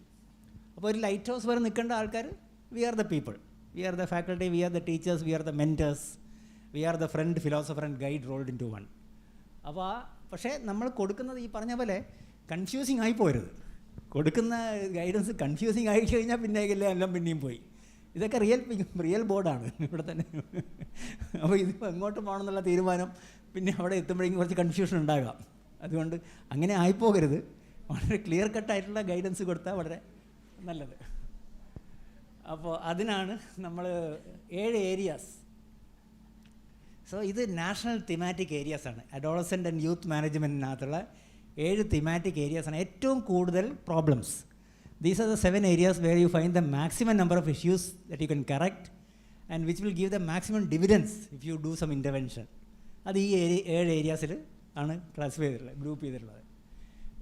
ന്യൂട്രീഷണൽ വെൽനസ് എന്ന് പറയുന്നത്, കാരണം there are so many youngsters in our country or our state or our campus who are underweight and who are overweight. So normal ഒരു ഗ്രൂപ്പും ഉണ്ട്, ബട്ട് അണ്ടർവെയ്റ്റും ഓവർവെയ്റ്റും ഉണ്ട്. And what is wrong with underweight people? Especially the girls who are underweight, when they go into married life and having a kid and all that, അവർക്ക് premature babyയും low birth weight babyയും backward baby ഉണ്ടാകാൻ chance കൂടുതലാണ്. So when you see a girl who is excessively slim and all that, it might look very attractive. ഒരു റാമ്പിൽ നടക്കാൻ കൊള്ളായിരിക്കും, കാറ്റ് വാക്കിൽ പോകാൻ കൊള്ളാം, പക്ഷേ റിയൽ ലൈഫിൽ ചിലപ്പോൾ അത്രയും അങ്ങ് അണ്ടർവെയ്റ്റ് ആയി കഴിഞ്ഞാൽ ശരിയാവില്ല. There are some girls who try to become very slim, ഒന്ന് തിന്നാതെ ഇരുന്ന് അങ്ങനെയുണ്ട്, they land in medical mess also. അപ്പോൾ അത് ഓവർവെയ്റ്റ് കൊണ്ട് എന്താ കുഴപ്പം? ഈ ഓവർവെയ്റ്റ് ആയിട്ടുള്ള youngsters whom you C on campus, ഇപ്പോൾ അല്ലേ ക്യാമ്പസിൽ ഇപ്പോൾ 17-18 ഭയങ്കര ഓവർവെയ്റ്റ് ആയിട്ടുള്ള കുട്ടികളുണ്ട്. അവരുടെ BMI ഒക്കെ നോക്കിയാൽ ഭയങ്കര ഹൈ ആയിരിക്കാം. അങ്ങനത്തെ ആൾക്കാരെ they are the people who are going to occupy the IC unit beds after 10 years. Hypertension, കൊളസ്ട്രോളിൻ്റെ പ്രശ്നങ്ങൾ, ഹാർട്ട് അറ്റാക്ക്, പിന്നെ സ്ട്രോക്ക്, ഇങ്ങനെ പല പല രോഗങ്ങളായിട്ട് IC ബെഡുകളും ഒക്കെ ഓക്കുപ്പൈ ചെയ്യുന്ന ആൾക്കാർ ഇവരായിരിക്കും. സോ പണ്ട് വയസ്സാകുമ്പോഴാണ് ICയിലേക്ക് കയറാൻ ചാൻസ്. ഇപ്പോൾ അങ്ങനെയല്ല, there are so many young people getting admitted for all these things. ഇനി IC ആയില്ലെങ്കിൽ പോലും look at the amount of medicines that people are taking. ഇപ്പോൾ suppose you develop hypertension or diabetes, I forgot to mention diabetes, ഇത് വല്ലതും ഉണ്ടെങ്കിൽ പണ്ടാണ് ഒരു ചെറിയ മരുന്നുകൊണ്ടൊക്കെ manage ചെയ്യാറുണ്ട്. പക്ഷേ ഇപ്പോൾ ഈ 15 മരുന്നൊക്കെയാണ് ഒരു പ്രിസ്ക്രിപ്ഷനിലുള്ളത്. So the amount of drugs that you take, the amount of money that you are spending for all this ഒരു ഫാമിലി. അപ്പോൾ അതുകൊണ്ട് വി നീഡ് ടു ഇൻ്റർവീൻ. ഡയബറ്റീസിനെയും ഹൈപ്പർ ടെൻഷനെയും മാത്രം പ്രിവെൻറ്റ് ചെയ്ത് തന്നെ ഏറ്റവും വലിയൊരു കാര്യം. ആൻഡ് ഒബീസിറ്റിയൊക്കെ പ്രിവെൻറ്റ് ചെയ്യാൻ ഭയങ്കര കാര്യമാണ്. So that is all about nutrition. It's a broad area to read about, because we can't go into so much of detail in such a short time. But it's an area to read about and develop a lot of sort of bank of good question bank pole, a bank of ideas and bank of things to talk about. So that will be very useful for you, because adu namakku nammada class ine kedakku. Now you are taking a class on some subject which is very technical. Suppose you are taking a class on what power amplifiers, alle thyristors, ഞാൻ എഞ്ചിനീയറിംഗിൻ്റെ വാക്ക് എനിക്ക് അറിയാവുന്നൊക്കെ പ്രയോഗിക്കുകയാണ് കേട്ടോ. or you are taking a class on some hydrocarbon something, or അപ്പോൾ അങ്ങനെയൊക്കെ ചെയ്യുമ്പോഴേക്കും അതിൻ്റെ ഇടയ്ക്ക് ഒരു commercial breaks. Just like T വിയിൽ സീരിയൽ നടക്കുമ്പോൾ there are commercial breaks. Serial നടക്കുമ്പോൾ എല്ലാം കമേഴ്ഷ്യൽ ബ്രേക്ക് ഉണ്ട് ഇടയ്ക്കിടയ്ക്ക്. ഇപ്പോൾ സീരിയലിലെ എല്ലാ മുഖങ്ങളൊക്കെ ഇങ്ങനെ ഇരിക്കുകയായിരിക്കും, അങ്ങോട്ടും ഇങ്ങനെ സ്റ്റെയർ ചെയ്യുന്ന മുഖങ്ങൾ, അല്ലെങ്കിൽ ഭയങ്കര റിവെഞ്ചൊക്കെ കാണിക്കുന്ന മുഖങ്ങൾ. അതിനിടയ്ക്ക് 30 seconds കമേഴ്ഷ്യൽ ബ്രേക്ക് വരുമ്പോൾ കുട്ടികളൊക്കെ ഉടനെ പോയി കാണാൻ, നല്ല പാട്ട് ആൻഡ് ആകെ ജിങ്കിളൊക്കെ വന്ന് അപ്പോൾ ഉടനെ വേക്കായി. അത് കഴിഞ്ഞ് പിന്നെ ഈ സീരിയൽ തുടങ്ങുമ്പോൾ കുട്ടികളൊക്കെ ഉറങ്ങാൻ പോകും, ബേബീസൊക്കെ. അടുത്ത ജിങ്കിൾ വരുമ്പോൾ പിന്നെ എല്ലാം എണീറ്റു. So commercial breaks are interesting. They break the monotony and they wake everybody up. അപ്പോൾ അതിന് ഈ കമേഴ്ഷ്യൽ ബ്രേക്ക് വരെ ഇങ്ങനത്തെ കൊച്ചു കൊച്ചു വിഷയങ്ങൾ, range of stuff to read about and ask some opinions, get some people to talk, മിണ്ടാത്ത പിള്ളേരെ കൊണ്ട് സംസാരിപ്പിക്കുക. All these things you can do. And that makes the class more, what you call, it makes your class a special class, apart from all the others. അപ്പോൾ അങ്ങനെ നിങ്ങളുടെ ക്ലാസ്സിനെ ഒരു attractive ആക്കാൻ യൂസ് ചെയ്യാവുന്ന ഒരു ട്രിക്കാണ് ഈ കമേഴ്ഷ്യൽ ബ്രേക്സ്. അതിനുള്ള ടോപ്പിക്സ് ഇവിടെ എല്ലാം ഒളിഞ്ഞു കിടക്കുന്നു. Second is emotional and mental health. വളരെ വളരെ വലിയ വിഷയമാണ്, huge area, emotional and mental health. അപ്പോൾ മെൻ്റൽ ഹെൽത്തിനകത്ത് ഒരു ലേറ്റസ്റ്റ് ഒരു വാക്കുണ്ട് that we always nowadays talk about. ആർക്കെങ്കിലും പറയാമോ? The one latest phrase that we use in the field of mental health. അത് കേട്ടിട്ടുണ്ടോ? ഒരു ഇപ്പോൾ അത് ഇടയ്ക്കിടയ്ക്ക് വരാറുണ്ട് അവിടെ ഇവിടെയൊക്കെ, പേപ്പറിലും മാധ്യമങ്ങളിലൊക്കെ വരുന്നൊരു സാധനമാണ്. മെൻ്റൽ ഹെൽത്തിൻ്റെ ഏരിയയിലാണുള്ളൊരു വാക്കാണ്, ഒരു ഫ്രേസ്. കേട്ടിട്ടുണ്ടോ? അല്ല, ഡിപ്രഷൻ പണ്ടേ പറയുന്നൊരു സാധനം. പക്ഷേ അതിനെല്ലാത്തിനും അതിനോട് ലിങ്ക് ഉണ്ട് ഞാൻ പറയാൻ പോകുന്ന വാക്കിനോട്. Mental health first aid. Mental health first aid. പണ്ട് ഫസ്റ്റ് എയ്ഡ് നമ്മൾ പറയുന്നത്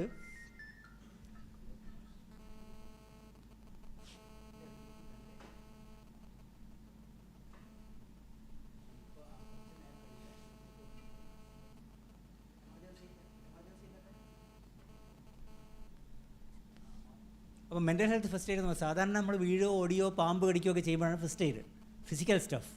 പക്ഷേ there are so many mental health crisis which happen to a youngster or a teenager or a young person. ആ നേരത്ത് തക്കതായൊരു ഫസ്റ്റ് എയ്ഡ് കൊടുത്തു കഴിഞ്ഞാൽ ചിലപ്പോൾ കാര്യങ്ങൾ മെച്ചപ്പെടും. And that first aid need not be something very major. It can be something so simple as പോയി തോളിൽ കേട്ട് എന്ത് പറ്റിയ മോനെ നിൻ്റെ മുഖം എന്താ ഇങ്ങനെ ഇരിക്കുന്നത്, ദാറ്റ് ഇസ് ഇറ്റ്, തീർന്നു. Just A simple action.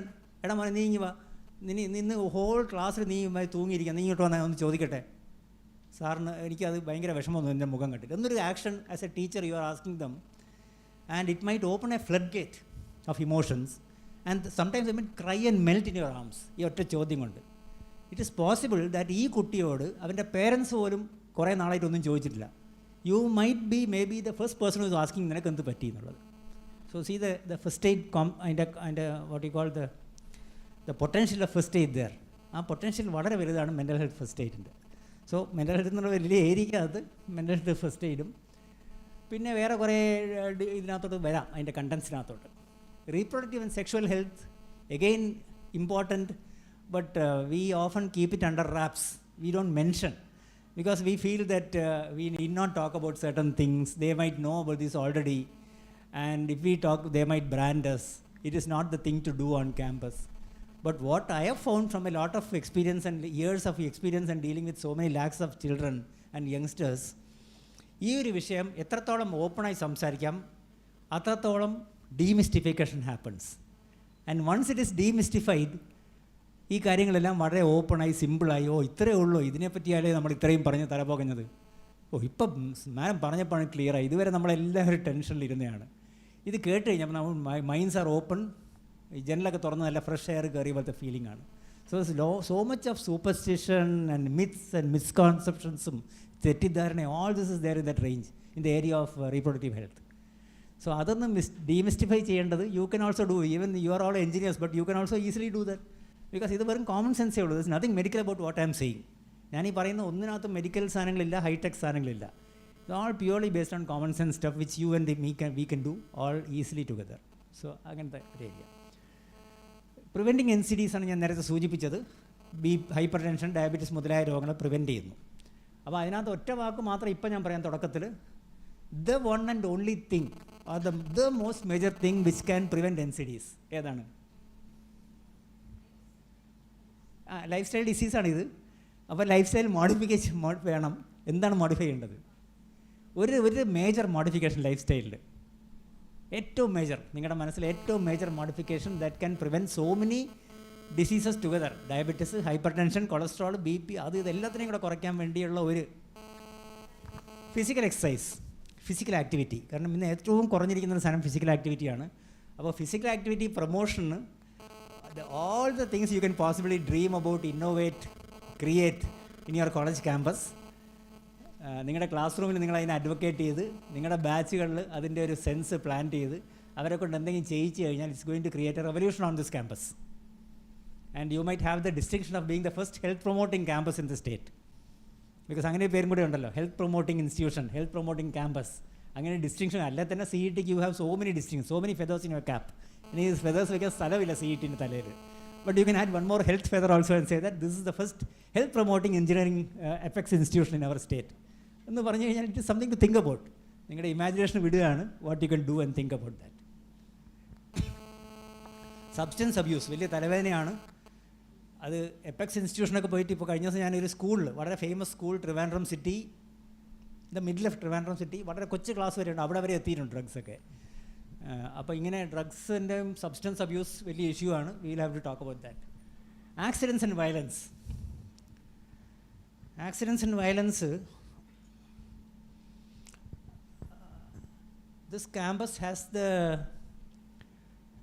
sad memories of one student who lost her life due to a brain injury after being knocked down by a classmate's motorcycle, some years back. And now that is happening in every campus. ഇങ്ങനത്തെ സംഭവങ്ങൾ. ഇപ്പോൾ കഴിഞ്ഞ ദിവസം ഒരു ബസ്സിൻ്റെ പുറത്ത് ഈ മുകളിൽ കുറേ മറ്റേ പടക്കങ്ങളൊക്കെ വെച്ച് തീ കൊടുത്തെന്തോ ഒരു പരിപാടി ഉണ്ടായിരുന്നു. ഏതാ? അങ്ങനത്തെ കുറേ കാര്യങ്ങളില്ലേ. ആക്സിഡൻസ്, പിന്നെ ആക്സിഡൻസ്, സ്പീഡിങ്, ഈ സ്പീഡിങ് കൊണ്ടുണ്ടാകുന്ന ആക്സിഡൻസിന്. എൻ്റെ ഈ കോളുകളൊന്ന് എക്സ്ക്യൂസ് ചെയ്യണമായിരുന്നു.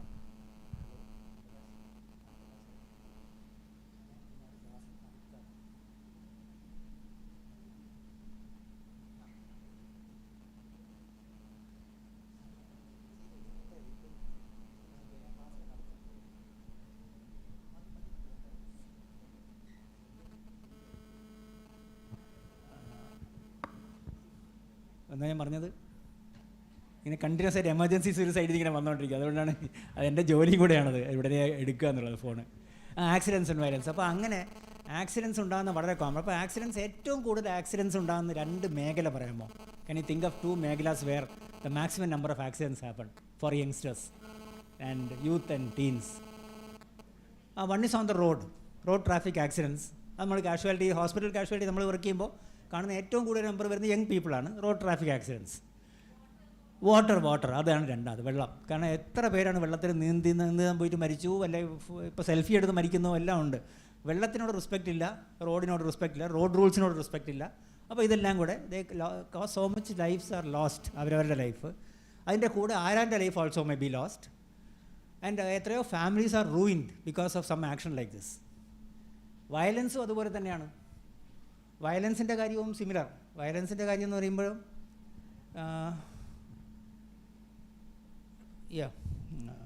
ഇപ്പോൾ ഇന്നലെ ഒരു മോഷണ ശ്രമം മെനഞ്ഞാന്നുണ്ടായിട്ട് നമ്മുടെ റിലേറ്റീവാണ് മരിച്ചറിയാമോ? ഇതൊരു മോഷണ ശ്രമം ഇവിടുത്തെ പേപ്പറിലൊക്കെ ഉണ്ട്. House wife lost her life, Kesavadasapuram. അപ്പോൾ അതിനകത്ത് ബാക്കിൽ ഡ്രഗ് ഉണ്ട്, പലതൊക്കെ ഉണ്ടാവും. പക്ഷേ എന്നാലും ഒരു full family is in mourning. A small baby has lost a grandma, a husband has lost a wife, a young girl has lost her mother, and all of us have lost a very close and nice relative. So, ഒരു moment of വയലൻസിലാണ് ഇതുണ്ടായത്. അപ്പോൾ അങ്ങനത്തെ കുറേ കാര്യങ്ങൾ, some big area to read about and debate. ഇതൊക്കെ debating വിഷയമായിരിക്കണം. അതാണ്, this is not for teaching. ഇതൊന്നും ടീച്ചിങ്ങിനെ അല്ല. These are just triggers that you can use, or catalysts ആണ് ഇതൊക്കെ കെമിക്കൽ കാറ്റലിസ്റ്റ് പോലെ. You just throw it into the classroom and give them the freedom to open their minds and their mouths. ഇത് ഒരു ചർച്ചാ വേദിയാണ്. എന്ത് വേണേലും പറയാം. റെസ്പെക്ട് ടീച്ചർ, പക്ഷേ എന്ത് വേണേലും പറയാം. മിണ്ടാത്തവർക്കും സംസാരിക്കാം. എന്ത് അഭിപ്രായം വേണമെങ്കിൽ പറയാം. എവറിത്തിങ് വിൽ ബി ഹേർഡ് എന്ന് പറഞ്ഞ് ഡിബേറ്റ് ചെയ്യാൻ വേണ്ടി ക്ലാസ് റൂമിലോട്ട് എറിഞ്ഞു കൊടുക്കുകയും and then U collect opinions. അപ്പോൾ അതൊക്കെ ആകുമ്പോഴേക്കും കുട്ടികൾ തന്നെ ഒരു ഹെൽത്തി ഡിബേറ്റിനകത്ത് കയറി കഴിഞ്ഞാൽ ഇതിന് പറയുന്ന solution they will generate. We don't need to spoon feed them because are young people. അവർ ജനറേറ്റ് ചെയ്തിട്ട് സൊല്യൂഷൻസ് ഒക്കെ ഉണ്ടായിക്കോളും. And last but not the least ആണ് ഇലക്ട്രോണിക് മീഡിയ സേഫ്റ്റി. അധികം പറയേണ്ട കാര്യമില്ല. ഇപ്പോൾ എല്ലാവർക്കും അറിയാം അതിൻ്റെ റിസ്ക്കും OTP ബിസിനസ്സും പൈസ പോകുന്നതൊക്കെ എല്ലാവർക്കും അറിയാം. പൈസ പോകുന്നത് മാത്രമല്ല, മാനഹാനിയും ഓൾസോ ദാറ്റ് ഇസ് ദർ അല്ലേ. ലോട്ട് ഓഫ് മാനഹാനി happens because of this electronic മീഡിയനെ പറ്റിയുള്ള ഇഗ്നറൻസ് ആണോ, വളരെ ഗള്ളിബിളായിട്ടാണോ, വളരെ നെയ്വായിട്ടാണോ, എന്തുകൊണ്ടോ ഇന്നത്തെ കാലത്ത് ഇതൊക്കെ കേട്ടിട്ടും ആൾക്കാർ ചെയ്യുന്നുണ്ട്. In spite of all the news going about ഇന്നും ആൾക്കാർ ഇതിനകത്ത് ഇടപെടുന്നുണ്ട്, ഇങ്ങനത്തെ മിസ്റ്റേക്സ് കാണിക്കുന്നുണ്ട്. അപ്പോൾ അതുകൊണ്ട് ഒരു ഏരിയ ടു ടോക്ക് അബൌട്ട് ആണ് ശരിക്കും. ഈ ന്യൂട്രീഷണൽ വെൽനെസ്സിനെ പറ്റി ഞാൻ നേരത്തെ പറഞ്ഞപ്പോൾ 1-2 ഐഡിയാസ് മാത്രം എക്സ്ട്രാ ഓരോന്നിനെ പറ്റി CD ആണ്. ഏരിയ വലുതാണ്, നിങ്ങൾക്ക് വായിക്കേണ്ടി വരും പലതുമൊക്കെ. വായിച്ചാൽ വളരെ ഇൻട്രസ്റ്റിംഗുമാണ്. പക്ഷേ എങ്കിലും അതിനകത്ത് 2 വാക്ക് പറയാൻ വേണ്ടിയാണ്. ഒന്ന് ഈ BMI എന്നുള്ള വാക്ക്. BMI I am sure that all of you know അല്ലേ. ബോഡി മാസ് ഇൻഡെക്സ്, അതായത് ഒരാൾ ഓവറാണോ അണ്ടറാണോ എന്നൊക്കെ പറയുന്നതാണ് ബോഡി മാസ് ഇൻഡെക്സ്. അപ്പോൾ അതിന് സാധാരണ നമ്മളൊരു ഫോർമുല അപ്ലൈ ചെയ്യും. അപ്പോൾ യു ഗെറ്റ് ഒരു റേഷ്യോ കിട്ടും. അപ്പോൾ ഈ നമ്പറിൻ്റെ ഇടയ്ക്ക് വേണം എന്നൊക്കെ പറഞ്ഞിട്ട്. പക്ഷേ I will just propose another thing, that know your target weight, know your ideal weight or target weight. അപ്പോൾ അത് കണ്ടുപിടിക്കാൻ വളരെ ഈസിയാണ്. Height in metres squared into 21 എന്നൊരു simple formula. Height in metres height squared, height മീറ്ററിലാണ്, height squared into 21 എന്നിട്ട് ഒറ്റ കൂട്ടൽ കൂട്ടി കഴിഞ്ഞാൽ നിങ്ങളുടെ ടാർഗറ്റ് വെയിറ്റ് കിട്ടി. അത് നിങ്ങൾക്കും ചെയ്തു നോക്കാം. Anybody can do it any number of times. ഒരു കുട്ടി ഇത് കേട്ടിട്ട് വീട്ടിൽ പോയി അച്ഛനും അമ്മേനെ കൊണ്ടൊക്കെ കണക്കൂട്ടി നോക്കാം. അവരവർക്ക് നോക്കാം, അവരുടെ ഫ്രണ്ട്സിന് നോക്കാം, തമ്മിൽ നോക്കാം. Height squared into 21. അപ്പോൾ 21 എന്താണ്? ഈ BMI റേഞ്ചിൻ്റെ മിഡ് പോയിൻ്റാണ് 21. ഹൈറ്റ്, നമ്മുടെ ഹൈറ്റ് മീറ്ററിൽ എത്ര ഹൈറ്റാണ്? 1.5, 1.65, 1.71 വട്ടെവർ. അപ്പോൾ അത് ചെയ്ത് കഴിഞ്ഞാൽ ഭയങ്കര ഈസി ആയിട്ട്. അപ്പോൾ ഇതിങ്ങനെ ചെയ്യുന്നതിൻ്റെ ഗുണം എന്താണെന്നറിയോ? അല്ലെങ്കിൽ നമുക്ക് നമ്മുടെ വെയിറ്റ് ഏതെങ്കിലും അറിയാം മിക്കവാറും എല്ലാവർക്കും. ഇങ്ങനെ ചെയ്യുമ്പോൾ നമുക്ക് ഉടനെ അയ്യോ അത്രയും കുറവാണോ എനിക്ക്, അല്ലേ എൻ്റെ അമ്മോ ഇത്രയും കൂടുതലാണോ, ഈ റിയലൈസേഷൻ ക്ലിക്കും ചെയ്യും. അതൊരു ഹാമർ പോലെയാണ്. നാളത്തെ ടോപ്പിക്ക് ഞാൻ കണ്ടല്ലോ, ഒരു ഹാമർ ഇതിൻ്റെ ഒരു ടോപ്പിക്ക് മാത്തമാറ്റിക്കൽ ഹാമർ പോലെയാണ്. ഇതൊരു ബയോളജിക്കൽ ഹാമറാണ്. അയ്യോ ഇത്ര കൂടുതലാണോ, അപ്പോൾ കുറച്ചേ പറ്റൂ, അല്ലേ കുറച്ച് കൂട്ടാം. ഈ വളരെ സ്ലിമ്മായി നടക്കുന്നവർക്കൊക്കെ ഞാൻ ഭയങ്കര അണ്ടർ വെയിറ്റ് ആണെന്ന് മനസ്സിലാകുമ്പോൾ കുറച്ചുകൂടെ കഴിക്കാൻ ധൈര്യമായിട്ട്, കാരണം കഷ്ടപ്പെട്ട് ഡയറ്റ് ചെയ്യായിരിക്കും. അപ്പോൾ അങ്ങനെയൊക്കെ ചെയ്യാനുള്ളൊരു സ്കോപ്പ് അവിടെ ഉണ്ട്. അപ്പോൾ അത് BMI. പിന്നെ അനീമിയ, ഈ അയൺ ഡെഫിഷ്യൻസി വലിയ പ്രശ്നമാണ്. I am sure that even CET ക്യാമ്പസിൽ പോലും എല്ലാ സ്റ്റുഡൻസിനൊക്കെ നോക്കിക്കഴിഞ്ഞാൽ you are going to find at least 40 to 50% who have anaemia even on this campus. ഇതൊക്കെ ഒരു വളരെ എലീറ്റ് ക്യാമ്പസാണ്. എങ്കിൽ പോലും you are going to find 40% at least with anaemia. അപ്പോൾ അനീമിയ എന്ന് വെച്ചാൽ ഒന്നുമില്ല, ചോരക്കുറവ്. സിമ്പിൾ വാക്ക് എന്താണ്? അനീമിയ, ചോരക്കുറവാണ്. ചോരക്കുറവ്. അപ്പോൾ ചോരക്കുറവ് വന്നാൽ എന്താ കുഴപ്പം? What is the problem with ചോരക്കുറവ്? One is എപ്പോഴും ടയേർഡായിരിക്കും. പക്ഷേ ഈ ടയേർഡ്നെസ് പറഞ്ഞാൽ ആർക്കും വലിയ ഇമ്പോർട്ടൻസ് കൊടുക്കില്ല. അനീമിയ കുറഞ്ഞു കഴിഞ്ഞാൽ ബ്രെയിൻ വർക്ക് പോകും. That is the thing. Anaemia കുറഞ്ഞാൽ റാങ്ക് കിട്ടില്ല, മാർക്ക് കിട്ടില്ല എന്ന് പറഞ്ഞാൽ ദെൻ പീപ്പിൾ വിൽ സ്റ്റാർട്ടഡ്. ആണോ, അയ്യോ അങ്ങനെയാണോ, ഗ്രേഡ് പോവുമോ, പെർസെൻറ്റേജ് പോവുമോ എന്നൊക്കെ ചിന്തിച്ച് തുടങ്ങിയാൽ നല്ലത്. So anaemia because brain won't work properly. അപ്പോൾ അങ്ങനെ ദാറ്റ് ഇസ് കോൾഡ് മാർക്കറ്റിംഗ് അല്ലേ. മാർക്കറ്റിംഗ് ടെക്നോളജി ഉണ്ടല്ലോ, marketing is a big subject. അപ്പോൾ അനീമിയ ഉണ്ടെങ്കിൽ മാർക്ക് പോവും, ബ്രെയിൻ പോവും, മാർക്കൊക്കെ പോവും, പ്രശ്നമാണ്. രണ്ടാമത്തെ അനീമിയ വന്നു കഴിഞ്ഞാൽ എപ്പോഴും ക്ഷീണം വന്നിട്ട് ക്ലാസ്മേറ്റ്സിന് മുമ്പിൽ ഒരു രോഗിയെ പോലെ തോന്നും. അപ്പോൾ ക്ലാസ്മേറ്റ്സിന് മുമ്പിൽ ഒരു മണുങ്ങൂസ് പോലെ തോന്നും. ആ ചുറുചുറുപ്പ് എനർജി അല്ലേ യങ് പീപ്പിളിന് വേണ്ടത്. All the youth want to look very stylish and they want to appear energetic or strong or whatever. അപ്പോൾ that will disappear, that might go, that might be lost because of anaemia. Second one. Third is immunity will go. അപ്പോൾ എപ്പോഴും അസുഖം വരും. A short while back, one of your faculty was telling me, കുട്ടി സ്കൂളിൽ പോകുമ്പോഴേക്കും ഒരു ദിവസം പോകുന്നു, മൂന്നാം ദിവസം അസുഖം, പിന്നെ പോകുന്നു, മൂന്നാം ദിവസം വീണ്ടും പനി. So that is immunity, innate immunity വേണമല്ലോ, അത് നഷ്ടപ്പെടും. അപ്പോൾ ക്ലാസ്സിൻ്റെ ഡേ പോവും, പലതും പോവും. സോ അത് മൂന്നാമത്തെ. നാലാമത്തത് very important for youngsters, looks പോവും. മുഖത്ത് ആ ഒരു സ്കിന്നിൻ്റെ ഭംഗിയും തിളക്കവും ഉണ്ടല്ലോ, മുഖത്തിൻ്റെ ആ ഒരു ഫ്രഷ്നെസ്, വാട്ട് യു കോൾ പ്രസരിപ്പ് എന്ന് പറയുന്ന സാധനമോ സ്വർണ്ണത്തിളക്കം എന്നൊക്കെ വിളിക്കാം, to make it very nice and romantic. മുഖത്തിൻ്റെ സ്വർണ്ണത്തിളക്കം, മുഖകാന്തി, whatever all that will go. അപ്പോൾ ഇത് പറഞ്ഞു കഴിഞ്ഞാൽ ആൾക്കാർ ഉണരും, ആണോ അത് പോവുമോ, പ്രശ്നമാവുമോ, അപ്പോൾ അങ്ങനെ എന്ത് ചെയ്യാം? സോ അയൺ കഴിച്ചാൽ നല്ലതാണ്. അപ്പോൾ അയൺ കഴിച്ചാൽ കുഴപ്പമാവുമോ? ഒരു കുഴപ്പമില്ല. അയൺ ആഴ്ചക്കൊന്ന് തിന്നാൽ മതി. It is a topping up, just like you top up your phone or your balance or whatever. ആഴ്ചക്ക് ഒരു അയൺ കഴിച്ച് ഒരിക്കലും അത് ഓവർലോഡിൽ പോകാൻ പോകുന്നില്ല, കുറവുണ്ടായി ടോപ്പ് അപ്പ് ചെയ്യും. So one commercial iron tablet from somewhere, hospital, free supply, കടയിൽ പോയി മേടിക്കുന്നു, ask your doctor and buy whatever. One iron tablet it is good for you also, not only for the kids. One iron tablet once a week, എല്ലാ Monday iron day.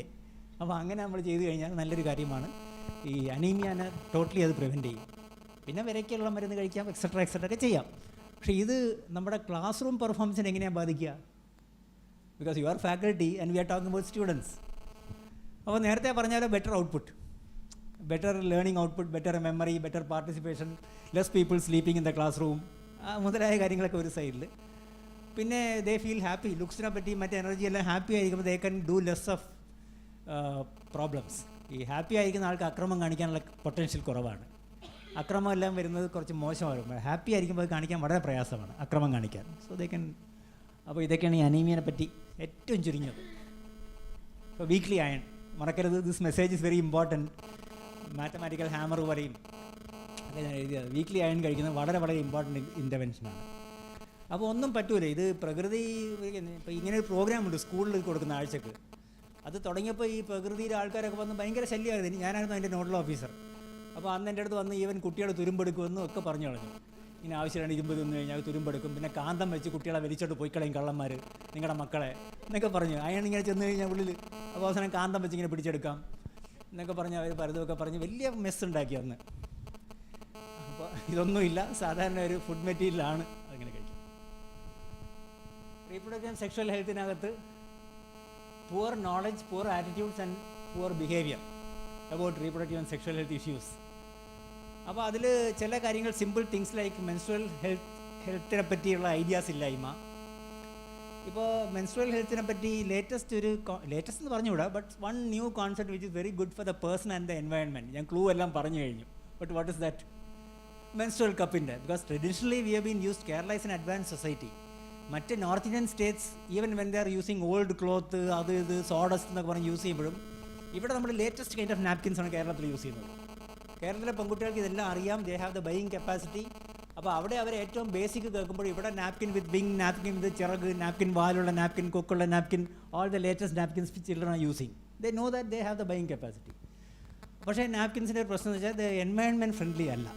And now അവർ eyes are open and അവർ mind is open. So there are so many people going into menstrual cup which has been shown to be very, അതൊരു idea പറഞ്ഞതേ ഉള്ളൂ. But there are so many things to read about that. What is normal, എത്ര ദിവസം normal, എത്ര abnormal മുതലായ കാര്യങ്ങൾ guidance കൊടുക്കേണ്ട field വലുതായിട്ടുണ്ട് ഇവിടെ. So even as engineers you can also guide your youngsters on some basic points about menstrual health. എന്തൊക്കെയാണ് ചെയ്യേണ്ടത്, മെൻസ്ട്രുവൽ ഹൈജീനെ പറ്റി പറയാം. പിന്നെ ഏർലി സെക്ഷൽ എക്സ്പീരിയൻസ്, ഈ age at first sexual experience or sexual ഇനിഷ്യേഷൻ്റെ ഏജ്, ഈ സെക്ഷൽ ഇനിഷ്യേഷൻ്റെ ഏജ് അതിൻ്റെയാണ്.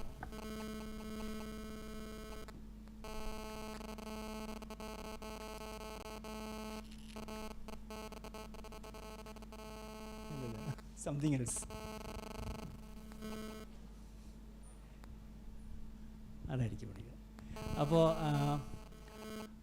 അപ്പോൾ ഇത് ഒരു വളരെ ഐ ഓപ്പണർ ഫാക്റ്റാണ്. നമ്മുടെ young people, the young people of today, including our own children, that is the eye opener. The young people of today, including our own children. ഇതൊരു മിസ്റ്റർ ബീൻ്റെ ഒരു എപ്പിസോഡ് ഉണ്ട്, ഓർമ്മയുണ്ടോ? ഈ മിസ്റ്റർ ബീൻ പിക്നിക്കിന് പോയപ്പോഴേക്കും ഒരു hornet ആ കുടിക്കുന്ന വെള്ളത്തിലും കേക്കിൻ്റെ പുറത്തൊക്കെ ഇങ്ങനെ, ഇതിപ്പോൾ എയർപോർട്ട് സെക്യൂരിറ്റി ഇങ്ങനെയൊക്കെ Still it is there. Still coming. ഇത് ശരിക്കും മിസ്റ്റർ ബീൻ്റെ എപ്പിസോഡ് എനിക്ക് ഓർമ്മയുണ്ട്. അതിങ്ങനെ പറന്ന് മറ്റേ ഇങ്ങനെ ചെവിയിലേക്ക് കയറി പോന്ന്.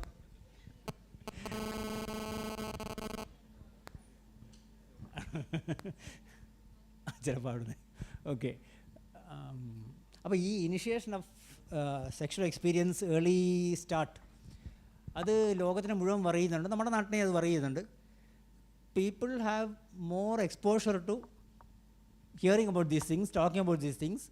ആൻഡ് ഓൾസോ അതൊന്നും കുഴപ്പമില്ല. ഹിയറിങ് അറിവൊക്കെ നല്ലത് തന്നെയാണ്. അറിവ് എപ്പോഴും വെളിച്ചമാണ്. പക്ഷേ വേണ്ട കോഷനും കൂടെ അതിൻ്റെ കൂടെ പോകണം. ആ വേണ്ട കോഷൻ ഇല്ലാണ്ട് അറിവ് പോകുമ്പോൾ, കാരണം ഇപ്പോൾ നെറ്റിൽ തുറന്നാൽ എന്ത് വേണമെങ്കിലും കാണാം. ബട്ട് അതിൻ്റെ നെറ്റിൽ ഒരിക്കലും കോഷൻ മെസ്സേജസ് കാണാറില്ല. ആൻഡ് കോഷൻ കോമൺ സെൻസ് ഒരിക്കലും അതിനകത്തില്ല. ഇപ്പോൾ ഒരു ബ്ലൂ മൂവി കാണുമ്പോൾ അല്ലേ, ബ്ലൂ മൂവീസ് ഇഷ്ടംപോലെ എല്ലാവരും കാണാം. എനിബഡി, ഈവൻ ബേബീസ് വരെ തുറന്നു നോക്കാം, നമ്മളെല്ലാം കണ്ടിട്ടുണ്ട്. ഏതെങ്കിലും ഒരു ബ്ലൂ മൂവീൻ്റെ ഇടയിൽ അല്ലെങ്കിൽ ഒരു പോർണോഗ്രാഫിക് മൂവീൻ്റെ ഇടയിൽ all what you see is harmful to health എന്ന് അടിച്ച് കണ്ടിട്ടുണ്ടോ? ഇല്ല, അത് കാണുന്നില്ല. All the exotic stuff is there. പക്ഷേ this might be harmful to your reproductive health എന്നൊരു വാക്ക് അവിടെ ഇല്ല. അപ്പോൾ സിഗരറ്റ് സ്മോക്കിങ്ങിനെ പറ്റി പറയുന്ന പോലെയാണ്. സിഗരറ്റ് സ്മോക്കിംഗ് വാണിംഗ് ഉള്ളതുകൊണ്ടും വലിയ കാര്യമൊന്നും ഉണ്ടെന്ന് തോന്നുന്നില്ല. പക്ഷേ അവിടെ വാണിംഗ് ഉണ്ട്, അറ്റ്ലീസ്റ്റ് അത്രയെങ്കിലും ഉണ്ടല്ലോ, അതൊരു മൈൽ സ്റ്റോൺ ആണ്. പക്ഷേ അങ്ങനെയില്ല. അപ്പോൾ അതുകൊണ്ട് ആ കോമൺ സെൻസ്, അപ്പോൾ നെറ്റ് അവിടെ ഉണ്ട് ഒരു സൈഡിൽ. Let that be there, let them talk about whatever, let them look at whatever, that's not going to harm them. പക്ഷേ കോഷൻ കൊടുക്കേണ്ട റെസ്പോൺസിബിലിറ്റി നമുക്കാണ്. We are the responsible elders. As I said, friend, philosopher and guide നമ്മളാണ്. We are the faculty. You are more than the parents. പേരൻസിനേക്കാളും value നിങ്ങൾക്കുണ്ട്. Because people listen to what you say. നിങ്ങളുടെ ideas are respected and listen to by so many generations of students. അപ്പോൾ what you say always carries weight, much more weight than the parents. കാരണം പേരൻസിനെ പറ്റി കുട്ടികളെല്ലാം അച്ഛനമ്മയ്ക്ക് ഇതൊന്നും പറഞ്ഞുകൂടാ, അല്ലേ? ശരിയല്ലേ? ഏതൊരു വിഷയം നിങ്ങളുടെ വീട്ടിൽ തന്നെ നിങ്ങൾ തന്നെ കേട്ടാണ് ഈ വാക്ക് നിങ്ങളുടെ മക്കളുടെ നിന്ന്. അച്ഛനമ്മയ്ക്ക് ഇതൊന്നും പറഞ്ഞാൽ മനസ്സിലാവില്ല. പക്ഷേ സാറിനറിയാം, മാഡം പറഞ്ഞാൽ അത് കാര്യമാണ്. So that is always there, inherent ആണ്. ടീച്ചറിനോടുള്ള റെസ്പെക്റ്റും ടീച്ചറുടെ ഒപ്പീനിയൻസിൻ്റെ value is much higher than what they give for the parents opinions. അപ്പോൾ you can seed all these good kind of what you call cautionary information in their minds. നമ്മൾ സംസാരിക്കുമ്പോഴൊക്കെ അതിനുള്ള വേദി ഉണ്ടാക്കാനാണ് നമ്മൾക്ക് ഡെയിലി ക്ലാസ്സിൻ്റെ ഇടയ്ക്ക് ഈ കമേഴ്ഷ്യൽ ബ്രേക്ക് വരെ discussion. And one little nucleus you can use for a discussion is the daily newspaper. Daily news പേപ്പറിനകത്ത് വരാത്ത ഒന്നുമില്ലല്ലോ. അപ്പോൾ ചുമ്മാ ഒരു ന്യൂസ് പേപ്പർ ഇടുക, ഈ ഹെഡിങ് കണ്ടല്ലോ, ഈ ന്യൂസ് ഐറ്റം, നിങ്ങൾ പറ ഇതൊക്കെ നടക്കുമോ ഇല്ലേ, ഇതിനൊരു കാരണം, ഇതിൻ്റെ ബാക്കിൽ എന്താണ്, ഇത് നടക്കാണ്ടിരിക്കാൻ എന്ത് ചെയ്യായിരുന്നു. And then you will find that your class is responding with so many nice ideas. And that discussion plans a lot of light in their heads. അപ്പോൾ അങ്ങനത്തെ ഡിസ്കഷൻസിനെ യൂസ് ചെയ്യാം. HIV ഒരു തലവേദനയാണ്. കോൺട്രസെപ്റ്റീവ് മിസ്യൂസിൻ്റെ ഐഡിയ വല്ലതും ഉണ്ടോ? എന്താ ചെയ്യുന്നത്? Misuse, contraceptive misuse. Contraceptives young people misuse ചെയ്യുന്നുണ്ട്. ഒരു എക്സാമ്പിൾ, പീരിയഡ്സ് മാറ്റി വയ്ക്കാൻ. പീരിയഡ്സിനെ ഡിലേ ചെയ്യാൻ പറ്റും നമുക്ക്. അതിന് യൂസ് ചെയ്യുന്ന കോൺട്രസെപ്റ്റീവ് ഡ്രഗ് തന്നെയാണ്. പക്ഷേ വല്ലപ്പോഴും ചെയ്താൽ no problem. But if it's done very frequently then it can result in harm, കുഴപ്പം വരാം. പിന്നെ വേറെ എന്ന് വെച്ചാൽ ഈ EC പില്ലെന്ന് കേട്ടിട്ടുണ്ടോ? EC പില്ലെന്നൊരു സാധനമുണ്ട്, emergency contraceptive. Somebody has unplanned sexual intercourse. അവർ they went for a party whatever and they became so close to each other. ഇതൊന്നും ഹ്യൂമൻ തിങ്സ് ആണ്. ഇവിടെ ഒന്നും നമുക്ക് കുറ്റം പറയാൻ പറ്റില്ല. They got so attractive each other. ഒരു മൊമെൻറ്റ് ഓഫ് വീക്ക്നെസ്സിൽ അവർ they went into physical sex. Okay, അതും ആയിക്കോട്ടെ, നോ പ്രോബ്ലം. പക്ഷേ അത് കഴിഞ്ഞിട്ട് ദെൻ ദേ സേ ദാറ്റ് ഇങ്ങനെ ഒരു സാധനമുണ്ട്, ഡോക്ടർ പറഞ്ഞു, ശരി അതും യൂസ് ചെയ്തു, സോ പ്രഗ്നൻസി പ്രിവെൻറ്റ് ചെയ്തു. പക്ഷേ ഇത് കൊള്ളാമല്ല ഐഡിയ എന്ന് പറയുന്നതാണ് പ്രോബ്ലം. ഇനി എത്ര തവണ വേണമെങ്കിലും എങ്ങനെ വേണമെങ്കിൽ അൺസേഫ് സെക്സിൽ ഏർപ്പെടാം. And you only have to pop in EC pill തിന്നാൽ മതി, ഒരു കുഴപ്പമില്ല. There are so many people doing that now, making a daily business. അപ്പോൾ അത് റീപ്രൊഡക്റ്റീവ് ഹെൽത്തിനെ ഹാം ചെയ്യും. പിന്നെ EC പില്ലോട് HIV പ്രിവെൻറ്റ് ചെയ്യാനും പറ്റില്ല, അത് പലർക്കും അറിഞ്ഞുകൂടാ. HIV can be prevented by taking a medicine. അപ്പോൾ അങ്ങനത്തെ ഇഷ്യൂസ്. സെക്ഷൽ അബ്യൂസ് വലിയ തലവേദനയാണ്. Biggest thing is sexual abuse, major headache and something very legal. ഒറ്റ വാക്ക്, സെക്ഷൽ അബ്യൂസിനെ പറ്റി ആരെങ്കിലും നിങ്ങളോട് പറയുകയാണെങ്കിൽ it is your responsibility legally to pass it on to the concerned authorities. Never never never go for any kind of compromising, ഒത്തുതീർപ്പ് ചർച്ച, none of this business. Because വല്ലാണ്ട് ബാക്ക് ഫയർ ചെയ്യും. It is your legal responsibility to immediately hand it over to the higher authorities and see that some what you call helping action is done for the victim or for who has experienced this pain. അത് എത്ര ചെറുതും, അതിന് ചെറുതും വലുതൊന്നുമില്ല, ഇത് ഇത്ര ചെറിയ കാര്യമല്ലേ ഉള്ളൂ എന്ന് പറഞ്ഞുകൂടാ. It has to be seen seriously. അപ്പോൾ അതാണ് സെക്ഷൽ അബ്യൂസിനെ പറ്റി. ടീനേജ് പ്രഗ്നൻസി, അബോർഷൻസിനെ പറ്റി, HIV, okay. Male teenage issues ആരും അഡ്രസ്സ് ചെയ്യാറില്ല പലപ്പോഴും. അപ്പോൾ മെയിൽസിൻ്റെയും ടീനേജ് ചേഞ്ചസും adolescent youth changes, male sexuality, ഇങ്ങനത്തെ വിഷയങ്ങളൊക്കെ you can in a class which is open minded you can talk about anything. And that creating that open minded atmosphere is your job. You might think that നമ്മുടെ ഇവിടെ നടക്കൂല, but I am sure that each one of you have the capacity and the potential to transform your classroom into something totally beautiful. And എല്ലാതരം ഒരു negative സൈഡൊക്കെ മാറ്റാനുള്ള കഴിവ് നിങ്ങൾക്കുണ്ട്, each one of you. Because the children basically എന്തൊക്കെയാണെങ്കിൽ നിങ്ങളുടെ students they respect you. അവർ ചിലപ്പോൾ കമൻ്റൊക്കെ പറയും, ബഹളമൊക്കെ ഉണ്ടാക്കും, but still there is an element of strong element of respect which you can leverage for doing these things.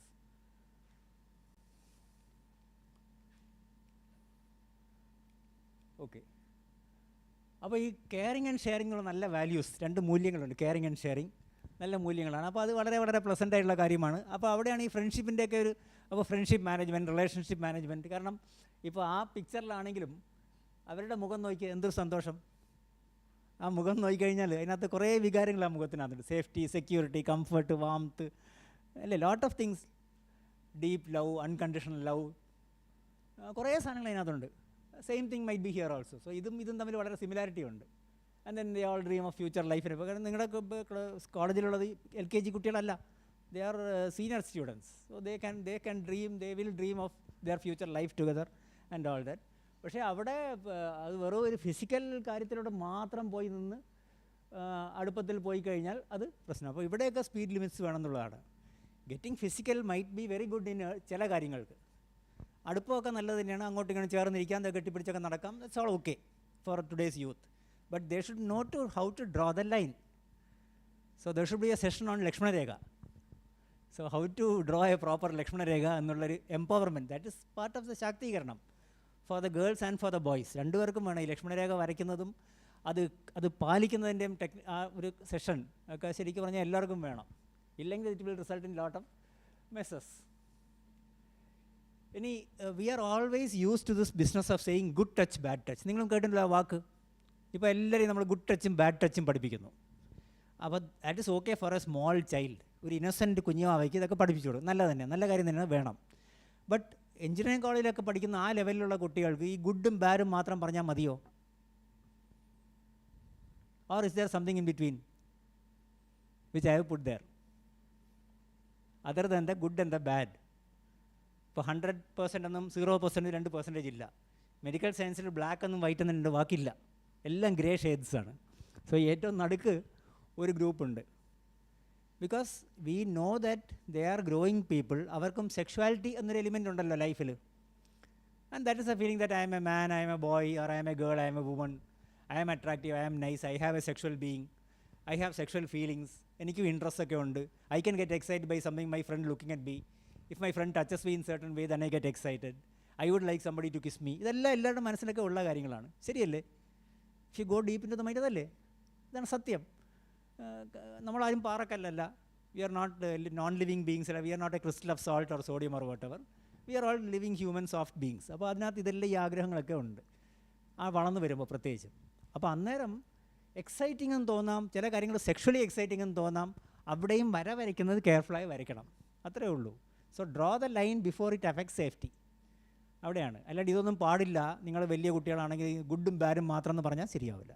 So we have to acknowledge that there are sexual feelings and people will feel attracted to each other, people will love each other, people get aroused and excited when certain things happen. That is also normal, but you should draw the lines because you don't want to get into a mess. എന്നുള്ള രീതിയിലാണ് നമ്മളിവിടെ. Saying no. The most important technology is saying no. Communication strategy-ക്കകത്ത് no പറയുന്നതാണ് ഏറ്റവും വലിയ strategy.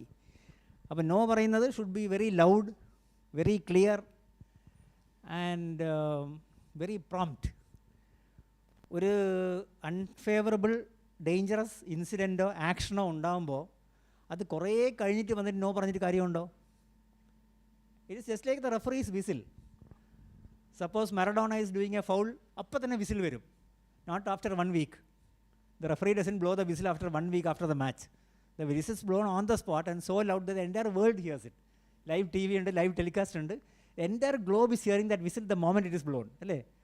May be few nano seconds difference കാണുമായിരിക്കും. പക്ഷേ എല്ലാവരും ആ വിസിൽ കേട്ടു. സോ അത് ആ നേരത്ത് വേണം, നല്ല ലൗഡായിരിക്കണം.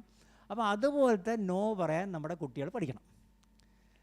സോ ഇവിടെയാണ് we have to pluck out this business of നാണം. ഇപ്പോൾ ചില ജെൻഡർ പ്രോട്ടോടൈപ്സ് ഉണ്ട്. പെൺകുട്ടിയാണെങ്കിൽ നാണം വേണം, പെൺകുട്ടിയാണെങ്കിൽ ചില മര്യാദകളൊക്കെ പാലിക്കണം, പെൺകുട്ടിയാണെങ്കിൽ അങ്ങനെ ഇങ്ങനെയൊക്കെ പെരുമാറാവൂ, ഇങ്ങനെയൊക്കെ ഇരിക്കാനേ പാടുള്ളൂ, ആൺകുട്ടികൾ അങ്ങനെ ഇരിക്കാം, പെൺകുട്ടികൾ ഇങ്ങനെ ഇരിക്കാൻ പാടുള്ളൂ. അതൊക്കെ പോകണം. Equality should be very true and very impartial. അപ്പോൾ ആരാണെങ്കിലും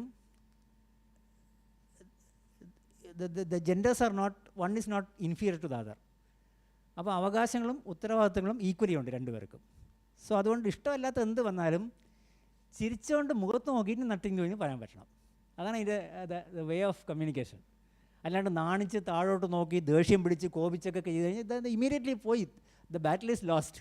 ദ മൊമെൻറ്റ് ദിസ് നാണം ഓർ ദ ആങ്കർ ഓർ സങ്കടം കംസ് ഇൻ, അപ്പോൾ തോറ്റു കഴിഞ്ഞു. സോ അത് വരാതെ മുഖത്ത് നോക്കി കണ്ണിൽ നോക്കി ചിരിച്ചുകൊണ്ട് നത്തിങ് ഡൂയിങ് എന്ന് പറഞ്ഞു കഴിഞ്ഞാൽ then actually those girls start gaining in respect. എല്ലാവരും അവർ റെസ്പെക്ട് ചെയ്യണം, നല്ല ചുണയുള്ള ആളെന്ന് പറഞ്ഞിട്ട്. സോ അപ്പോൾ നമ്മൾ ജെൻഡർ പ്രോട്ടോടൈപ്പ് ബ്രേക്ക് ചെയ്യാണ്. ദറ്റ് സോഫ്റ്റ് ആൻഡ് ഫെമിനൈൻ ആയി കഴിഞ്ഞാൽ ശരിയാവില്ല. Over soft and over feminine പെൺകുട്ടികൾക്കും കൊള്ളൂല, ഓവർ റഫ് ആൻഡ് ടഫ് ആൺകുട്ടികൾക്കും കൊള്ളൂല. These are both as useless as 24 karat gold. We say 24 karat gold is good for nothing actually. കുറച്ച് karat കുറയ്ക്കണം, adding some copper or whatever.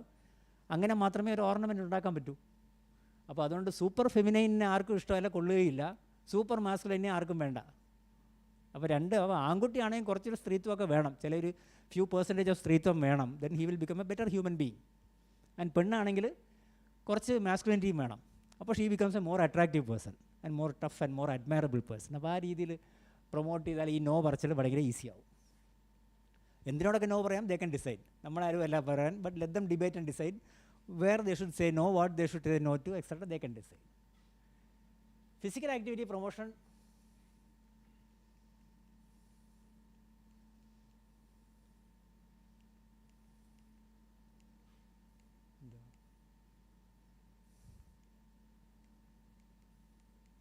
എന്താ പറ്റിയ back അടിക്കാൻ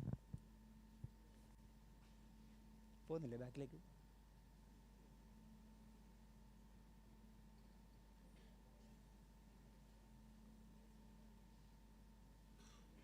കുറച്ചുകൂടെ ബാക്കിലേക്ക് പോയി നോക്കൂ. ബാക്ക് ബാക്ക് ബാക്ക് ബാക്ക് കുറച്ചുകൂടെ ബാക്ക് പോവാം.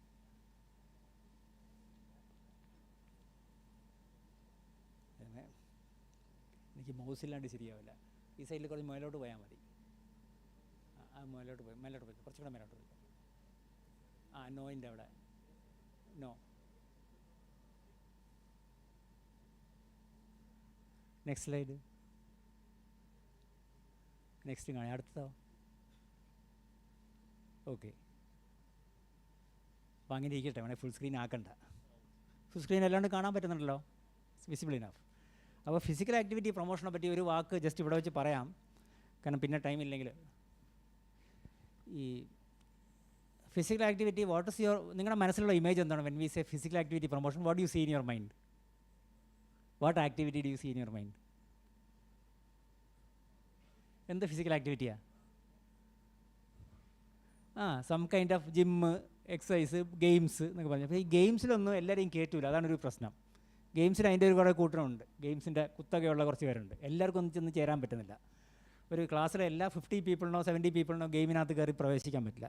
അപ്പോൾ അവിടേക്കാണ് നോൺ കോമ്പറ്റേറ്റീവ് സ്പോർട്സ് എന്ന് പറയുന്ന സാധനങ്ങൾ. ഇപ്പോൾ സം തിങ്സ് ലൈക്ക് ഈവൻ ഒരു ക്യാമ്പസിൽ ചെയ്തത് ബാസ്ക്കറ്റ് ബോൾ ഹൂപ്പുകൾ പല സ്ഥലത്തും ഇൻസ്റ്റാൾ ചെയ്തു, ക്യാമ്പസിൻ്റെ സൈഡിൽ ചുമരിലെല്ലാം. എന്നിട്ട് എല്ലാ സ്ഥലത്തും കുറേ ബോളും ഉണ്ട്. അപ്പോൾ ഇത് ചുമ്മാ ആൾക്ക് നടക്കുമ്പോഴും കുറച്ച് ഡ്രിബിൾ ചെയ്ത് അതിനകത്ത് ബൗൺസ് ചെയ്യാൻ നോക്കാം, അതിന് ടീമൊന്നും വേണ്ട. അപ്പോൾ അങ്ങനെയൊക്കെയുള്ള ചാട്ടം. പിന്നെ അതുപോലെ ഒരു യുണീക്ക് സാധനം വേണേൽ ചെയ്യാവുന്നത്, now this is your campus, so there is a perimeter. അപ്പോൾ പെരിമീറ്റർ എല്ലാവരും കൂടെ ചേർന്ന് NSSും എല്ലാം ചേർന്നൊരു ജോഗിങ് പാത്ത് പോലെയൊക്കെ ആക്കി അറ്റ്ലീസ്റ്റ് ഡിലിനേറ്റ് ചെയ്താൽ മതി. ഒരു പാത്ത് സൃഷ്ടിച്ചില്ലെങ്കിലും at least you can be marked by bushes and gardens and all that. അപ്പോൾ എല്ലാവരും ഡെയിലി രാവിലെ വന്നാൽ you have the opportunity go around the complete path and come back to your origin before starting classes or whatever. അപ്പോൾ അങ്ങനെ ഒരു activity. But അത് നടക്കണമെങ്കിൽ staff കൂടെ പങ്കെടുക്കണം. So you should also be running. അപ്പോൾ നിങ്ങൾ ഓടുമ്പോഴേ സ്റ്റുഡൻസ് ശ്രദ്ധിക്കുക, ഇത് നമ്മുടെ മാരോ അതോ ഓടുന്നു, ഇതെങ്ങോട്ടേ ഓടുന്നത് അപ്പോൾ ജോഗിങ് പാത്താണ് എൻ്റെ ഹെൽത്തിന് ഞാൻ നോക്കുന്നത്. നിങ്ങൾ ചേരുന്നത് വാടാ മക്കളെ നിങ്ങൾ ചേര്. അപ്പോൾ ഏത് ബാച്ചാണ് നിങ്ങൾ ബാ, ആരും ഉള്ളൊരു ബാ എന്ന് പറയുമ്പോഴേക്കും ചെറിയൊരു ചങ്ങലയായി. അപ്പോൾ നോക്കുമ്പോൾ മാരും ഓടുന്നു, കുറേ പിള്ളേർ ഓടുന്നുണ്ട്. അപ്പോൾ അടുത്തവരും ചേർന്നു. അങ്ങനെ അപ്പോൾ ഇവരെ പേരൻസ് വന്നാൽ ബാ സാറേ നിങ്ങളും ചേര്. അപ്പോൾ അങ്ങനെ ചേർത്ത് അവസാനം it will become a huge train of people running. So once a day if everyone do this, say 200 working days an year, just imagine the interventional input ഇതിനകത്ത് ഭയങ്കര വലുതാണ്. അപ്പോൾ അങ്ങനത്തെ ഇന്നോവേറ്റീവ് ആയിട്ടുള്ള കാര്യങ്ങൾ ചെയ്താൽ നല്ലതാണ്. Keep in mind health promoting institution CET എന്നൊക്കെ പറഞ്ഞിട്ട് വേണം അങ്ങനെയൊക്കെ ആലോചിക്കാം നമുക്ക്. ഒരു നല്ല ജോഗിങ് പാത്തും അറൗണ്ട് എ ഇവിടെ വലിയ ക്യാമ്പസ് ആയതുകൊണ്ട് even around a department itself is good enough. 1-2 department ബിൽഡിങ്സിന് ചുറ്റും പോയി കഴിഞ്ഞാൽ it will be very good. But it contributes to okay accidents and violence. ഞാൻ നേരത്തെ പറഞ്ഞു സോ മച്ച് ഓഫ് റോഡ് റൂൾസിനോട് ഭക്തി ഇല്ലായ്മയാണ്. നമുക്ക് റോഡ് റൂൾസ് ഒക്കെ കേൾക്കുമ്പോൾ ഗോ സ്ലോ, പിന്നെ നമ്മുടെ ഈ പിന്നെ എന്നുള്ളത് വളരെ ഡേഞ്ചറസ് ആണ്. അവിടെ എല്ലാത്തിനും ഹെൽത്തിലും വലിയ തലവേദനയാണ്. നമ്മളെല്ലാവരും മാസ്ക് വയ്ക്കണം, പിന്നെ അങ്ങനെ പബ്ലിക്കായിട്ട് എന്ത് പറയുമ്പോഴും ഇപ്പോൾ എലിപ്പനി വരാം, അതുകൊണ്ട് എല്ലാവരും ഈ വെള്ളത്തിൽ പണിയെടുക്കുന്നവർ ഡോക്സിസൈക്ലിൻ ഗുളിക വയ്ക്കണം, പിന്നെ ഇത് നിന്നിട്ടല്ലേ ജീവിക്കുന്നത്. അപ്പോൾ എന്ത് പറയുമ്പോഴും പിന്നെ എന്നൊരു ഫിനോമിനൻ കേരളയിലുണ്ട്. അപ്പോൾ ഈ പിന്നെയാണ് പലപ്പോഴും ഇതും ഉണ്ടാക്കുന്നത്. കീപ്പ് ലെഫ്റ്റ്, പിന്നെ നോ സ്പീഡിങ്, അല്ലെങ്കിൽ അത് ഗോ സ്ലോ, പിന്നെ എല്ലാത്തിനും പിന്നെ എന്ന് പറഞ്ഞു കളയും. അത് വലിയ തലവേദനയാണ്. അങ്ങനെ അത് കുറച്ച് റെസ്പെക്റ്റ് ക്രിയേറ്റ് ചെയ്യാൻ ഈ ഡിബേറ്റിംഗ് ക്ലബിനകത്തൊക്കെ പറ്റുമായിരിക്കും.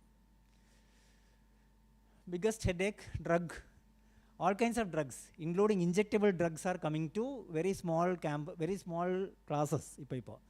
അപ്പോൾ ഇത് നമ്മൾ മാത്രം പറ്റില്ല. You need political will also, you need social will വേണം, പലതും ജനറേറ്റ് ചെയ്യേണ്ടി വരും. പക്ഷേ ബേസിക്കലി സ്റ്റുഡൻസിൻ്റെ ഇടയ്ക്കും ക്യാമ്പസിലും ഉള്ള സ്റ്റുഡൻസും ടീച്ചേഴ്സിൻ്റെ ഇടയ്ക്ക് we need to create awareness and attitude building. അതാണ് പ്രാക്ടിക്കൽ സൊല്യൂഷൻസ് അതിൻ്റെ പുറകെ വരും. Because without knowledge and attitude no practical things can happen. It's a sequence അല്ലേ, നോളജ്, ആറ്റിറ്റ്യൂഡ് ആൻഡ് പ്രാക്ടീസ്. അപ്പോൾ അതുകൊണ്ട് ആ നോളജിൻ്റെ തുടക്കത്തിലെങ്കിലും ചെയ്യാം, ആറ്റിറ്റ്യൂഡിൻ്റെ കാര്യത്തിൽ ചെയ്യാം, ഇമ്പ്രൂവ്മെൻറ്റ് വരുത്താം. സോ ഇതൊക്കെ ചില ഏരിയാസ് ആയിരുന്നു. സോ ഇവിടെ ഇനി ഞാൻ നമ്മുടെ ചില പ്രാക്ടിക്കൽ ആസ്പെക്ട്സിലോട്ട് പോകുന്നു. Adolescent friendly health centres. നമ്മൾക്ക് health department, national health mission, ആരോഗ്യ കേരളത്തിന് we have so many adolescent health centres. ഇപ്പോൾ ടീനേജ് ആൻഡ് യൂത്തിന് പറ്റിയ കുറേ സെൻറ്റേഴ്സ് നമുക്കുണ്ട്. ഇപ്പോൾ അറ്റ് ദിസ് മോമെൻറ്റ് നമുക്ക് 14 ജില്ലയും ചേർന്ന് 32 ഉള്ളൂ. പക്ഷേ ഇക്കൊല്ലം നമുക്ക് 62 പേർക്ക് കൂടെ 62 സ്ഥലങ്ങളിലേക്ക് കൂടെ സെൻറ്റേഴ്സ് ഉണ്ട്. 101 സെൻറ്റേഴ്സ് ഉണ്ട് നമുക്ക്. അപ്പോൾ ഓരോ സെൻറ്ററിലും ഡെഡിക്കേറ്റഡ് ആയിട്ട് ഒരു കൗൺസിലർ ഇരിക്കുന്ന ഒരു അപ്രൂവലൊക്കെ ഇക്കൊല്ലം വന്നിട്ടുണ്ട്. So hopefully we can have nearly 100 centres in Kerala. That is anybody can go. അതാണ് അതിൻ്റെ ഗുണം. അപ്പോൾ അവിടെ ചെന്ന് കഴിഞ്ഞാലുള്ള ഗുണം എന്താണ്? ഭയങ്കര സ്പെഷ്യൽ എൻവയൺമെൻറ്റ്, നല്ല ആംബിയൻസ് ഉണ്ടാവും, നല്ല പ്രൈവസി, പിന്നെ കോൺഫിഡൻഷ്യാലിറ്റി. ഇതാണ് ഏറ്റവും പ്രധാനപ്പെട്ട വാക്ക് ഈ സ്ക്രീനിൽ. കോൺഫിഡൻഷ്യാലിറ്റി മീൻസ് എന്ത് സീക്രട്ട് പറഞ്ഞാലും അവർ പേരൻസിനോട് പോലും അത് റിവീൽ ചെയ്യില്ല. ഈ വാക്ക് കൊടുത്താണ് തുടങ്ങുന്നത്. കൗൺസിലിംഗ് എന്ന് വെച്ചാൽ it is just A discussion, ഒരു പരിഹാരങ്ങൾ കണ്ടുപിടിക്കുന്ന ഒരു ഡിസ്കഷനാണ് കൗൺസിലിംഗ്. അപ്പോൾ അതിൽ സീക്രട്സ് ഓപ്പൺ ചെയ്യാനാണ് കുട്ടികൾ അവിടെ വരാൻ നമ്മൾ എക്സ്പെക്റ്റ് ചെയ്യുന്നത്. കൊച്ചു കാര്യങ്ങൾക്കും വരാം. എനിക്ക് വണ്ണം വയ്ക്കണം, എനിക്ക് എൻ്റെ കസിൻ ഗീതേനെ പോലെ വണ്ണം വയ്ക്കണം എന്ന് പറയുന്നൊരു പെൺകുട്ടി, അല്ലെങ്കിൽ എനിക്ക് അവളെ പോലെ മെലിയണം, അവൾ തലയിൽ ഹൈലൈറ്റ്സ് വെച്ചു, എനിക്കത് അമ്മ സമ്മതിക്കുന്നില്ല, അപ്പോൾ എന്ത് ചെയ്യണം, മുതലായ അങ്ങനത്തെ കൊച്ചു കൊച്ചു കാര്യങ്ങളുണ്ട്. വലിയ വലിയ കാര്യങ്ങൾ അങ്ങേറ്റത്ത് വരാം. അപ്പോൾ ഇതിനെല്ലാത്തിനും എന്തെങ്കിലും 10 ഐഡിയ കൊടുക്കുന്ന ഒരു സംവിധാനമാണ് കൗൺസിലിംഗ്. സോ അതിന് confidentiality very important. So this has A bearing on your approach also. As A teacher or as A faculty member in this college, somebody comes to you and opens their mind, or something comes to your notice, നിങ്ങളുടെ ശ്രദ്ധയിൽപ്പെട്ടു ചില incidents which you think that നല്ലതല്ല, never go and talk about it, make it public even among the staff room, among your friends.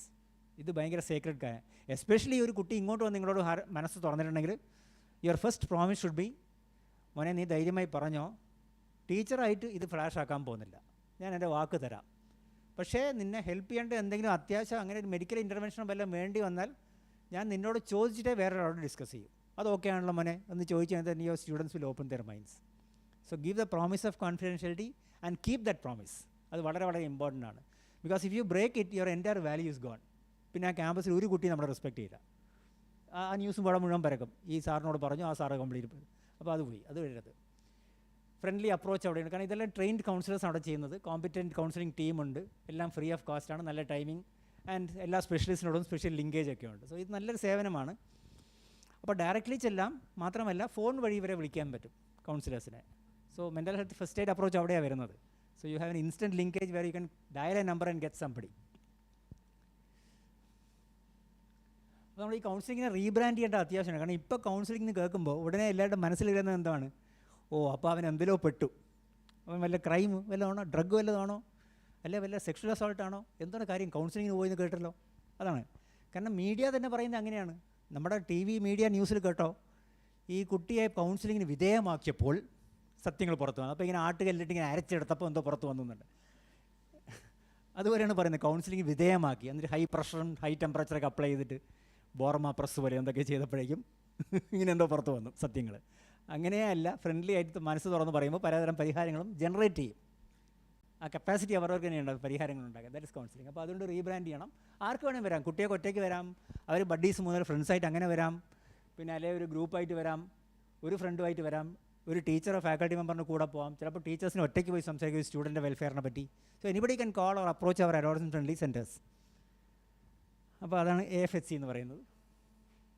So ideas, it's basically എന്തെടുത്താലും 10 ideas കിട്ടും. Whatever you come, we will give you 10 ideas.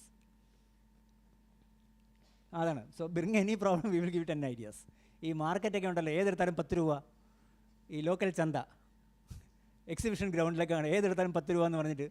അവിടെ പോയിട്ടുണ്ടോ അങ്ങനത്തെ സ്ഥലത്ത്? ഈ ഏതെടുത്താലും 10 രൂപ സ്റ്റോളിൽ പോയിട്ടുണ്ടോ? ഭയങ്കര ഇൻട്രസ്റ്റിംഗ് ആണ്. നമ്മളല്ലാതെ കിട്ടാത്ത എല്ലാ സാധനങ്ങളും ഒറ്റ സ്ഥലത്ത് കിട്ടും. സിംഗിൾ പോയിൻറ്റ്, സിംഗിൾ വിൻഡോ അപ്രോച്ചാണ് അവർ. Because they know the mind of the consumer. അതിനനുസരിച്ച് എല്ലാ ഒരു ആൾക്ക് ആവശ്യമുള്ള എല്ലാം അവിടെ കാണും. എന്തെടുത്താലും 10 രൂപ, വെരി അട്രാക്റ്റീവ്. സോ അതുപോലെയാണ് നമ്മൾ എന്ത് വന്നാലും V will give U solutions. And they are given 3 numbers there. 2 numbers, 3 numbers ഉണ്ട്. ഈ 1056 Disha number. Disha is our 24-hour helpline which never sleeps. നമ്മുടെ ഏറ്റവും വലിയൊരു വിജയം ഈ ദിശ ഹെൽപ്പ് ലൈൻ എന്ന് പറയുന്ന ഹെൽപ്പ് ലൈനാണ്. It is not like any other helpline that you read about in newspapers. Every single call will be answered 100%. No doubt, every call will be answered. കുറച്ച് waiting period ചിലപ്പോൾ വരും, peak ടൈമിനൊക്കെ ചിലപ്പോൾ waiting വന്നേക്കാം, പക്ഷേ call answer ചെയ്യുന്നുള്ളത് സംശയമില്ല. പിന്നെ 3 നമ്പറുണ്ട്. ഒന്ന് 1056, then there is 0471 255 2056, then there is also 104. 3 numbers ഉണ്ട്. So you can save these 3 numbers in your phone with Disha 1, Disha 2, Disha 3 എന്നോ Disha A, Disha B, Disha C എന്നൊക്കെ save ചെയ്തിട്ട് any doubt of any kind you can call. Any emergency, medical, mental, psychological, whatever, വിളിക്കാം. And they will connect you to appropriate people. And that emergency you can call it any time of day or night, including your baby is not crying, or baby is not settling down, രാത്രി 2 മണിക്കൂറായിട്ട് കരയാണ്, still you can call and a pediatrician will answer. They will switch you to your pediatrician. or ചെവിയിൽ എന്തോ പ്രാണി കയറിപ്പോയിട്ട് ഇങ്ങനെ പറ്റം കാണാം, പാറ്റേൻ്റെ 2 കാലും വാലും കാണാം, ബാക്കി പാറ്റൻ്റെ ഒക്കെ അകത്തായിരിക്കുന്നത്, വാട്ട് ടു ഡു. അപ്പോൾ again you can call ENT surgeon will answer. So അതുപോലെയാണ് anything, specialist will answer the call, will be linked up, hook ചെയ്ത് കൊടുക്കും ലൈവായിട്ട്. And it is also live call, അല്ലാണ്ട് പ്രീ റെക്കോർഡല്ല. നിങ്ങൾ മരിക്കാൻ പോവുകയാണെങ്കിൽ 1 ഞെക്കുക, നിങ്ങൾ മരിച്ചു കഴിഞ്ഞെങ്കിൽ 2 ഞെക്കുക, അങ്ങനെ അതല്ല. ആക്ച്വലി ആൾ തന്നെ സംസാരിക്കും. അപ്പോൾ അങ്ങനെ ഡയറക്റ്റായിട്ട് കിട്ടുന്നത് അവരെ. പിന്നെ കാഷ്വൽ ഡൗട്ട്സ് ഒന്നും അർദ്ധരാത്രിക്കൊന്നും വിളിച്ചിടരുത്, അത് മാത്രമേ ഒരു സിമ്പിൾ റിക്വസ്റ്റ്. കാരണം ഇതെല്ലാം ഭയങ്കര ഡെഡിക്കേറ്റഡ് ടീംസാണ്, 24 മണിക്കൂറും ജോലി ചെയ്യുന്നത്. അപ്പോൾ ഇന്ത്യയിലും മറ്റ് ലോകത്തുമായിട്ട് കമ്പാരിസൺ കോവിഡിൻ്റെ നില എന്താണിപ്പോൾ, അല്ലെ ജലദോഷത്തിൻ്റെ 10 കാരണങ്ങൾ വ്യക്തമാക്കുക. രാത്രി 1:30 മണിക്കൊന്നും വിളിച്ച് ചോദിച്ചിടരുത്. ബാക്കി നോർമൽ ഹ്യൂമൻ എമർജൻസി എല്ലാം നമ്മൾ ഡീൽ ചെയ്യും. അപ്പോൾ ബേസിക്കലി ഇതാണ് കൗൺസിലിങ്ങിന് കോമൺ സെൻസും ലൈഫ് സ്കിൽസും അപ്ലൈ ചെയ്യുക. Common sense and life skills. Life സ്കിൽസിൻ്റെ വാക്ക് കേട്ടിട്ടുണ്ടല്ലോ, very useful for your people, for all of you. Because വായിച്ചു കഴിഞ്ഞാൽ നിങ്ങളുടെ ക്ലാസ് റൂംസിൻ്റെ മാറ്റ് കൂട്ടാം. Whether you are teaching organic chemistry, whether you teaching petro chemical chemistry, whatever you are teaching, or you are teaching സെമി കണ്ടക്ടേഴ്സിൻ്റെ എന്തെങ്കിലും advance സാധനങ്ങൾ പഠിപ്പിക്കുന്നു. ദിസ് ലൈഫ് സ്കിൽസും കൂടെ ചേർത്താൽ അതിനകത്ത് ഭയങ്കര ഒരു റെവല്യൂഷൻ ആകും നിങ്ങളുടെ class.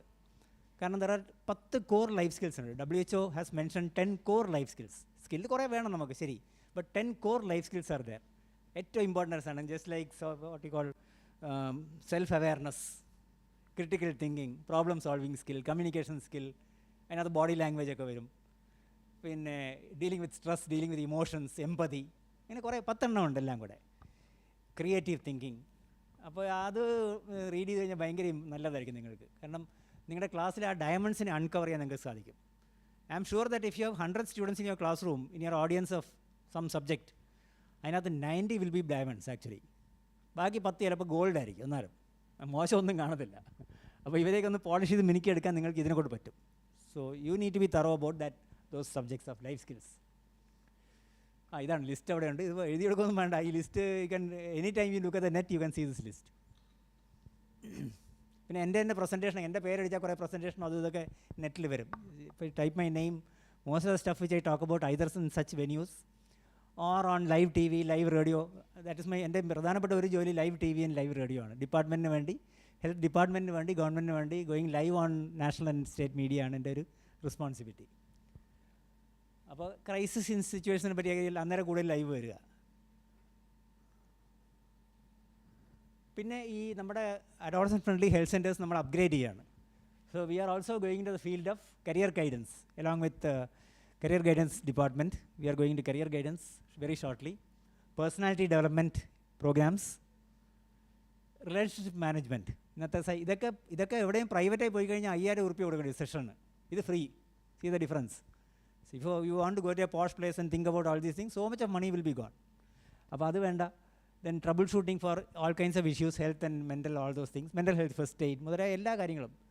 Somebody feels on the verge of suicide, we will keep on talking so that സംസാരിച്ച് തീർന്നപ്പോഴേക്കും അയ്യോ പരശുരാം എക്സ്പ്രസ് വന്നു പോയി, ഇനിയിപ്പോൾ എങ്ങനെ ചാവും, അതിന് തല വയ്ക്കാനാണ് ഇരുന്നത്. വാചോടിച്ച് ട്രെയിനും പോയി തല വെച്ചില്ല, ഇനി ഞാൻ വെക്കാൻ പോകുന്നില്ല ഏതായാലും. That is what we do. We diffuse that crisis at the moment of time. അപ്പോൾ എത്രയോ സൂയിസൈഡ്സ് അങ്ങനെ പ്രിവെൻറ്റ് ചെയ്യുന്നുണ്ട്. And also what we do is give courage across the board, both to boys and to girls. ഗേൾസിനും വേണമല്ലോ courage. Boy girl TG whatever it is, MFTG ആരാണ് ശരി, courage കൊടുക്കുക, ചലഞ്ചസിനെ ഏറ്റെടുക്കുക, try to win and try to use even ഒരു ഓപ്പണൻറ്റിൻ്റെ force പോലും നമ്മൾക്ക് അഡ്വാൻറ്റേജായി യൂസ് ചെയ്യുക. ആൻഡ് അത് മാത്രമല്ല, ആരെയും തോപ്പിച്ച് ജയിക്കേണ്ട, അവരവർ തന്നെ അവരവരുടെ ബെഞ്ച് മാർക്സിനെ ക്രോസ് ചെയ്യുക.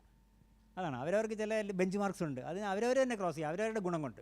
വേറെ ആളെ തോപ്പിച്ച് അടിച്ചേൽപ്പിച്ചിട്ട് അല്ല അടിച്ചമർത്തിയിട്ടല്ല. Let each person win and succeed and achieve on one's own merits. അതാണ് നമ്മൾ കൊടുക്കുന്ന തീം എന്ന് പറയുന്നത്.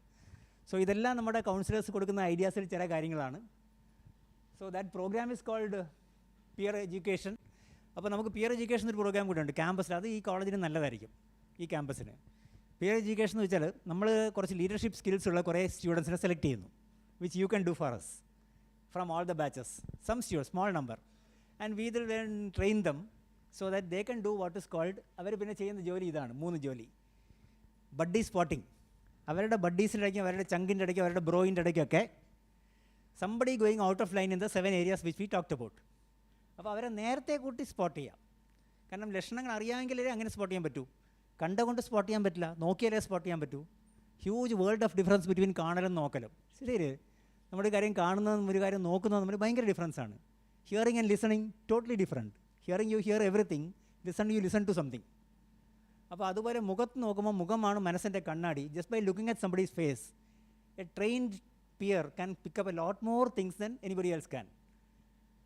അപ്പോൾ even they can pick up people contemplating suicide, or people who are getting lean and lean because they are not eating well, or somebody is growing more and more obese because no exercise, or somebody is going into sadness and loneliness. അത് ഇതെല്ലാം spot ചെയ്യാം. So that is buddy spotting, ടൈമിന് spot ചെയ്യുക. പിന്നെ friendly ആയിട്ടുള്ള buddy help. ഈ trained ആയതുകൊണ്ട് അവർക്ക് നമ്മുടെ ഹെൽത്ത് ഡിപ്പാർട്ട്മെൻറ്റ് നമ്മൾ കൊടുക്കുന്ന നമ്മുടെ ട്രെയിനേഴ്സ് കൊടുക്കുന്ന ഐഡിയാസൊക്കെ അവർക്ക് പാസ് ഓൺ ചെയ്യാം. അപ്പോൾ ഈ പറഞ്ഞ പോലെ ഒന്ന് തോളിൽ കൈയിട്ട്, അപ്പോൾ ഈ ഒരു വിഷമിക്കുന്നൊരു കുട്ടീൻ്റെ തോളിൽ പോയി മറ്റേ ഒരു കുട്ടി കൈയിട്ടിടാ, എന്താണ് അത് ചങ്കേ നിനക്ക് പ്രശ്നം എന്ന് ചോദിക്കുമ്പോൾ ദിസ് ആക്ഷൻ ഓഫ് ഈ ഒന്ന് ചേർത്ത് പിടിക്കുന്ന action is more important then neuro surgery. ഒരാളുടെ ബ്രെയിൻ ട്രാൻസ്പ്ലാന്റ് ചെയ്യുന്നതിനേക്കാൾ വലിയ ആക്ഷനാണ് ആ നേരത്ത് പോയി ഒന്ന് തോളിൽ കൈയിടുന്നത്. ഇല്ലേ, ശ്രീചിത്രയെ കൊണ്ടുപോയിട്ട് ഹാർട്ട് മാറ്റി വയ്ക്കുന്നതിനേക്കാൾ ഇമ്പോർട്ടൻ്റ് ആണ് ഒന്ന് തോളിൽ കൈയിടുന്നത് പറ്റിയിടാന്ന് ചോദിക്കുന്നത്. So that is the action at grass root level, at ground level, ground zero. അവിടുത്തെ ആക്ഷൻ ഏറ്റവും ഇമ്പോർട്ടൻ്റ് അതാണ്.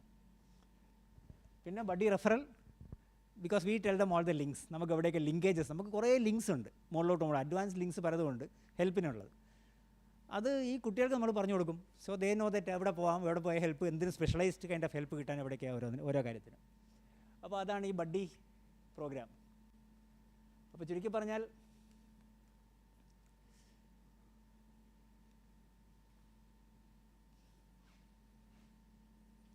അപ്പോൾ ഇത് ഫൈനൽ ക്ലോസിങ് ഭാവി നമ്മുടെ കയ്യിലാണ്, യാതൊരു സംശയമില്ല അല്ലേ?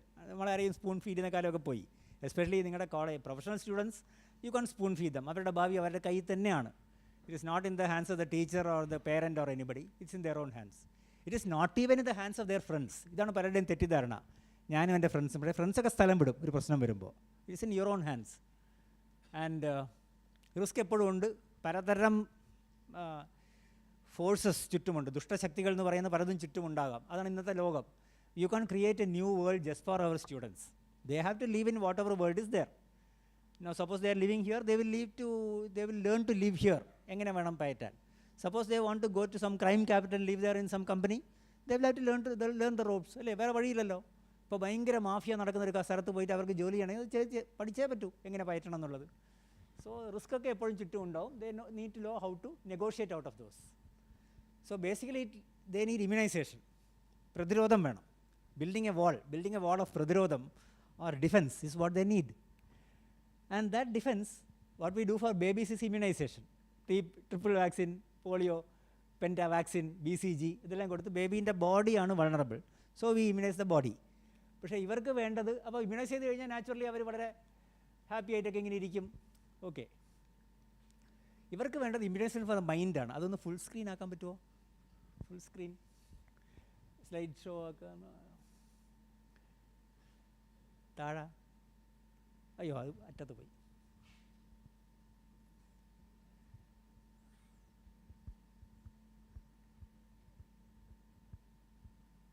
ഏതാണ്ട് നെക്സ്റ്റ്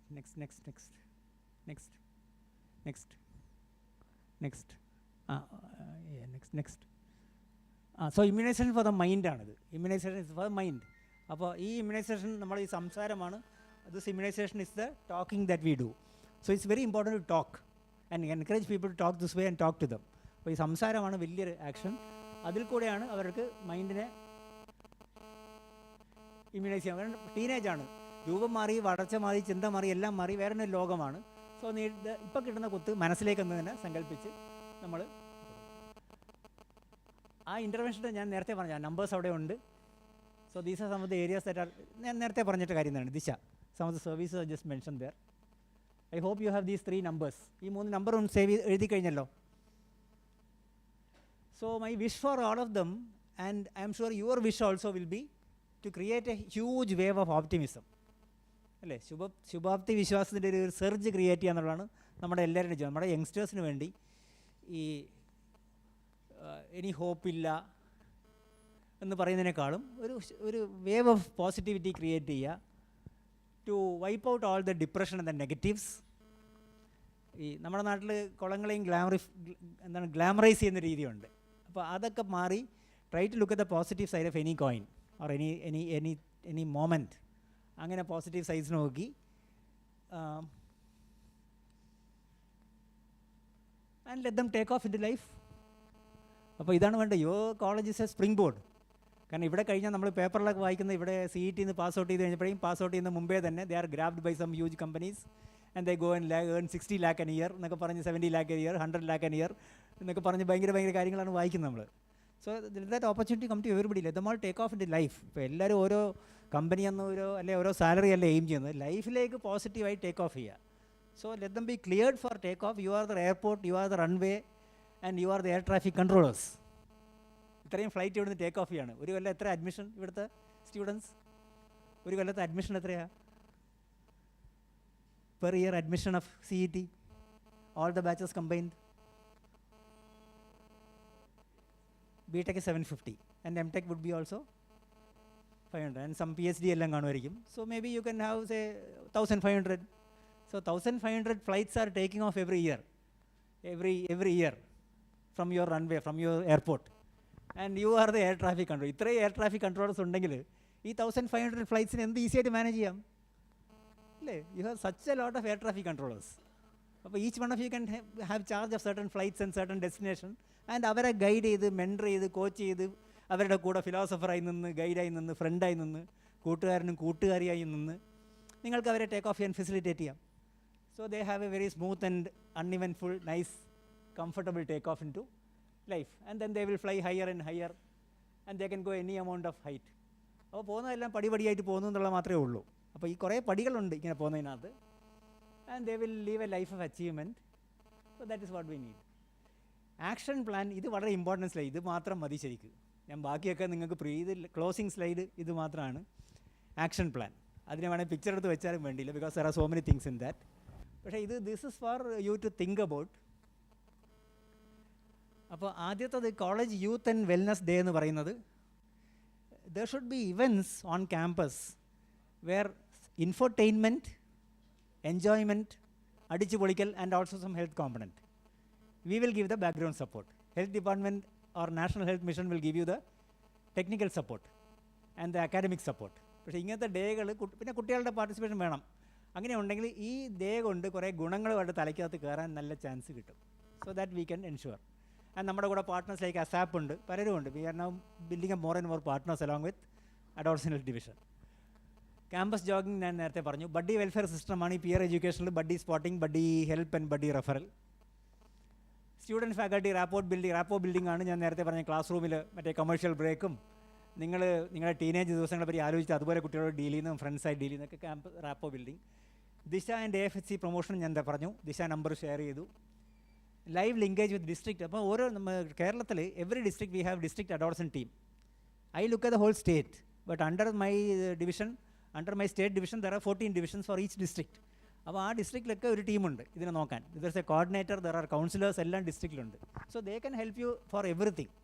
അപ്പോൾ അവരുമായിട്ട് ബന്ധം ക്രിയേറ്റ് ചെയ്യുക. That also you can do through Disha, or you can call me, I will hook you up, link you up. And then you will finally go in to creating a health promoting insurance status, ഒരു star rating.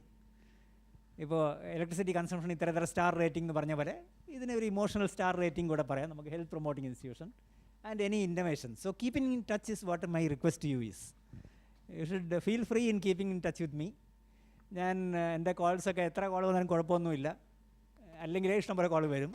So you can also keep in touch with me. എൻ്റെ number last സ്ലൈഡിലുണ്ടെന്ന് തോന്നുന്നു.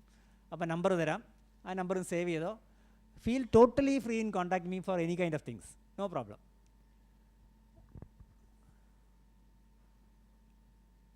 My number is there. അപ്പോൾ ആ number save ചെയ്യാം.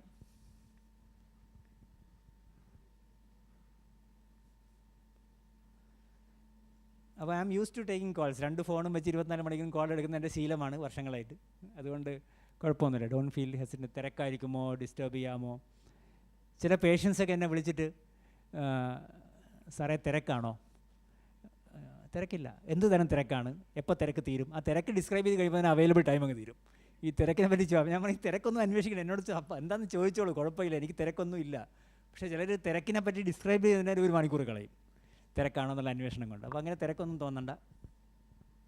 എൻ്റെ email അഡ്രസ്സും അവിടെ ഉണ്ട്. പിന്നെ ഇതിനകത്ത് വാട്സാപ്പും ഉണ്ട്. So you can write something if you want to what ever.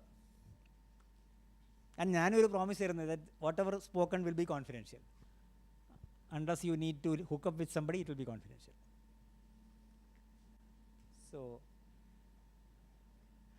So we talked about adolescence as tension. അപ്പോൾ നേരത്തെ ടെൻഷൻ്റെ ഇമേജ് ഓർമ്മയുണ്ടല്ലോ, അഡോളസെൻ്റ് ടെൻഷൻസ്, ഹൈ ടെൻഷൻ ടവറൊക്കെ. അപ്പോൾ അത് ഒരു സൈഡിൽ നിന്ന് ആലോചിച്ച് കഴിഞ്ഞാൽ ഭയങ്കര ഹൈ ടെൻഷൻ, അടുത്ത് പോയി കഴിഞ്ഞാൽ പ്രശ്നമാണ്.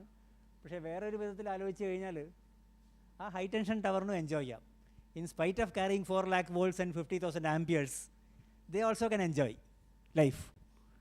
അപ്പോൾ ഈ നിങ്ങളുടെ ഓരോ സ്റ്റുഡൻ്റ് ഒരു ഹൈ ടെൻഷൻ ടവർ ആണെങ്കിൽ അവർക്കും ലൈഫ് എൻജോയ് ചെയ്യാൻ പറ്റും, in spite of all the voltage and amperage and all the their handling.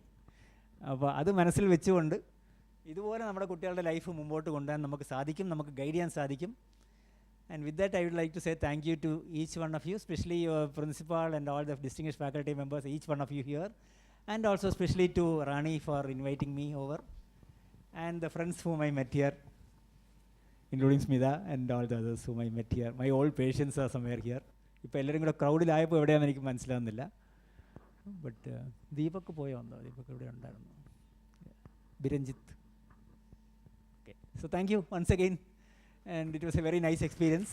എന്തെങ്കിലും ചോദിക്കാനുണ്ട് ചോദിക്കാം കേട്ടോ. I think time is up എന്ന് എനിക്ക് തോന്നുന്നത്. But anything you want to mention any points or anything that you want to point highlight, you can definitely mention. അതിനൊരു 5 minute എടുക്കാമോ?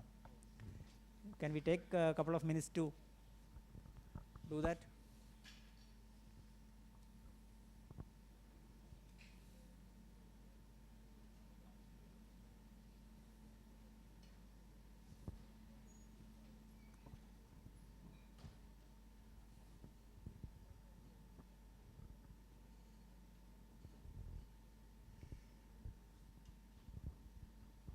So anything? Yes, ma'am.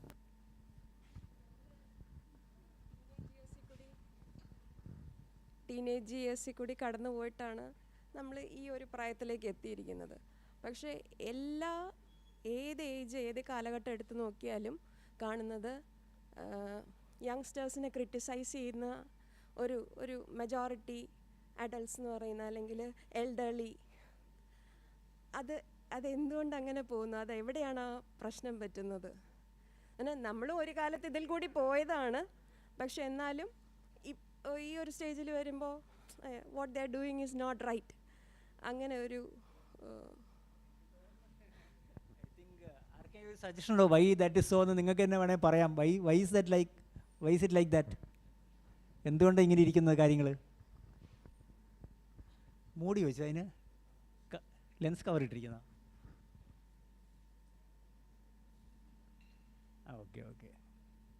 Okay അപ്പോൾ why is it like that എന്ന് ചോദിച്ചു കഴിഞ്ഞാൽ you all have an answer in your minds അല്ലേ? What I would say, എൻ്റെ ഒരു suggestion അല്ലെങ്കിൽ എൻ്റെ കോൺട്രിബ്യൂഷൻ അതിനകത്ത്, പണ്ട് ജനറേഷൻ ഗ്യാപ്പ് എന്ന് പറയുന്ന സാധനമുണ്ട്. But time scales are changing. So earlier you use to take maybe 50 years to go through 50 years. പിന്നെ അത് you started taking 40 years to go through 50 years. പിന്നെ പതുക്കെ 20 കൊല്ലം കൊണ്ട് 50 കൊല്ലത്തെ കാര്യങ്ങൾ നീങ്ങുന്നു. ഇപ്പോൾ മേ ബി 5 കൊല്ലം കൊണ്ട് വേറൊരു 50 കൊല്ലത്തിൻ്റെ കാര്യങ്ങൾ നീങ്ങുന്നു. So the speed at with things are moving and things are getting outdated അല്ലേ? പലതും ടോട്ടലി ഔട്ട്ഡേറ്റഡ് ആയി മാറുന്നുണ്ട്. ഇപ്പോൾ ക്യാമറ ഔട്ട്ഡേറ്റഡ് ആയി എന്ന് പറയുന്നു, പലതും ഇപ്പോൾ ഔട്ട്ഡേറ്റഡ് ആയി മാറുന്നുണ്ട്. ഇപ്പോൾ പേജറൊക്കെ ഓർമ്മയുണ്ടല്ലോ, പേജറൊക്കെ വന്ന് ടോട്ടലി ഗോൺ. ഇങ്ങനെ lot of things which are coming are getting outdated very fast. And values and morals also are getting outdated sometimes. Though they may be old wine in new bottles എന്ന് പറഞ്ഞാൽ അതവിടെ നിൽക്കുന്നുണ്ടാവും. But the way it is presented is going out of hand.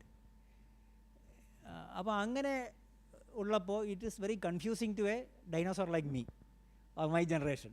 അപ്പോൾ നമ്മുടെ generation who are seniors, it my be very confusing. പക്ഷേ language തന്നെ മനസ്സിലാക്കാൻ വലിയ പാടാണ്. GR8 എന്നൊക്കെ പറഞ്ഞാൽ ഗ്രേറ്റ് എന്നൊക്കെ എഴുതുന്ന വാക്കറിയാലോ ഈ ഇതിനകത്ത് വാട്സാപ്പിൽ.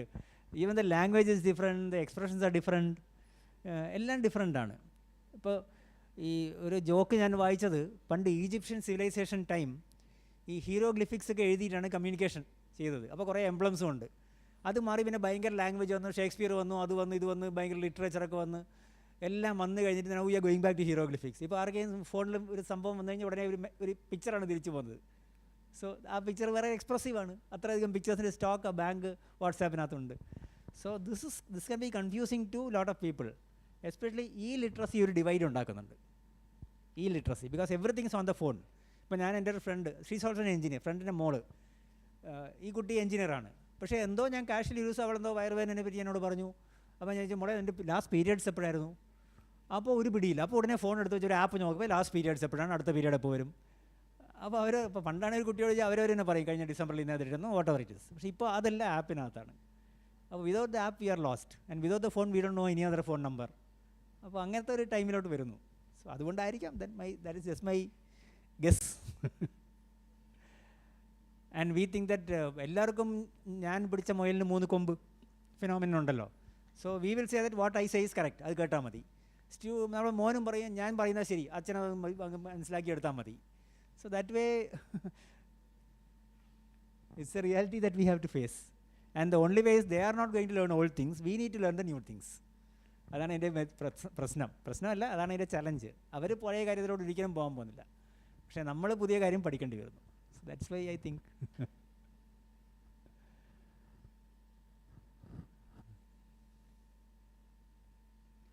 So yes, ma'am.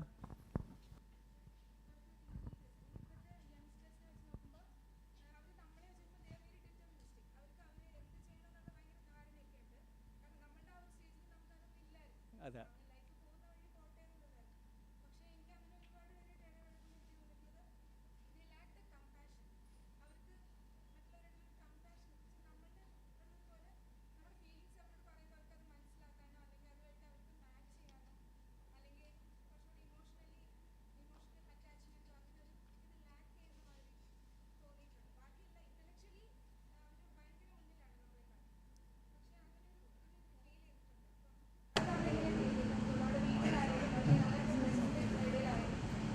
You are spot on, കേട്ടോ. The most accurate analysis I ever heard. Most accurate analysis. സത്യമല്ലേ ശരിക്കും? ഭയങ്കര ഹ്യൂമനോയിഡ് ആയിട്ടുള്ള സാധനം. അതിന് പുതിയ റോബോട്ട് വരെയാണ്. അങ്ങനെ ആയി മാറുന്നുണ്ട് സൊസൈറ്റി. അത് സത്യം. ദാറ്റ്സ് എ ഫാക്ട് ദാറ്റ് അങ്ങനെയായി മാറുന്നുണ്ട്. ഇമോഷൻസ് എല്ലാം വളരെയധികം പോകുന്നുണ്ട്, ഡിസപ്പിയർ ചെയ്യുന്നുണ്ട്. കമ്പാഷൻ ഇല്ല, അതെല്ലാം കാണുന്നുണ്ട്. വളരെ വളരെ മെറ്റീരിയലിസ്റ്റിക് ആണ്. അത് ഇൻക്ലൂഡിങ് നമ്മുടെ മക്കൾ ചെയ്യുമ്പോഴാണ് ഏറ്റവും പെയിൻഫുൾ. വേറെ ആരെയും ചെയ്യുമ്പോൾ അത്ര ഫീൽ ചെയ്യില്ല. When it is done by your own children, അപ്പോഴത് it will hit you like a hammer. ഒരു ഭയങ്കര അല്ലെങ്കിൽ കുത്ത് കൊണ്ടുവരണം നമുക്ക് തോന്നുക. നമ്മുടെ തന്നെ കുട്ടികൾ ഇപ്പോൾ പണ്ട് ഫോർ എക്സാമ്പിൾ ഞാൻ പറയാം, ഇപ്പോൾ നമ്മൾ വീട് വിട്ട് എവിടെയും പോയി കഴിഞ്ഞിട്ട് മക്കളെ അങ്ങ് ചെല്ലുമ്പോൾ വിളിക്കണം കേട്ടോ. നമ്മളങ്ങ് ചെല്ലുമ്പോഴേക്കും എവിടെയെങ്കിലും ഫോൺ കണ്ടുപിടിച്ച് അവിടെ നിന്ന് വിളിച്ചു. പിന്നെ മൊബൈലൊക്കെ ആദ്യം തുടങ്ങിയ കാലത്ത് നമ്മുടെ പേരൻസിനെ അച്ഛാ ഞാനിവിടെ എത്തി, അല്ലെ അമ്മ ഞാനിവിടെ എത്തി, ഞാൻ അരമണിക്കൂർ കഴിയുമ്പോൾ വീട്ടിലെത്തും എന്നൊക്കെ നമ്മൾ വിളിച്ചു പറയും. ഇപ്പം നമ്മുടെ കുട്ടികൾ 3 ദിവസം ചിലപ്പോൾ അനക്കമില്ല. പല കുട്ടികളും അങ്ങനെയുണ്ട്. അല്ലെ നമ്മൾ വിളിച്ചാൽ പ്രോംപ്റ്റായിട്ട് ഫോൺ എടുക്കുന്നത്. പണ്ടൊക്കെയാണ് വീട്ടിൽ നിന്നൊക്കെ ആരെയും വിളിച്ച് നമ്പർ അങ്ങനെ കണ്ടു ചാടി വീണെടുക്കും. ഇപ്പോൾ പല കുട്ടികളും അങ്ങനെ എടുക്കൂല. അതിന് 4-ാം ദിവസം വിളിച്ചിട്ട് എന്തിനാണ് വിളിച്ചത്, അപ്പോഴേക്കും എന്തിനാണ് വിളിച്ചത് ഒലക്ക നമ്മൾ പറയും. കാരണം കംപ്ലീറ്റ് നമ്മളും മറന്ന് നമ്മുടെ ഇറിറ്റേഷനിൽ അത് മറന്നു പോവുകയാണ്. കാരണം അപ്പോൾ അങ്ങനെ so that is where one of the 10 core life skills, which is number 10, empathy, needs to click in. അപ്പോൾ അത് ആ ലൈഫ് സ്കിൽ പ്രോഗ്രാമിനകത്ത് എമ്പതി എന്ന് 10ാമത്തെ നമ്പറാണ്. ആ എമ്പതിനെ റീക്രിയേറ്റ് ചെയ്യേണ്ടതും റീപൊസിഷൻ ചെയ്യേണ്ട ആവശ്യമുണ്ട്. അതിനെ ഇപ്പോൾ അതിപ്പോൾ കംപ്ലീറ്റ് പോയിരിക്കുകയാണ്. അത് നാടേ വിട്ടു. അതിനെ തിരിച്ചു കൊണ്ടുവന്ന് കയറ്റി നല്ലൊരു പൊസിഷനിൽ കൊണ്ട് നിർത്തിയാൽ, and that can only be done by movies and films and live discussions. It can be hammered in live ഡിസ്കഷനിൽ കുട്ടികൾ സ്വന്തമായിട്ട് അത് ക്രിയേറ്റ് ചെയ്ത് പുറത്തു കൊണ്ടുവരണം. They should bring it out from their own mind that I need to be empathetic. And it's not an easy job, but you can do it so easily because as teachers you have an inherent skill to captivate an audience or to keep an audience attentive. അത് നിങ്ങൾക്ക് ആ സ്കില്ലുണ്ട്. That is part of your years ആയിട്ടുള്ള experience ആണ്, how to keep an audience in hand.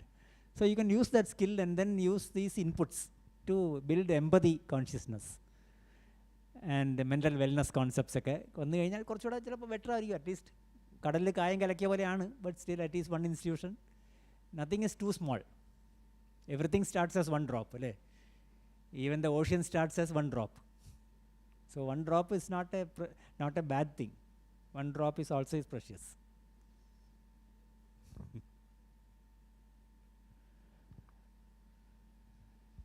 Yes, nice opinions.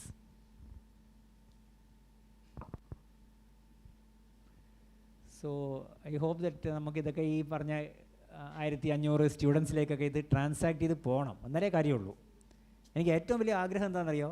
To see that a jogging path is created on the CET campus and you are also running, and it should come in the newspapers that Trivandrum CET faculty ഓടി അത് വഴി കാണിക്കുന്നു, അതിൻ്റെ നേതൃത്വം faculty കൊടുക്കുന്നു.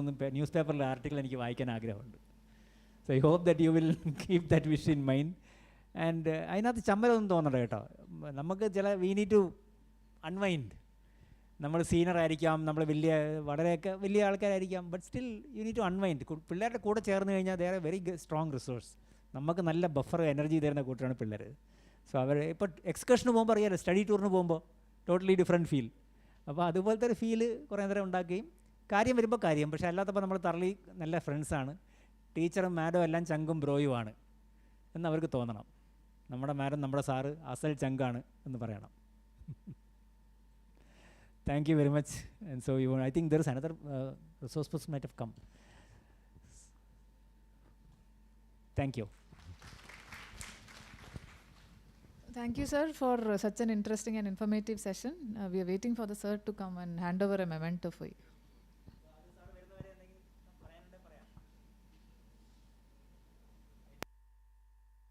I'm talking. നിങ്ങളുടെ voice ആയിരുന്നു കേൾക്കേണ്ടത് ശരിക്കും പറഞ്ഞാൽ. പക്ഷേ ഇതൊരു ഓക്കുപേഷണൽ ഹസാർഡാണ്. ഇങ്ങനെ കുറേ സ്ലൈഡും ഒക്കെ ഉണ്ടാക്കി വരും. അപ്പോൾ അതൊക്കെ പറഞ്ഞു തീരുമ്പോഴേക്കും ടൈം അങ്ങ് പോകും. Sometimes I go without slides. ഇപ്പോൾ ഞാൻ സ്ലൈഡ് അധികം എടുക്കാറില്ല. പിന്നെ ഇന്ന് ഇതൊരു വിശാല ടോപ്പിക് ആയതുകൊണ്ടാണ് കുറച്ച് ഞാൻ മറന്നു പോകാതിരിക്കാൻ വേണ്ടി സ്ലൈഡ് ഇട്ടെന്നേ ഉള്ളൂ. Actually power point is A distraction പല കാര്യങ്ങൾക്കും.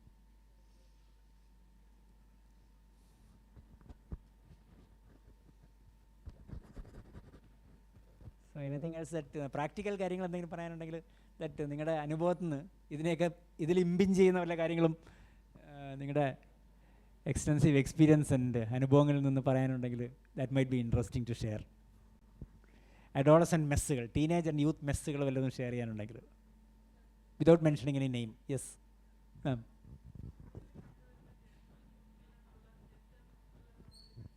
യെസ്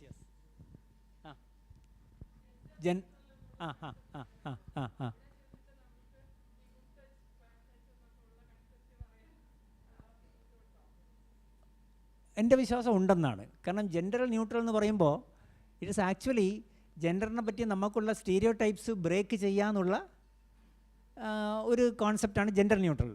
കാരണം ഈ പറഞ്ഞ പോലെ ഇപ്പോൾ സപ്പോസ് യൂസ് പണ്ടൊക്കെ നമ്മൾ സ്കൂളിൽ എന്താകണം മക്കളെ എന്ന് ഗേൾസ് സ്കൂളിൽ ചോദിക്കുമ്പോൾ ഡോക്ടർ ആകണോ എഞ്ചിനീയർ ആകണോ, അപ്പോൾ പണ്ടൊക്കെ അതൊന്നും വരില്ല. അതുപോലെ ബോയ്സ് സ്കൂളിൽ പോയിട്ട് കുക്ക് ആകണോ എന്ന് ചോദിച്ചു കഴിഞ്ഞാൽ എത്ര പേര് പറയും? മാസ്റ്റർ ഷെഫ് ആണുങ്ങൾ പലപ്പോഴും ഭയങ്കര കുക്സാണ്. ഈവൻ മെഡിക്കൽ സ്പെഷ്യാലിറ്റി പോലും ഗൈനക്കോളജിസ്റ്റ് ആകാമെന്ന് ചോദിക്കുമ്പോൾ അത് ലേഡീസ് എല്ലാം ഗൈനക്കോളജിസ്റ്റ് ആകുക. ബട്ട് എനിക്ക് തോന്നുന്നു ഏറ്റവും നല്ല ഗൈനക്കോളജിസ്റ്റ് പലപ്പോൾ ആണുങ്ങളാണ്. മോർ കമ്പാഷനേറ്റ്, മോർ സെൻസിറ്റീവ് ആയിട്ടുള്ള ഗൈനക്കോളജിസ്റ്റ് പലതും ആണുങ്ങളാണ്. അപ്പോൾ പ്രൊഫഷൻസ് അല്ലെങ്കിൽ JCB ഡ്രൈവർ എന്ന് പറയുമ്പോൾ നമ്മുടെ മനസ്സിൽ വരുന്ന ഇമേജ് എന്താണ്? JCB ഡ്രൈവർ എന്ന് പറയുമ്പോൾ മനസ്സിൽ വരുന്ന ഒരു ഭയങ്കര ഗുണ്ടുമണി മനുഷ്യൻ, മീശയൊക്കെ ഉപയോഗിച്ച് JCB ഓടിക്കുന്ന ആൾ. പക്ഷേ ഈയിടയ്ക്ക് ദിവസം ഗേൾ കോൾ ഡെലീഷ ഒരു ഫുൾ ടാങ്കർ ഡെയിലി ആലുവയിൽ നിന്ന് ഇരുമ്പനം ടെർമിനലിൽ നിന്ന് മലപ്പുറത്ത് ഏതോ ഒരു പമ്പ് വരെ ഓടിച്ചുകൊണ്ട് പോകുന്ന ഡെയിലി അങ്ങോട്ടും ഇങ്ങോട്ടും ഡെയിലി 2 ട്രിപ്പ് അടിക്കുന്ന ഒരു പെൺകുട്ടി, യങ് വെരി കോളേജ് സ്റ്റുഡൻറ്റ് പോലെ ഉണ്ട് കണ്ടു കഴിഞ്ഞാൽ. ഡെലീഷ എന്നാണ് പേര്. അപ്പോൾ she is driving this full loaded tanker. അപ്പോൾ അതിനകത്തൊരു ടെക്നിക്കൽ സ്റ്റഫും പറയും, ഒരു സാധാരണ ലോറി ഓടിക്കുന്ന പോലെ അല്ല ടാങ്കർ ഓടിക്കുന്നത്. Because the whole load keeps on shifting. Each time you brake or accelerate the entire load of liquid keep shifting. അപ്പോൾ അത് ഓടിക്കുന്ന much more difficult than driving a solid lorry എന്ന് പറയും. അപ്പോൾ അതുപോലെ yes sir, we were waiting. So അതിനിടയ്ക്ക് ഞാൻ ഒന്നിട്ട് ടൈം പാസ് വാക്കുകൾ പറഞ്ഞതേ ഉള്ളൂ. സോ അതുപോലെ so that is gender neutral business. So അപ്പോൾ അതുകൊണ്ട് ഡ്രസ്സ് കൊണ്ടൊരാളെ മോശം എന്നല്ല, ഡ്രസ്സ് കൊണ്ടൊരാളെ ഡിലീനിയേറ്റ് ചെയ്യുകയോ റെസ്ട്രിക്റ്റ് ചെയ്യുകയോ ചെയ്യാതെ you can dress as you want. You only need the confidence to carry it off. അപ്പോൾ ഒരു പെൺകുട്ടിക്ക് വളരെ കൺസർവേറ്റീവായി ഡ്രസ്സ് ചെയ്യാം, വളരെ മോഡേൺ ആയിട്ടോ അല്ലെങ്കിൽ റിവീലിംഗ് ആയി ഡ്രസ്സ് ചെയ്യാം. പക്ഷേ അതിനുള്ള കോൺഫിഡൻസ് മാത്രമേ ഉള്ളൂ. ഇനി അങ്ങനെ ഡ്രസ്സ് ചെയ്ത് കഴിഞ്ഞാൽ ആൺകുട്ടികളും ഒരു സെൽഫ് റിസ്ട്രെയിൻറ്റ്, ഒരാളെ കണ്ടിട്ട് മോശമായിട്ട് നോക്കരുത്. അതാണ് ഈ ഗുഡിൻ്റെ ഇത്. ഇപ്പോൾ എൻ്റെ ഫ്രണ്ടാണ് അവൾ, നിന്ന് അവൾ ഭയങ്കര എന്താണ് വളരെ റിവീലിംഗ് ആയിട്ട് ഡ്രസ്സ് ഇട്ട് വന്നത്. അപ്പോൾ കയറി ഇങ്ങനെ മോശമായി നോക്കിക്കളയരുത്. She's a person, not a piece of wood or whatever. അതുകൊണ്ട് അപ്പോൾ നല്ല രീതിയിൽ നോക്കുക, അഡ്മയർ ചെയ്യാം, സ്നേഹിക്കാം, ഇഷ്ടപ്പെടാം, അതൊക്കെ ചെയ്യാം. യു ലുക്ക് ഫാൻറ്റാസ്റ്റിക് എന്ന് പറയാം, നല്ല വാക്കൊക്കെ പറയാം. പക്ഷേ മോശം വാക്ക് പറയരുത്, മോശം രീതിയിൽ ടച്ച് ചെയ്യരുത്. ആ രീതിയിലാണ്. ഇപ്പോൾ പനി നോക്കണമെങ്കിൽ ഇങ്ങനെ പനി നോക്കാം. ഒരു ഫ്രണ്ടിൻ്റെ, ഒരു ആൺകുട്ടി പെൺകുട്ടി ക്ലാസ്മേറ്റിൻ്റെ പനി നോക്കണമെങ്കിൽ എന്ത് പനി, നിനക്ക് തലവേനയാണോ പനിയാണോ ഓടിപ്പോൾ ഇങ്ങനെ നോക്കാം. പക്ഷേ നോക്കി ഉൾപ്പനിയുണ്ടോ മോടെ നോക്കട്ടെ എന്ന് പറഞ്ഞ് തപ്പാൻ പോയ പ്രശ്നമായി. So touch can slide from good into bad suddenly. അപ്പോൾ അത് ആ ടെംപ്റ്റേഷൻ. പക്ഷേ ഇവിടെ പറയാനുള്ള വാക്കെന്നറിയും, വെരി ഇമ്പോർട്ടൻറ്റ് വേർഡ്. ഈ ആൺകുട്ടി അങ്ങനെ ചെയ്യണമെന്ന് ഭയങ്കര ആഗ്രഹം ഉണ്ടാവും, ചിലപ്പോൾ ചെയ്തു പോവും. ചെയ്തു പോയാലും പെൺകുട്ടിയുടെ റോൾ അവിടെയാണ് ഈ ജെൻഡർ ന്യൂട്രൽ ശരിക്കും കോൺസെപ്റ്റ് ചെയ്യുന്നത്. അപ്പോൾ അന്നേരം ഉടനെ ഞാൻ പെൺകുട്ടിയാണ്, ഇവൻ എന്നെ തൊട്ട് ഉടനെ പ്രിൻസിപ്പാളിനെ വിളിക്കും, CRPF വിളിക്കും, ബോർഡർ സെക്യൂരിറ്റി ഫോഴ്സിനെ ഇറക്കും, ആർമീനെ വിളിക്കും. അങ്ങനെ പറയാതെ നേരിട്ട് ആ ചെക്കനോട്, എടാ ഇങ്ങനെയല്ല ഒരു മനുഷ്യനെ തൊടുക, അല്ലെ ഇങ്ങനെയല്ല നോക്കുക, ഞാൻ നിൻ്റെ ഫ്രണ്ടല്ലേ, ഏതെങ്കിലും ഒരു ഫ്രണ്ടിനെ ഇങ്ങനെ നോക്കുമോ അല്ലെ ഇങ്ങനെ തൊടുവോ, മോശമല്ലാണ്ട് ചെയ്തത് എന്ന് വളരെ ഫ്രണ്ട്ലിയായി ചിരിച്ചുകൊണ്ട് പറഞ്ഞാൽ അവൻ ചമ്മി നാശമായി. Next time he won't do that to any other girl. അപ്പോൾ അങ്ങനത്തെ നല്ല സോഫ്റ്റ് കറക്ഷൻസ് വേണം. Just like what you call soft skills, soft corrections. അതൊക്കെയാണ് ജെൻഡർ ന്യൂട്രൽ മൊത്തം കോൺസെപ്റ്റ്. റെസ്ട്രിക്ഷൻസ് ഇല്ല, ഇക്വാലിറ്റി ഉണ്ട്, സോഫ്റ്റ് കറക്ഷൻസ് ഉണ്ട്, ഫ്രീഡംസ് ഉണ്ട്, everything supervised and guided to some extent by the seniors and adults. അത് gender neutral. മറ്റേത് അപ്പോൾ ഈ പഴയ ഗുഡ് ടച്ച് ബാഡ് ടച്ച് പറയുന്നതിനകത്ത് ഒരു മെഡിക്കൽ വശവും കൂടെ ഉണ്ട്. കാരണം എനി ഹ്യൂമൻ ബീയിങ് ഒരു ലെവലിനപ്പുറം നമ്മുടെ തന്നെ ഫീലിങ്സ് അറൗസ് ചെയ്ത് ഒരു ലെവലിനപ്പുറം പോയി കഴിഞ്ഞാൽ നമുക്ക് ബ്രേക്ക് ചവിട്ടാൻ വലിയ പാടാണ്.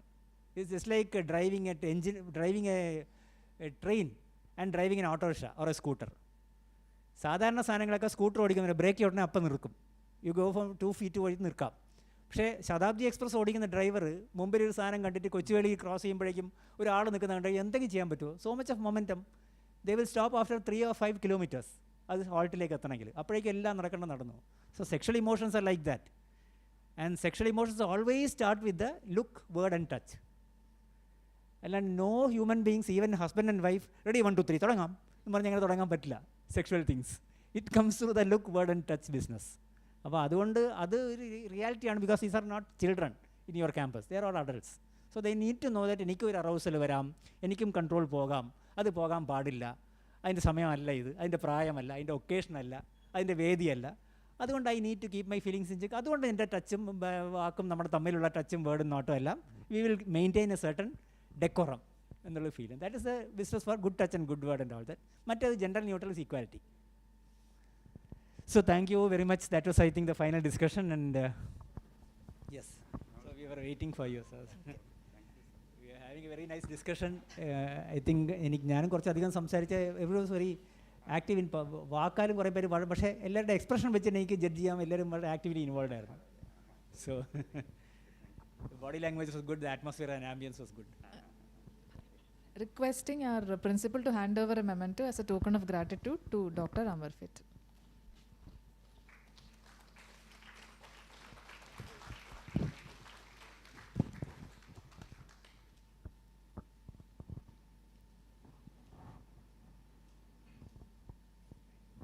Thank you, sir. Now we have Dhanya from Computer Science Department to propose the vote of thanks.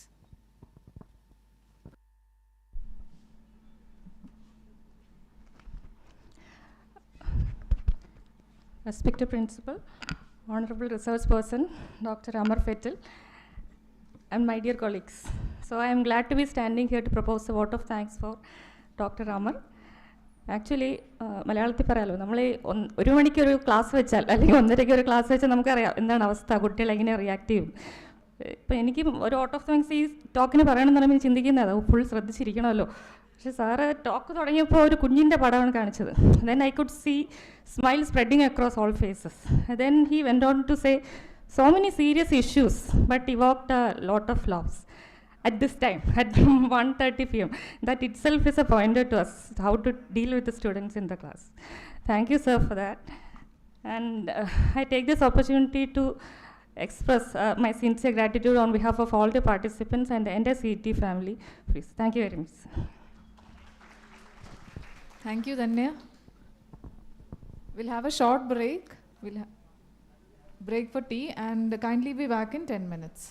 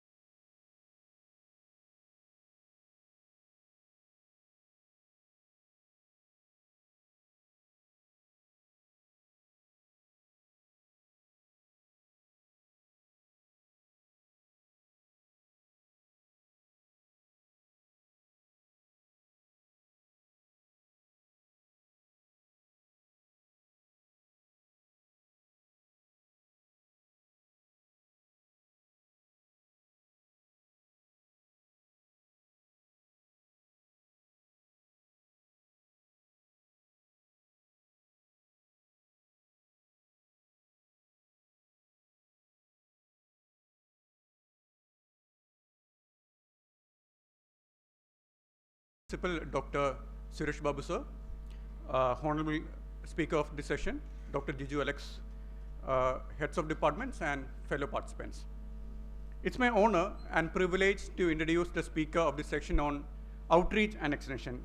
The session will be handled by Dr. Jiju P. Alex, member, Kerala State Planning Board, and professor, Kerala Agriculture University. Dr. Jiju P. Alex completed his doctoral studies from the prestigious Indian Agricultural Research Institute, New Delhi, and prior to joining the Kerala Agriculture University, he was a scientist with Indian Council of Agricultural Research.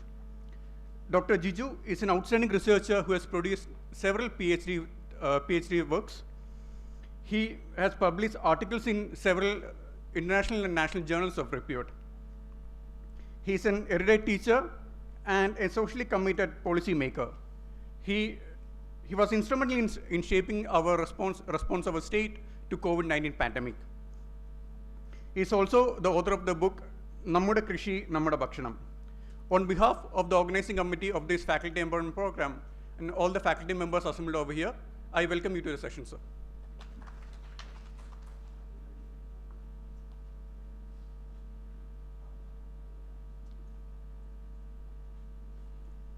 Dear colleagues, നമ്മൾ ഇത് ഇൻസ്റ്റിറ്റ്യൂഷൻ്റെ ഒരു prestigious പ്രോഗ്രാമായിട്ടാണ് നടത്തുന്നത്.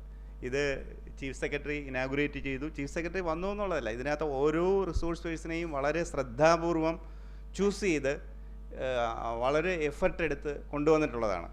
അപ്പോൾ ഇപ്പോൾ തന്നെ വന്നിരിക്കുന്ന planning board മെമ്പറും, അതായത് എല്ലാം ഓരോരുത്തരിൽ നിന്നും കിട്ടുന്ന ഇൻഫർമേഷൻ, ആ ഇൻപുട്സ് വളരെ വാല്യുബിളാണ്.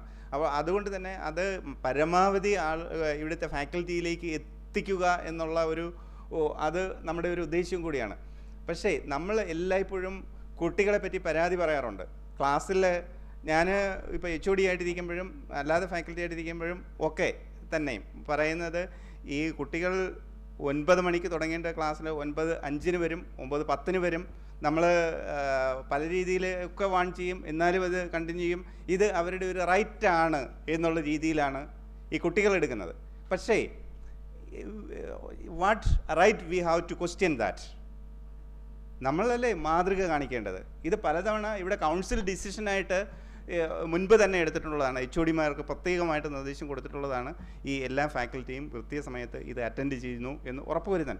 ഇന്ന് ഉച്ചയ്ക്ക് ഞാൻ പുറത്തുനിന്ന് അവിടെ നിന്നവരെ ഒക്കെ പറഞ്ഞ് കയറ്റേണ്ടി വന്നു. ഇവിടെ പ്രോഗ്രാം നടക്കുകയാണ്, നിങ്ങളിവിടെ നിൽക്കുകയാണോ. ഇപ്പോൾ ഈ സെഷൻ നടക്കുമ്പോഴും അതേ കാര്യം തന്നെ റിപ്പീറ്റ് ചെയ്തു. ഉച്ചയ്ക്ക് ഉണ്ടായിരുന്നവർ തന്നെ വീണ്ടും അവിടെ തന്നെ ഉണ്ടായിരിക്കുന്നതാണ് ഞാൻ കണ്ടിരിക്കുന്നത്. ഇത് വളരെ CETയെ സംബന്ധിച്ച് ഇത് വളരെ മോശമായിട്ടുള്ള ഒരു സംഗതിയാണ്. ഇവിടെ 90 പേര് 102 പേര് രജിസ്റ്റർ ചെയ്തതാണ്. ഇപ്പോൾ എനിക്ക് തോന്നുന്നത് ഇവിടെ ഒരു 50-60 പേരെ ഇവിടെ പ്രസൻ്റ് ആയിട്ടുള്ളൂ എന്നാണ് എനിക്ക് തോന്നുന്നത്. പക്ഷേ ഇതിന് വേണ്ടി എടുത്തിട്ടുള്ള എഫർട്ട്, ഗവൺമെൻറ് ഇതിനു വേണ്ടി സ്പെൻഡ് ചെയ്യുന്ന മണി, പിന്നെ ഇതിലൂടെ എന്താണോ ഈ ഇൻസ്റ്റിറ്റ്യൂഷൻ ഗവൺമെൻറ് എയിം ചെയ്യുന്നത്, പക്ഷേ അത് നിങ്ങളുടെ ഓരോരുത്തരുടെയും സഹകരണമില്ലാതെ നമുക്ക് എങ്ങനെ അച്ചീവ് ചെയ്യാൻ പറ്റും? ഇതിൻ്റെ സക്സസ് എന്ന് പറയുന്നത് ഇതിൻ്റെ പാർട്ടിസിപ്പേഷനാണ്. ഒന്ന് റിസോഴ്സ് പേഴ്സൺ, അത് നമ്മൾ റൈറ്റ് വേയിൽ ചൂസ് ചെയ്തിട്ടുണ്ടെന്നാണ് ഞാൻ കരുതുന്നത്. അത് നിങ്ങൾക്ക് തന്നെ ജഡ്ജ് ചെയ്യാം. അതിൽ എന്തെങ്കിലും പോരായ്മകളുണ്ടെങ്കിൽ ജഡ്ജ് ചെയ്യാം. നമുക്ക് വീണ്ടും ഇത്തരം പ്രോഗ്രാം നടത്താം. പിന്നെ ഇത് തീർച്ചയായിട്ടും നമ്മൾ ഫീഡ്ബാക്ക് എടുക്കും. പക്ഷേ ഇത് അറ്റൻഡ് ചെയ്യാതെ നമുക്ക് എന്തെങ്കിലും റൈറ്റ് ഉണ്ടോ ഇതിനെപ്പറ്റി പറയാനായിട്ട്? അതുകൊണ്ട് തന്നെ എനിക്ക് ഇനിയും ഉള്ള ഒരു റിക്വസ്റ്റ്, ഇനിയും നമ്മൾ പകുതിയെ എത്തിയിട്ടുള്ളൂ. അതായത് 4-day പ്രോഗ്രാമാണ്, 2 ദിവസമായിട്ടുള്ളൂ. ഇനിയും 2 ദിവസം മുന്നോട്ടുണ്ട്. അപ്പോൾ നിങ്ങൾ ഇവിടെ നമ്മൾ എല്ലായ്പ്പോഴും സംഭവിക്കുന്നത്, നമ്മൾ ക്ലാസ്സിൽ പോയി ഇത് പറയുമ്പോഴും നമുക്ക് പറയാൻ പറ്റുന്നത് എന്താണ്, ആ ക്ലാസ്സിൽ വരുന്ന, അതായത് കൃത്യമായിട്ട് വരികയും ഈ കാര്യങ്ങൾ കൃത്യമായിട്ട് ചെയ്യുന്നവരോട് മാത്രമേ ഇത് പറയാൻ നമുക്ക് നിർവാഹമുള്ളൂ. നമ്മൾ PTA ജനറൽ ബോഡി വിളിക്കുമ്പോൾ നമ്മൾ പറയും അവിടെ ആബ്സെൻറ്റ്, പക്ഷേ വരുന്നവരെന്ത് ചെയ്യാൻ പറ്റും? പക്ഷേ അതുകൊണ്ട് തന്നെ നിങ്ങൾ കൃത്യമായിട്ട് ഇരിക്കുന്നു എന്നുള്ളത് ദാറ്റ് ഈസ് ഗ്രേറ്റ് തിങ്. പക്ഷേ നിങ്ങൾ ഈ മെസ്സേജ് നിങ്ങളുടെ കൊളീഗ്സിലേക്ക് എത്തിക്കണം. ഞാനിന്ന് 3 മണിക്ക് ഒരു കൗൺസിൽ മീറ്റിംഗ് വിളിച്ചു. ഇത്രയും തിരക്ക്, ഈ ആഴ്ച കൗൺസിൽ മീറ്റിംഗ് വേണ്ട എന്നാണ് തീരുമാനിച്ചിരുന്നത്. 3 മണിക്ക് കൗൺസിൽ മീറ്റിംഗ് വിളിച്ചത് ഒറ്റ ഒരു അജണ്ടയാണ്. അത് ഈ പ്രോഗ്രാമിൻ്റെ ഫാക്കൽറ്റി കൃത്യമായിട്ട് എത്തുന്നു എന്നുള്ളത് ഉറപ്പാക്കേണ്ടത്. ഇത് മുൻപ് പഴയ കൗൺസിലിലെ HOD-മാർക്ക് നിർദ്ദേശം കൊടുത്തിട്ടുള്ളതാണ്. ഇന്നും വിളിച്ചതും ഇത് തന്നെയാണ്. അത് HOD-മാരെ വഴി എനിക്ക് ഫാക്കൽറ്റിയുമായിട്ട് നോ ഡയറക്റ്റ് ലിങ്ക്. അതുകൊണ്ട് തന്നെ ഈ പ്രോഗ്രാമിൽ എല്ലാവരും കൃത്യസമയത്ത് കൃത്യമായിട്ട് അറ്റൻഡ് ചെയ്യുന്നു. അത് മാത്രം, ആ ഒരു അജണ്ട മാത്രം വെച്ചാണ് 5 മിനിറ്റ് കൊണ്ട് കൗൺസിൽ കഴിഞ്ഞു. അപ്പോൾ ഇതിൻ്റെ ഒരു സീരിയസ്നെസ് ഉൾക്കൊണ്ടുകൊണ്ട് എല്ലാവരും സഹകരിക്കും. ഇത് എനിക്ക് പേഴ്സണലിയോ അല്ലെങ്കിൽ അങ്ങനെയൊന്നുമില്ല, ഈ ഇൻസ്റ്റിറ്റ്യൂഷന് വേണ്ടിയാണ്, ഈ ഗവൺമെൻറ്റിന് വേണ്ടിയാണ്, സൊസൈറ്റിക്ക് വേണ്ടിയാണ്. ഈ പ്രോഗ്രാമിൻ്റെ അൾട്ടിമേറ്റ്ലി ഇത് benefits goes to the society. അപ്പോൾ അത് മനസ്സിലാക്കി എല്ലാവരും സഹകരിക്കണം എന്നാണ് എനിക്കുള്ള ഒരു request. Thank U.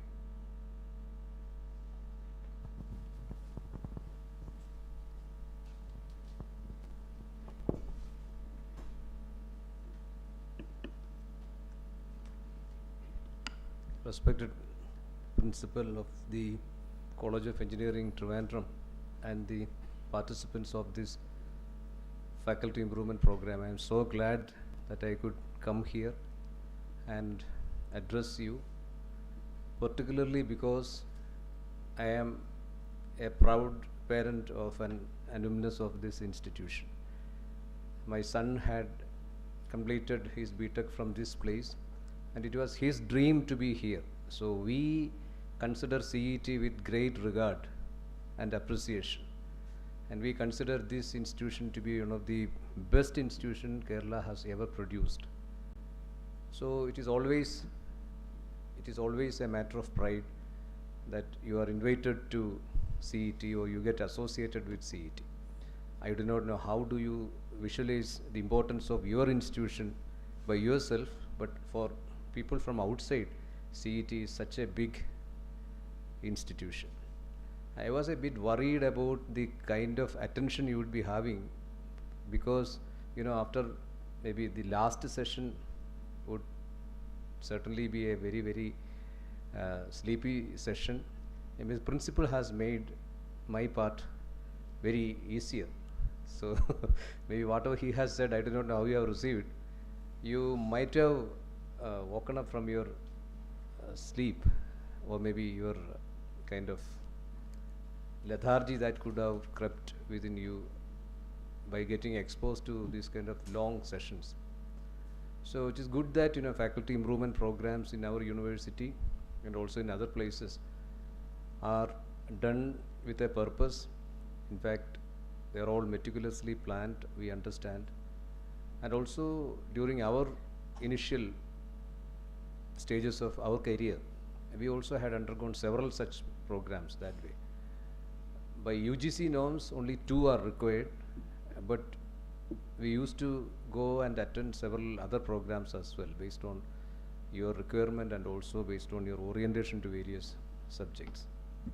So in fact, I do not know whether the subject which I am going to deal with is going to be of interest to you, because I am a person who has been trained in agricultural sciences, and in the planning board I am dealing with an entirely different domain, that is decentralized planning by the local governments, and dealing with rural development, and also incidentally higher education. So that qualifies me to be here again. Your plan proposals come to me basically. The money that you get in every plan every year is usually scrutinized by my team and myself. So last time, with this great fondness which I have towards CET, I made it a point that CET got the maximum share from the plan funds. So that way I think I am much closer to this institution. So I think this is possible.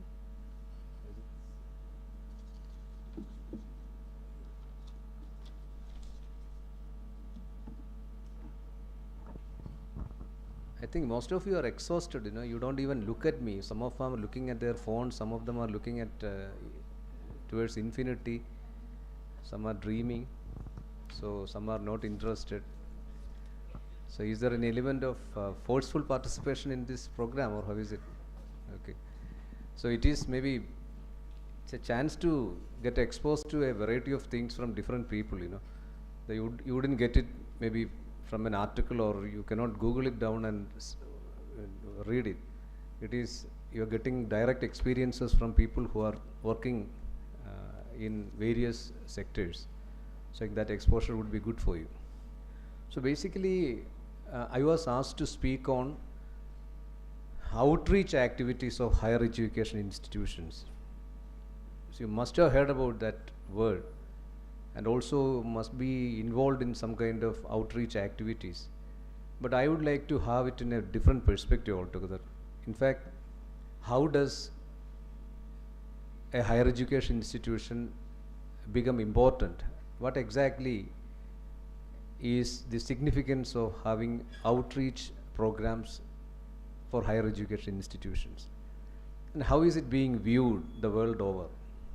And what exactly is expected out of such educational institutions, and what kind of service does the society anticipate? And in what way is this going to be of importance to you in improving the standards of your teaching, standards of your research, etc.? In fact, we would like to have a future perspective of the outreach programs of higher education institution. I am trying to place this in the context of various issues that we currently face as a people, as a society, as a state, etc. And it is out of the conviction that education is always contextual, particularly engineering and technology. And there is vast literature which is being built on issues related to science and technology interface, technology and society interface, science, policy, society interface, etc. They are all emerging fields of specialization in several world-renowned universities. So this is exactly a very, they would say this is a very important aspect of science. And how does science become instrumental in shaping the society? What kind of transformation does science and technology bring to the society, and how do you engineer that basically? So how do you go and try to find out various relationships that exist in the society, and how do you intervene as an institution of eminence, as an institution of science and technology? So this is very important. I think that kind of a perspective is very much important for people who are teaching technology and science.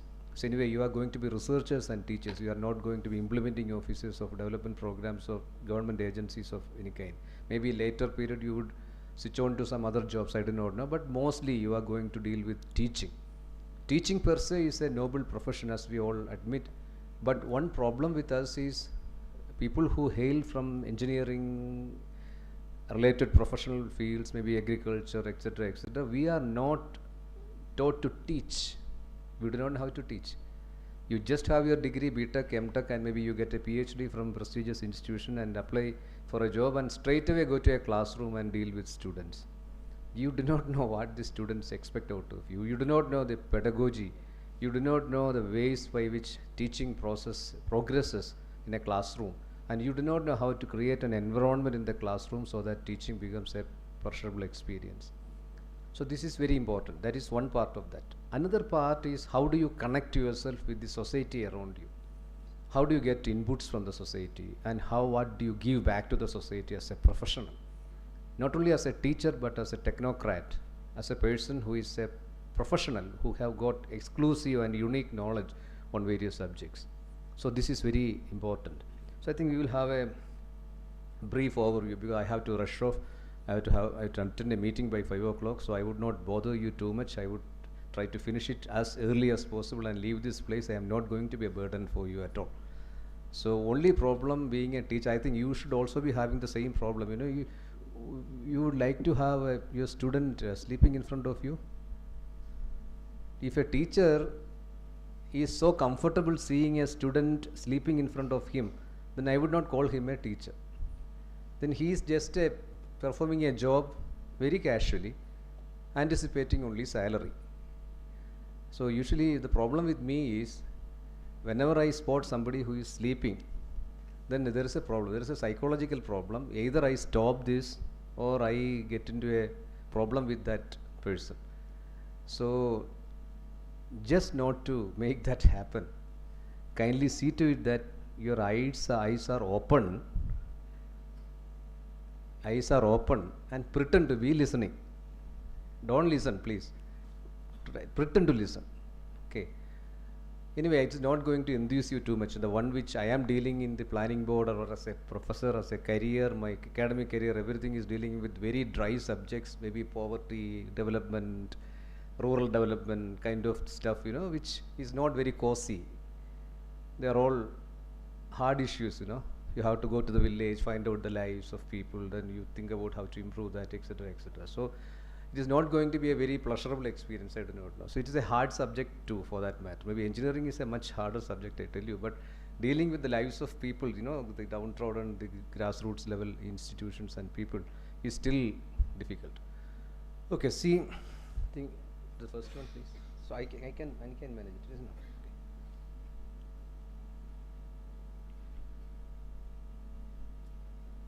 It takes time.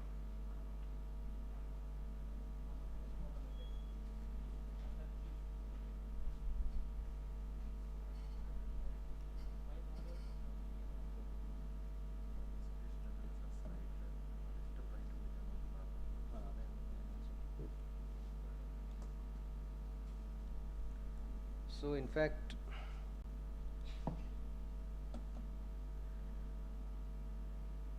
see, in modern societies, particularly we would say knowledge societies, and you might have read from newspapers that the 14th five-year plan envisages transforming Kerala into a knowledge society. You must be knowing what a knowledge society is. So in knowledge societies, basically institutions of higher education and research are considered to be the key resources in the process of transforming a society into a knowledge society. So our tasks are not that mean. In fact, we are the ones who are responsible for transforming a society into a knowledge society.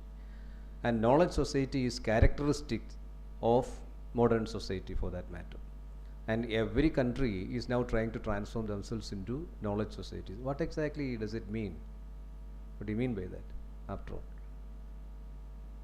As far as I understand, knowledge society should be having knowledge as the most important instrument for change. Or knowledge should become the basis of every human action. That too, objective knowledge, scientific knowledge. You should not be guided by other sentiments, other maybe thoughts which are unscientific. Knowledge becomes a commodity which can be used by everybody. Everyone in the society, every citizen in the society, man or woman, poor or rich, should be having access to knowledge.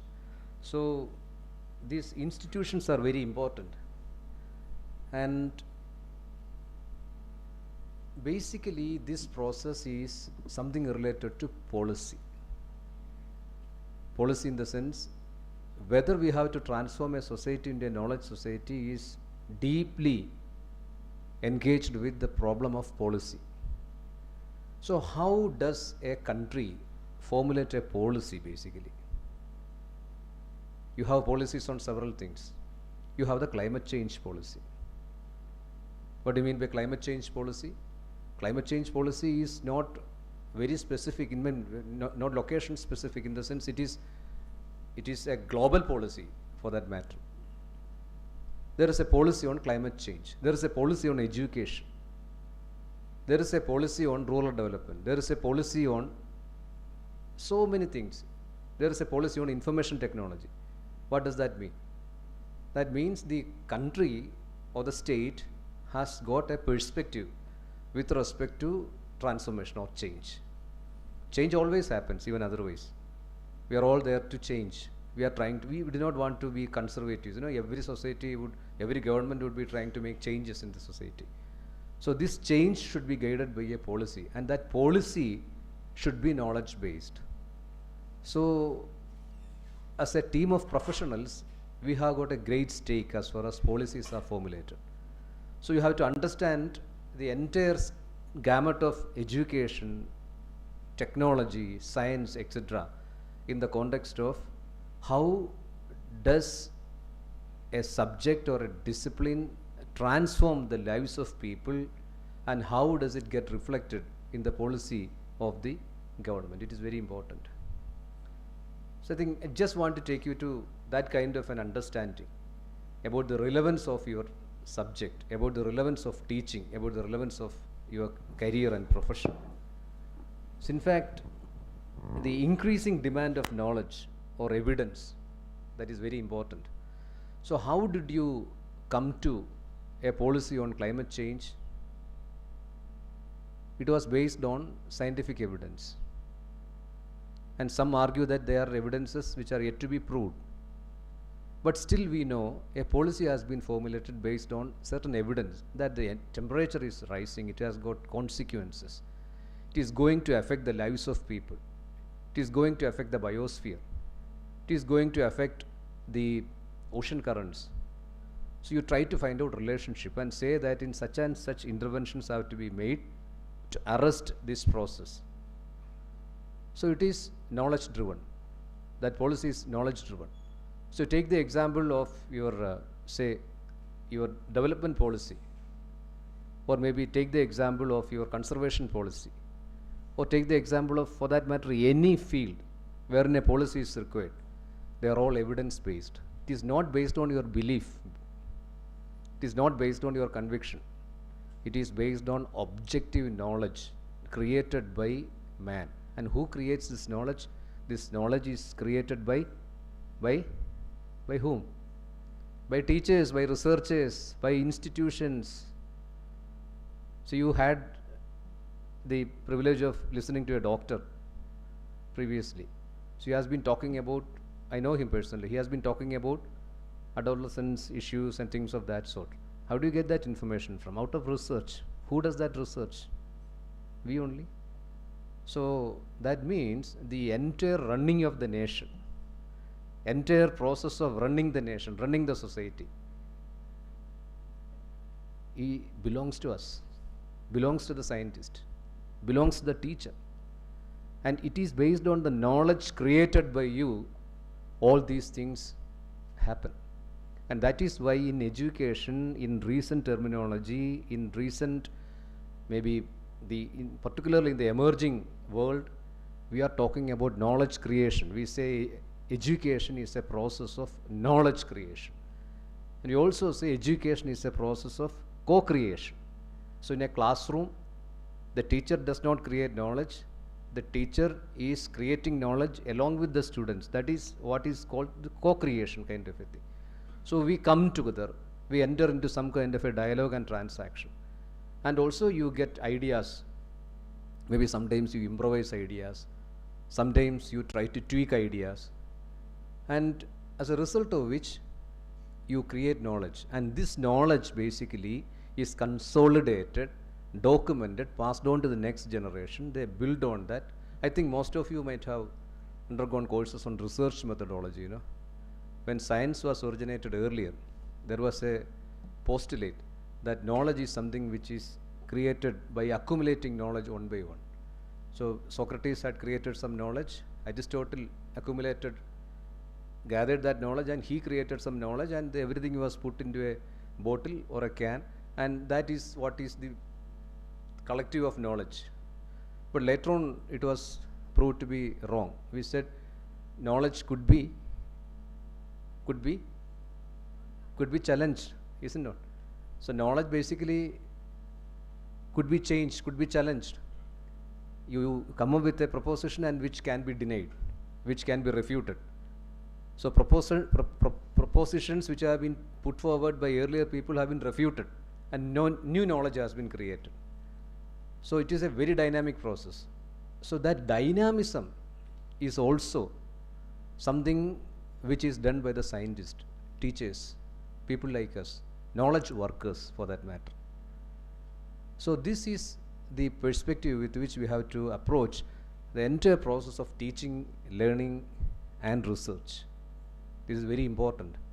And with this perspective, when you look at education and society and the whole process in which you are involved, you would get new insights as to what to do, how to improvise, how to reach excellence, how to attain that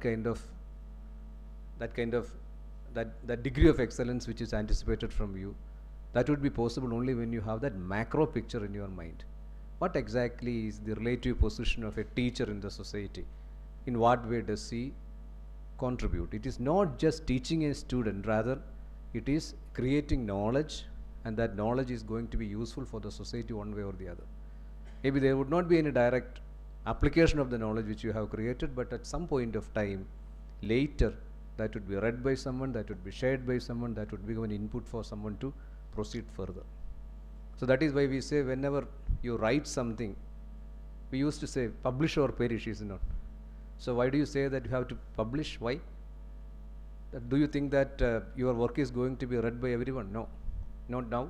Maybe 10 months from now nobody is going to read it. Years from now nobody would be reading it. But at some point of time, someday, at some corner of the world, somebody would read it and somebody would get inputs out of that.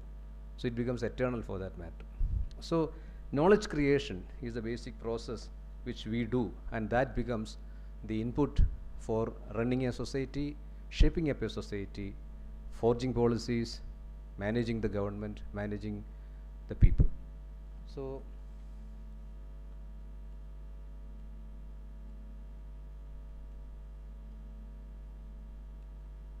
now we just have a comparison of what is happening in this process. So what is the investment in research, development and education in various countries? What is the correlation between research development and overall economic development? You can just see the graph and you can find that there is one country which has hugely invested in R&D, and that is Israel. So it is given as a percentage of the total GDP, and it is 4.94% of the total GDP. The GDP itself would be a huge number. So this is the kind of investment that countries make in research and development. And India barely makes 0.6, it does not even come to 1%. We spend only 0.65% of our total GDP in research and development. There is absolutely no doubt why India has been going backward in major frontiers of science and technology. It is directly proportional to the kind of investment that the governments make from time to time. So this is very important. Economic development can be directly attributed to your investment in research and development. So this is again a major policy issue which has to be dealt with the government. See, if it does not happen properly, then there is every likelihood that a society would go backward. You do not create knowledge at all in your society. Your country does not create knowledge at all. Maybe engineers do know. See, we had not been able to have fundamental research in electronics and all that. In product design also we were much backwards. So it was done by other countries, and when the information technology boom came up, the hardware part was mostly addressed by other countries which had the wherewithal and the infrastructure to do that. So by the time we decided to step into that domain of research, it was too late. So it has got a bearing on overall development of the country. So this is very important. So research and development is vital as far as a country is concerned. Research and development is vital for addressing many of the issues, most of the issues. Let it be medicine, agriculture, maybe your road construction, maybe any other sector which is related to humankind. Science and technology is much important, and investment also is important. So basically, I have taken only 10 slides. I just wanted to go through this briefly and just orient you to the concept which I wanted to communicate. See, this higher education has got specific contribution, or makes specific contribution to the society. It is nothing but a translation of the slide which we have seen. That is the graph which you have seen. That is the economic benefits of the society as a result of high investment in higher education includes basically better or faster economic growth, greater innovation and labor market flexibility in the modern parlance. What do you mean by labor market flexibility? What is labor market flexibility? What are you doing basically in the classroom? You are shaping up young souls, with capability, with competencies, with skills. So where do they go? They go to the labor market. So the range of competencies owned by the labor market is very important. And this labor market is very vital to any economy, and one of the best beneficiaries we have ever seen is Kerala. Why? Because 33% of our total income is from remittance. Remittance means people who have gone abroad. So why you have been able to go abroad?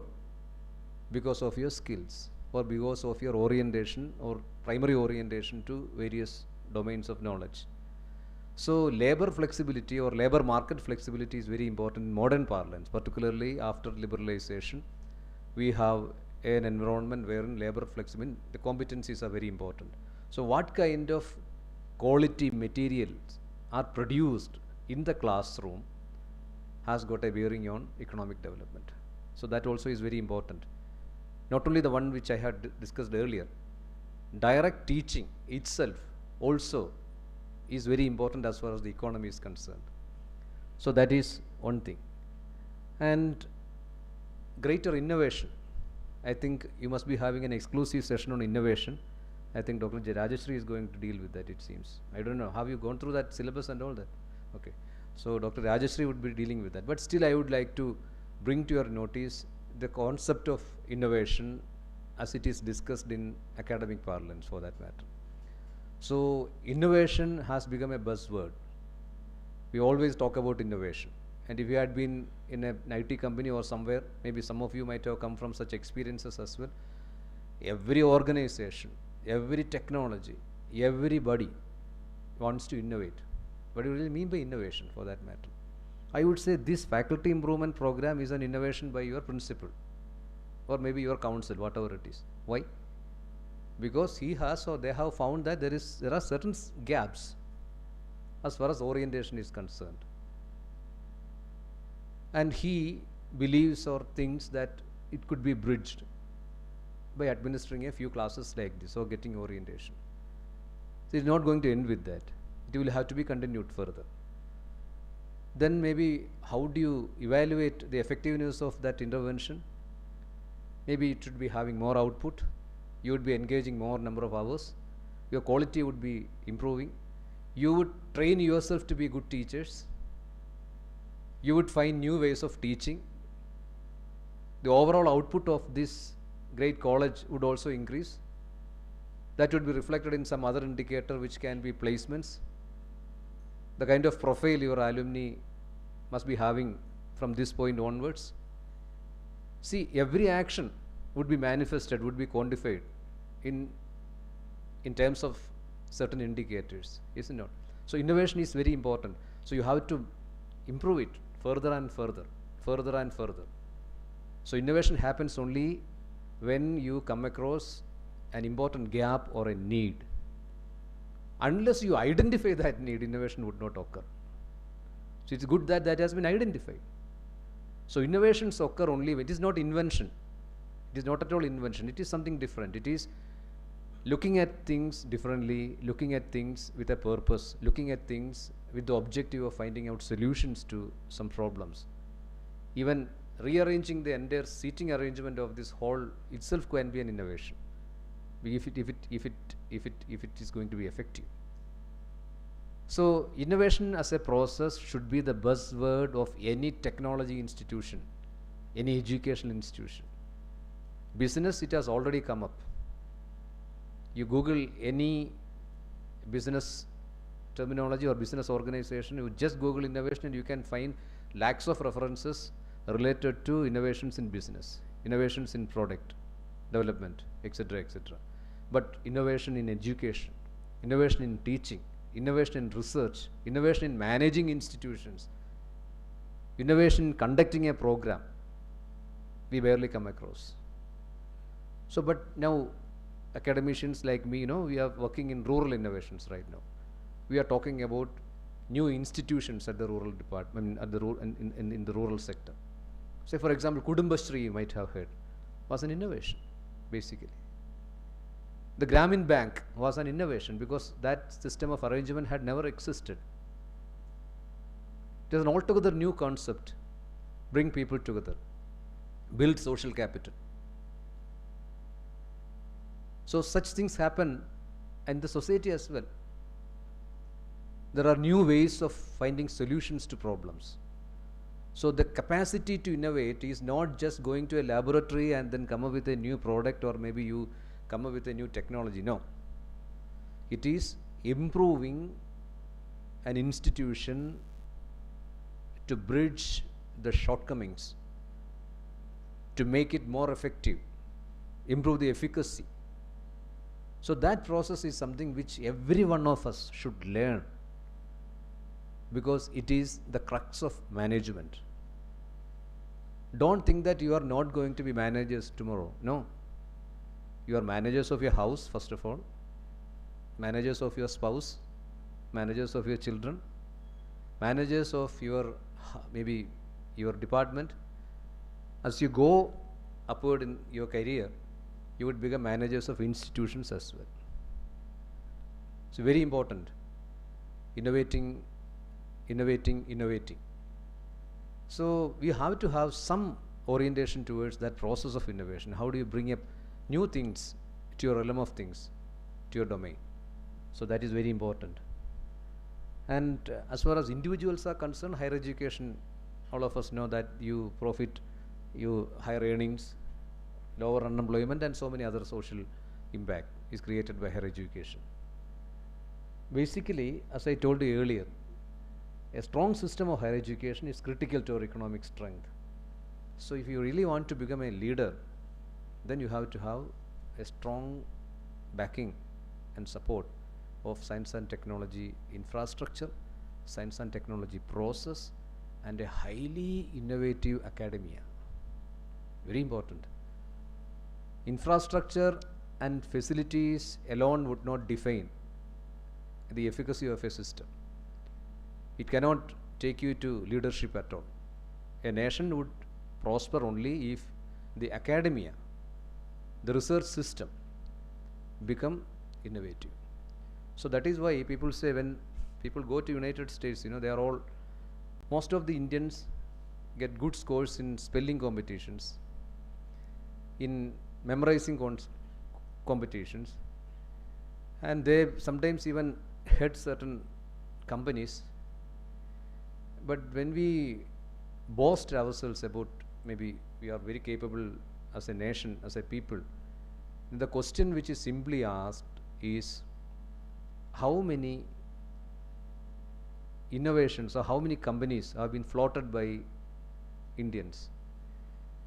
How many new systems have been innovated by? Everybody is now occupied with Facebook. Even during this training program, I can see people using WhatsApp, Facebook, etc., etc. So your life has been taken away, carried over by the founder of Facebook.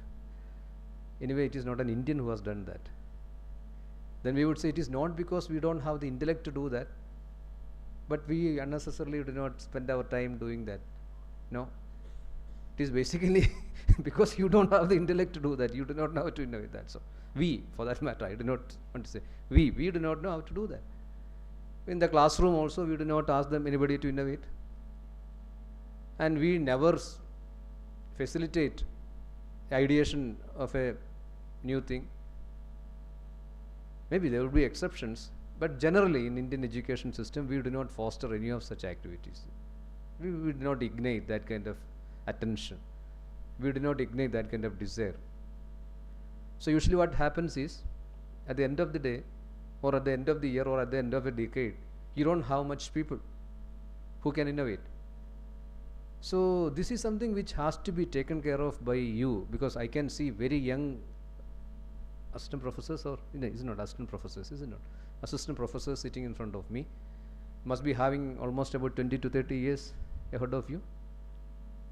maybe don't worry, that would be almost able, because yesterday was we had instituted 3 commissions on higher education, and all the 3 commissions have submitted their reports, and they have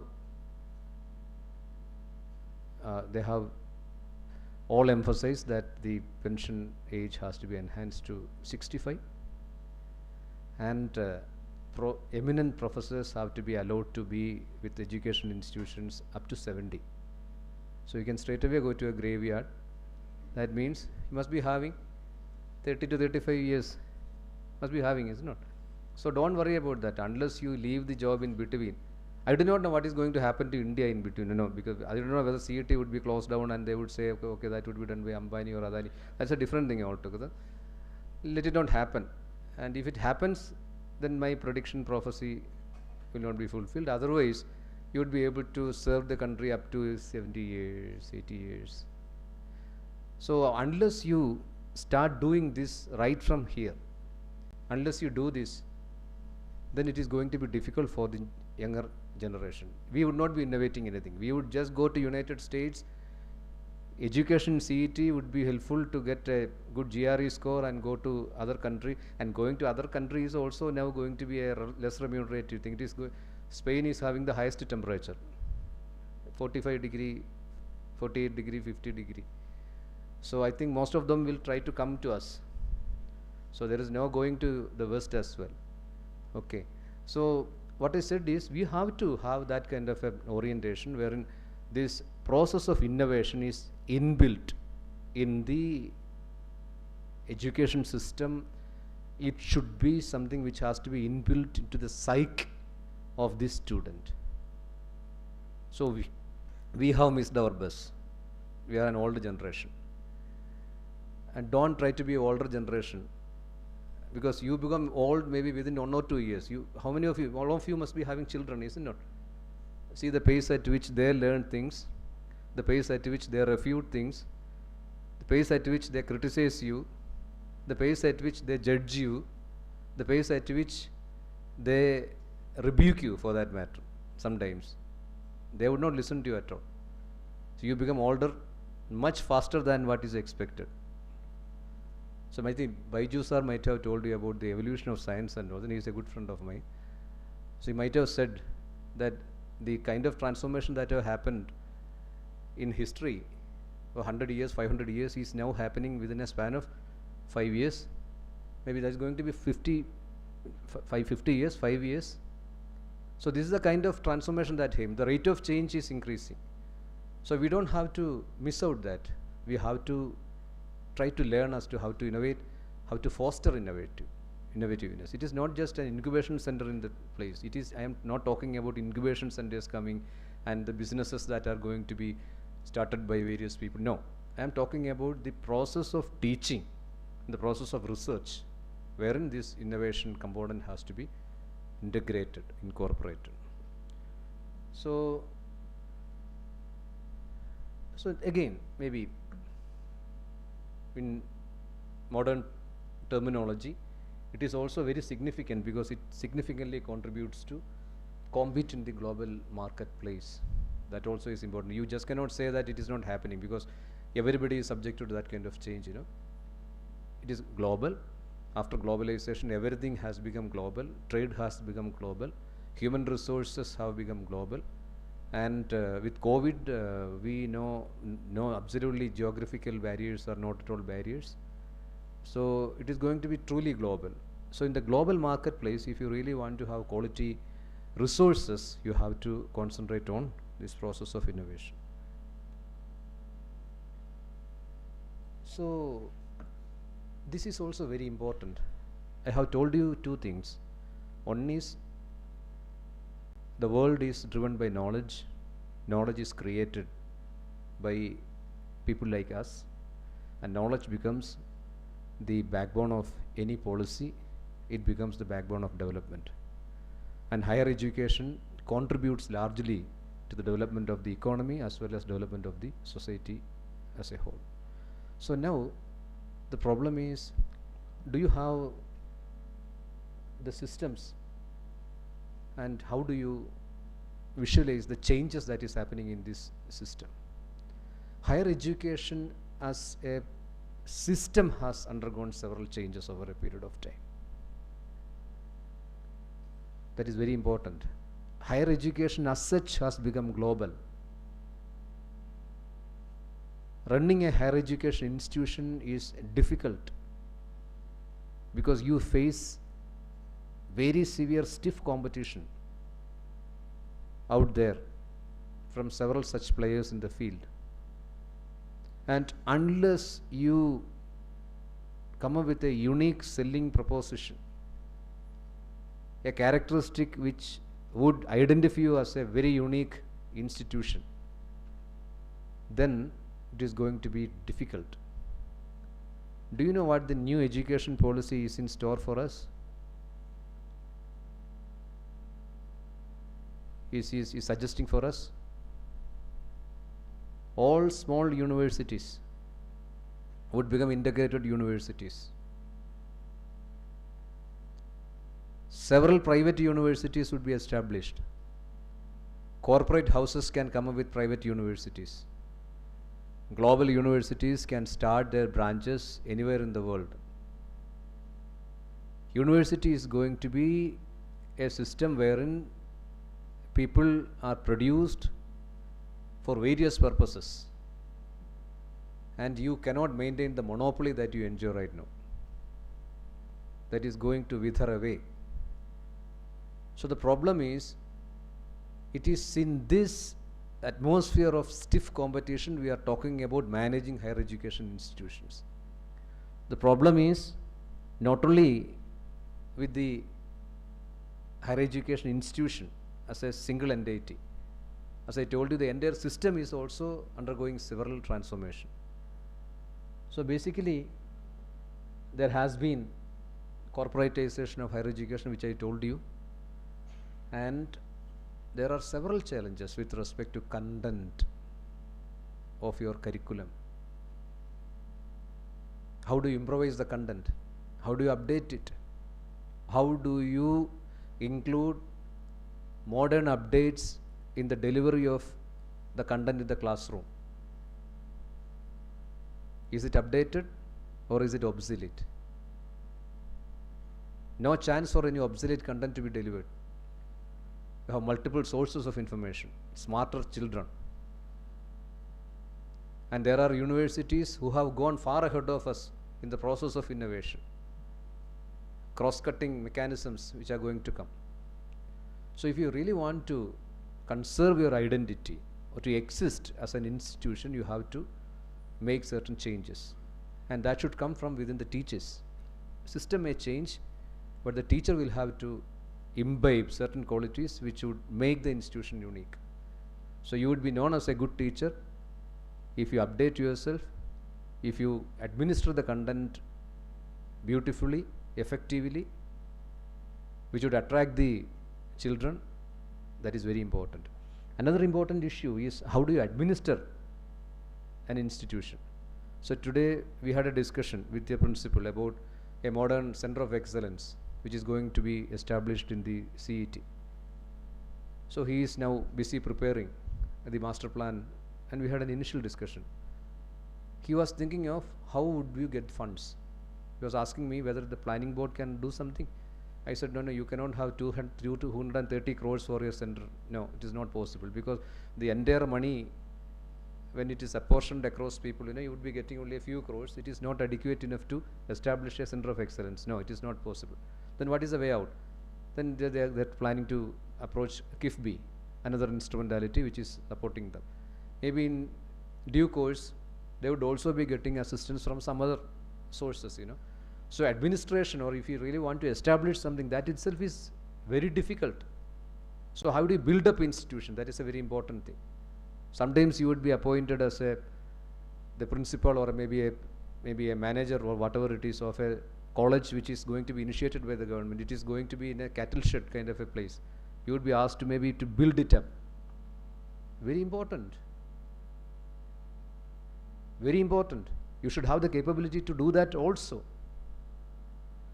And you have got wonderful stories about Abdul Kalam building up so and so Vikram Sarabhai building up so and so. But right from the scratch, you build up an institution and then make it an excellent institution by giving as much as possible from your side.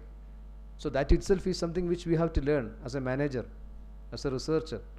How do you set up a laboratory facility in the college, after all? How do you bring projects? How do you build facilities? How do you connect with people? How do you establish linkages with various other organizations? How do you become known in the academic circle as an important personality? Or who is the only source of information? As an expert, how do you get represented in the government bodies as an expert, committee member of something? These are all possibilities which are in front of you. These are all possibilities which are in front of you. So, knowing much about administration, knowing much about management of institution, that also is very important. It is becoming difficult nowadays. So, this is one feature of the emerging environment of higher education in the country. I told you about finance, employability, core competencies. Core competencies are very important. What do you mean by that? Core competency. See, our university started thinking about, we are a traditional university which is absolutely involved in outreach activities. I was the director of extension before I joined the planning board in the university. Extension, we have got a separate directorate, we have got exclusive functions, and a teacher in agricultural university has got 3 mandatory functions. He has to be necessarily a researcher, he has to be a teacher, and he has to be an extension scientist. So you could be posted in a Krishi Vigyan Kendra where you would be doing only extension. You would be posted in a college where you would be doing research and teaching. And you would be posted in a research station of the university wherein you would be doing only research. So in a span of 30 years or so in your career, you will have to perform all these duties in various combinations. So we were talking to the farmers. Extension is nothing but we generate technologies of different kind, and then we train the farmers, we transfer this technology to the farmers, not for any cost, no profit, because it's a public institution, we have to do it free of cost. We are paid for that purpose. And I think that is one of the universities which has created as many products as possible. Maybe any small improvisation is a technology as far as we are concerned. How do you graph something, or how do you do something, what is the kind of fertilizer application, everything is a technology. And we call it technology transfer. We have got definite channels of technology transfer in the university. So then came the process of, say, entrepreneurship. So entrepreneurship is something which is scaled up. It is not a laboratory experiment. When you give support to entrepreneurs, you have to have a scaled up technology. So we know how to make processed food from jack, which is very important, as far as Kerala is concerned. So in the laboratory, we know how to do this. But an entrepreneur comes from Gulf. He says, I have got 100 crores rupees with me. I want to establish a plant which can process jackfruit. I would get jackfruit from the entire state. I would get it from Tamil Nadu also. So we would like to have maybe 5 tons or maybe 10 tons every day. Can you process it? Blim. Scientists cannot say anything at all. Why? He was never exposed to that kind of a scaled up technology. He does not know how to engineer a plant. He does not know the volumes. He cannot say anything about the proportions. He cannot give any counseling or advisory to this person who has come to establish an enterprise. So fails. See, a technology institution fails miserably. We have been looking at things only at small scales. But now this is a world of very large scale interventions that would be coming up. So there are several examples. I don't have much time. I was with the Indian Council of Agriculture Research, the Central Institute of Fisheries Technology, Orissa. They have developed several methods of breeding fish. Again, one guy came up and said, he wanted to have a very big mechanism for large scale production of fish fingerlings. So they said, we don't have this. They reported it back to the government. The ICR director general called up this director and asked, see, why did you turn that person away? Then they said, we don't have the technology. There was a big uproar over that. So many meetings. How do you scale this up? How do you orient? So orientation is required for the scientist, you know. They should go see industry and find out what kind of technology support can be given to the industry. So these are all new learnings. These are all new learnings which will have to get every moment. The world is changing. The academicians or the institutions of higher education should also change in response to the requirement out there. So when you change, then it leads to innovation kind of thing. So this is a vicious circle, you know. If you keep on innovating in response to various changes that you see out in the world, then your institution would develop. As a professional, you would also be developing. Try to see things from that focus. Try to see things from that perspective tomorrow onwards, and you would find infinite opportunities in front of you for research, for teaching, for anything which you are involved in. So now, this is something which I have been trying to tell you.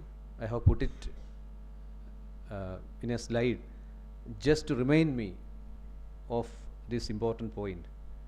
See, it should serve as a wellspring of innovation and creativity. Innovation and creativity would not come as a natural thing.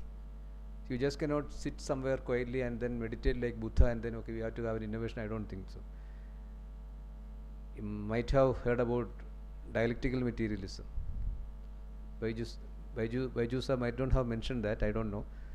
See, your thoughts are created by the physical world. If somebody has taught you that your thoughts are created by your mind, then that is absolutely wrong.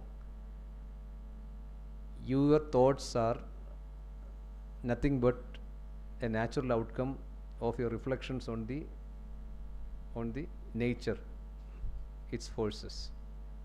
Is it not? So that is why our epics do not have atom bomb and other things, you know, as weapons.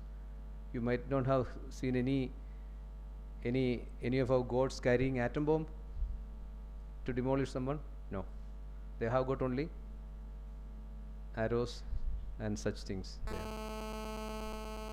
And don't sue me for any, I mean, statements have to be made very carefully in India right now. So don't quote or misquote me that he has come there and then talked about our scriptures and did not have atom bombs, etc. No, I just wanted to tell you, see, they are all reflections of what has actually existed earlier.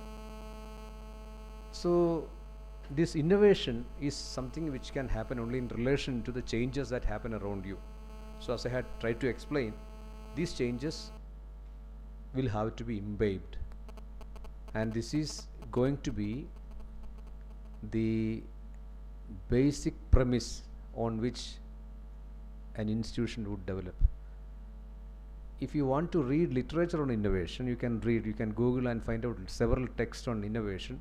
There are two terminologies which are very important, which I have not mentioned here, that is tacit knowledge and explicit knowledge.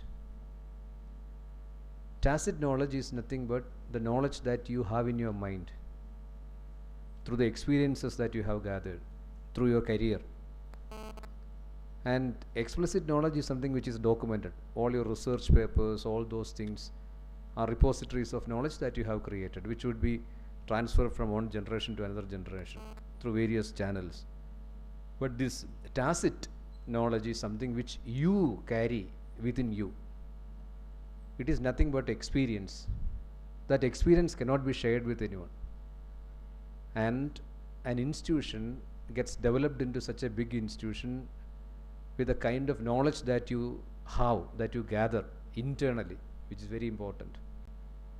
External knowledge can be transferred, but internal knowledge you can share only by keeping your people close to you. That is very important. So there has to be some measures to reward innovation and creativity in higher education. You can think of means by which your institution can foster this kind of creative thinking and innovation. And you have to have an environment within the institution. As an institution manager, as a builder, as a visionary, you should know how do you create a congenial situation in your institution to foster this kind of free thinking, creativity and innovation. That is very important. It is quite, you would say it is, sometimes it would appear that it is going to be quite impossible, but it is possible. If you earnestly try, the tomorrows in which you are going to be the masters of the entire process of education and teaching in this college, you would be able to create that kind of an environment. I am sure you would be able to, provided you get the right orientation at this point of time, the early part of your career. I was fortunate to have, maybe, I do not know whether you don't have a pre-induction, post-induction kind of training? No. Now, I had the opportunity to undergo serious training after I was selected in the Indian Council of Agriculture Research. 6 months training at the National Academy of Agriculture Research Management, Hyderabad. All young scientists come together. You would be getting salary, beautiful classes, 6 months, mostly in scientific writing, then managing institutions, personality development, maybe creativity. It is a heady mix of beautiful things, 6 months. And you would be sent to the field. You will have to go as a team. You have to find out a solution. You have to spot a problem, which is very important in a village. Maybe I was given a chance to go to the West Bengal, and along with your with your fellow scientists, you have to be in a village. See, this team of scientists are not social scientists alone. They are all scientists from biotechnology, from various disciplines, and they all form a team and go and find out solutions. See, what happens is the transaction, the level of transaction that take place in that process is enormous. A scientist belonging to one domain would spell out his perspectives about something. The other person sometimes would subscribe to that, sometimes he would criticize that. So there is lot of give and take which happens intellectually. And what happens is a new synthesis happens as far as solutions are concerned. You can view things from multiple angles. You can see different dimensions of a problem. And that is nothing but multidisciplinarity. And this multidisciplinarity is something which has to be fostered in an institution. Many cases it does not happen. So you have to know, you should know how to work in a team. Maybe, see, in our training we had team building exercises and all that. They are all motivational exercises, but out in the field, there also you'll have to go as a team, an interdisciplinary team. Say, think of an example wherein your institution is given an assignment by the government to go and find out the reasons for landslides or waste management, or how do you design your cities. There are different aspects, different dimensions to that problem. Can you think of formulating a team of engineers who have expertise in different disciplines so that they can form a team, go together, approach an issue from different angles, put up your thoughts, come back to your room, sit together, explain and criticize and come to inferences, and then come out with a beautiful document or a solution to that problem? That is one good exercise you can try out.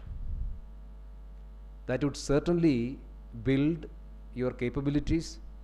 That would certainly build a sense of cooperation. That would certainly build your conviction about the need to be multidisciplinary in your approach. The problems out in the world, they are not problems of an electronics engineer alone. They are not problems of a civil engineer alone. They are not problems of a mechanical engineer alone. There are problems wherein several experts will have to come and act together. If I had time, I would have given you hundreds of examples wherein multidisciplinarity is very important as far as research is concerned.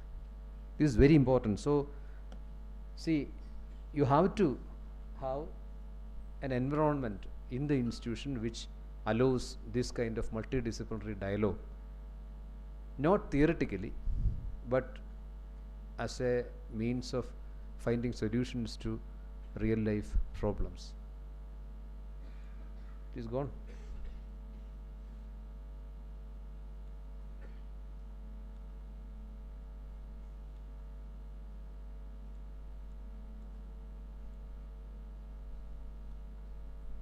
See, I would just tell you a few things and we will wind it up. It's already 4:45. See, not that one. See, it is just for your thought. Just for your thought. See, what would be the current concerns of the world and how does a scientific institution of this kind be instrumental in dealing with these issues? Say, can you think of various technological pathways to address the issues of the Sustainable Development Goals? 17 Sustainable Development Goals have been notified by the United Nations. And what exactly is the role of the College of Engineering Trivandrum in addressing at least a few of these 17 goals? Can you evolve some technological pathway? The Kerala is also now trying to, maybe Kerala has been rewarded as the best state in the country which have accomplished these goals in record time. Not that entire thing has been fully accomplished. In all indicators, we are much above other states. Is there any technological solution so that this can be addressed as a team, as a technology institution? And what are the development challenges and opportunities in developing and deploying science, technology and innovation for emerging challenges such as the COVID-19 pandemic? Do you know what has happened in Kerala after COVID-19 pandemic? Except a few of us who are fortunate, lakhs of people have lost their livelihoods. Lakhs of people have become jobless. Lakhs of people have returned from the Gulf and other countries. Many people have lost their assets. See, do you have any responsibility to be a contributor to solve these issues? Can you innovate on this? Can you think ways by which you can help them? Earlier, during COVID, people used to give sanitizers by chemistry department, masks, etc. They are all things which are very, very primary, rudimentary. I am just asking you as a team of technocrats, do you have any program to address the most important development need of this state? Issues which have occurred or happened subsequent to COVID-19 pandemic. So these are all questions which you can ponder. How can governments and other stakeholders work together to address various causes of digital divide? Is there any means by which you can address the issue of digital divide? See, I have taken this topic, this content from United Nations site. I was searching for content. I wanted to put certain things. So I had a line of thinking in my mind. I wanted to have substantial data and also some facts. So I happened to see this particular thing. I thought of posing these challenges to you as an institution, whether you can be a team which can address these issues from the technological point of view. How can we mobilize science, technology and innovation to improve the lives of those furthest behind? Furthest behind is the most marginalized. See, Kerala is going to embark on a very promising campaign which is going to take Kerala to the highest level a state can reach. We are now going to eradicate absolute poverty in the country, in the state. We have come up with a drawn up a plan. So a team of people will go to each household which have been categorized as extreme poor. We are going to find out different factors that contribute to this extreme poverty, and we are going to address each of these issues one by one by the local governments, wherein we require association and help of technocrats, institutions, people with a will to help. So maybe what we target is, after 4 years from now, Kerala would be declared as a state without extreme poverty. So these are all happening around you. So how can we be instrumental in that? So likewise, see, so many issues are there for us to address, and these are all societal issues. only a slice of the issues that we face as a society, and how do you address these issues as a community of scientists and technocrats, whether your institution has the environment to foster this kind of innovation, which might have heard about IIT Delhi's Rural Technology Center. You might have heard about that, we've been closely associating with the technologies. I had been to that place several times, and IIT Kharagpur, so many places have got that kind of rural technology centers where scientists and maybe engineers like you sit together and find out solutions to small rural problems. So indigenous dairy collection, indigenous milk collection, vessels, structures. IIT Delhi only had a program to improve upon this, and that directly hit the lives of several people. So likewise, there are small interventions which would be possible. So these are only examples. It does not mean that it has to be a small scale thing. It can be a bigger scale thing as well. But see, inviting the whole society on to the confinements of your classroom, getting exposed to the issues which are out there in the real world, and trying to relate your academic program with the issues that people face would benefit you in different ways. One is that becomes a big source of research issues which can be pursued by you as a researcher. It would lead to multidisciplinary ways of problem solving. It would enhance the status of the institution as a useful institution. It would establish linkages with so many other agencies around you, and it would be a major step towards attaining excellence as an institution. So I think my time is almost through. It is 4:45. I have to rush off to my office. So in fact, I wanted to speak at length, citing examples and all that. You are so lucky that it did not happen. So I am also happy. You must also be happy, all the more happy than me because it is ending. And so thankful to each one of you. Since I had given you a very rude instruction that nobody should shut their eyes, everybody was pretending to be listening. Thank you for that. And I wish you all the best in your career. Try to be good teachers, good researchers. Try to build up your own very good and innovative institutions, and be useful to the society. Thank you so much. Thank you.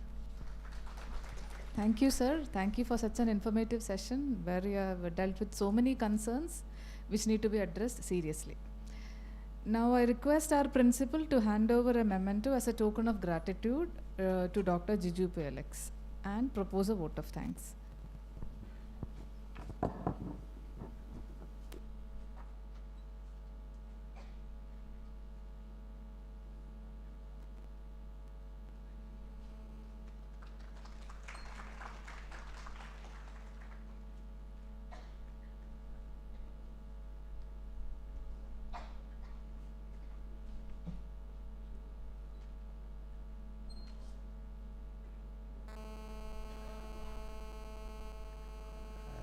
Respected Dr. Jiju Alex, my dear colleagues, unfortunately I could attend only the last part of his session, but that itself for 5 minutes I got lot of things from him. That is multidisciplinary research, teamwork. Actually there are some examples of multidisciplinary research, civil, electrical, mechanical, architecture departments, etc. working together, but only 1 or 2 groups like that. And teamwork, actually that also happens here and there only, but this is an institution with a faculty strength of 300, and if you work together as a team, you can create wonders to this institution, and you can make CET to an international institution through your teamwork. Actually, I think that is lacking to significantly in this institution. And also I think there are compartments. Mechanical department is one compartment, and within that several compartments. Civil department is one unit, one compartment, and within that several compartments. But nowadays the research is not like that. It is totally, not only the engineers and doctors work together, engineers and social scientists work together, chemistry, physicians. Say our opening session was by a professor in chemistry, and he opened their doors. He is from IIST Trivandrum, opened their doors for collaboration, and there are a lot of opportunities. And so Dr. Jiju Alex himself has demonstrated problems to you, because identifying problems is that is the most difficult part of anything to research or contribute. And he has thrown problems to you. I think at least one or few of the team should evolve from you to take up these type of challenges. And in the budget of the government, in technical education there is a program called Rural Technology Development Center, and this has communicated in the usually the budget outlay of the technical education that will not be discussed in any college or college council, but we have discussed that in the college council, and it has we have taken decision to communicate this to the faculty, because the actions should come from the faculty as individual or as team. And also this program is eye opener for not only for this session, every session is eye opener, and it actually provides platforms for you to start working for the institution, but not working for the institution, working for yourself, working for the society. And without actions and work, nothing will happen. Therefore, for that we should change, and my request is every one of us should change by a small margin. Not anyone cannot change totally, or but we can change slightly, or in terms of our attitude, or in terms of our approach to the students, everything in terms of the culture of the CET. This culture, the externally looking CET is the #1 institution, but several culture inside has to change, and then through that only we can make changes, and we can arrive at our goal. And the sir has given a very enlightening session in this direction, and I thank you, sir, on behalf of all the participants and on behalf of this institution. Thank you. Thank you, sir, and thank you all. Participants, please ensure that you have marked today's attendance in the sheet provided before leaving the hall.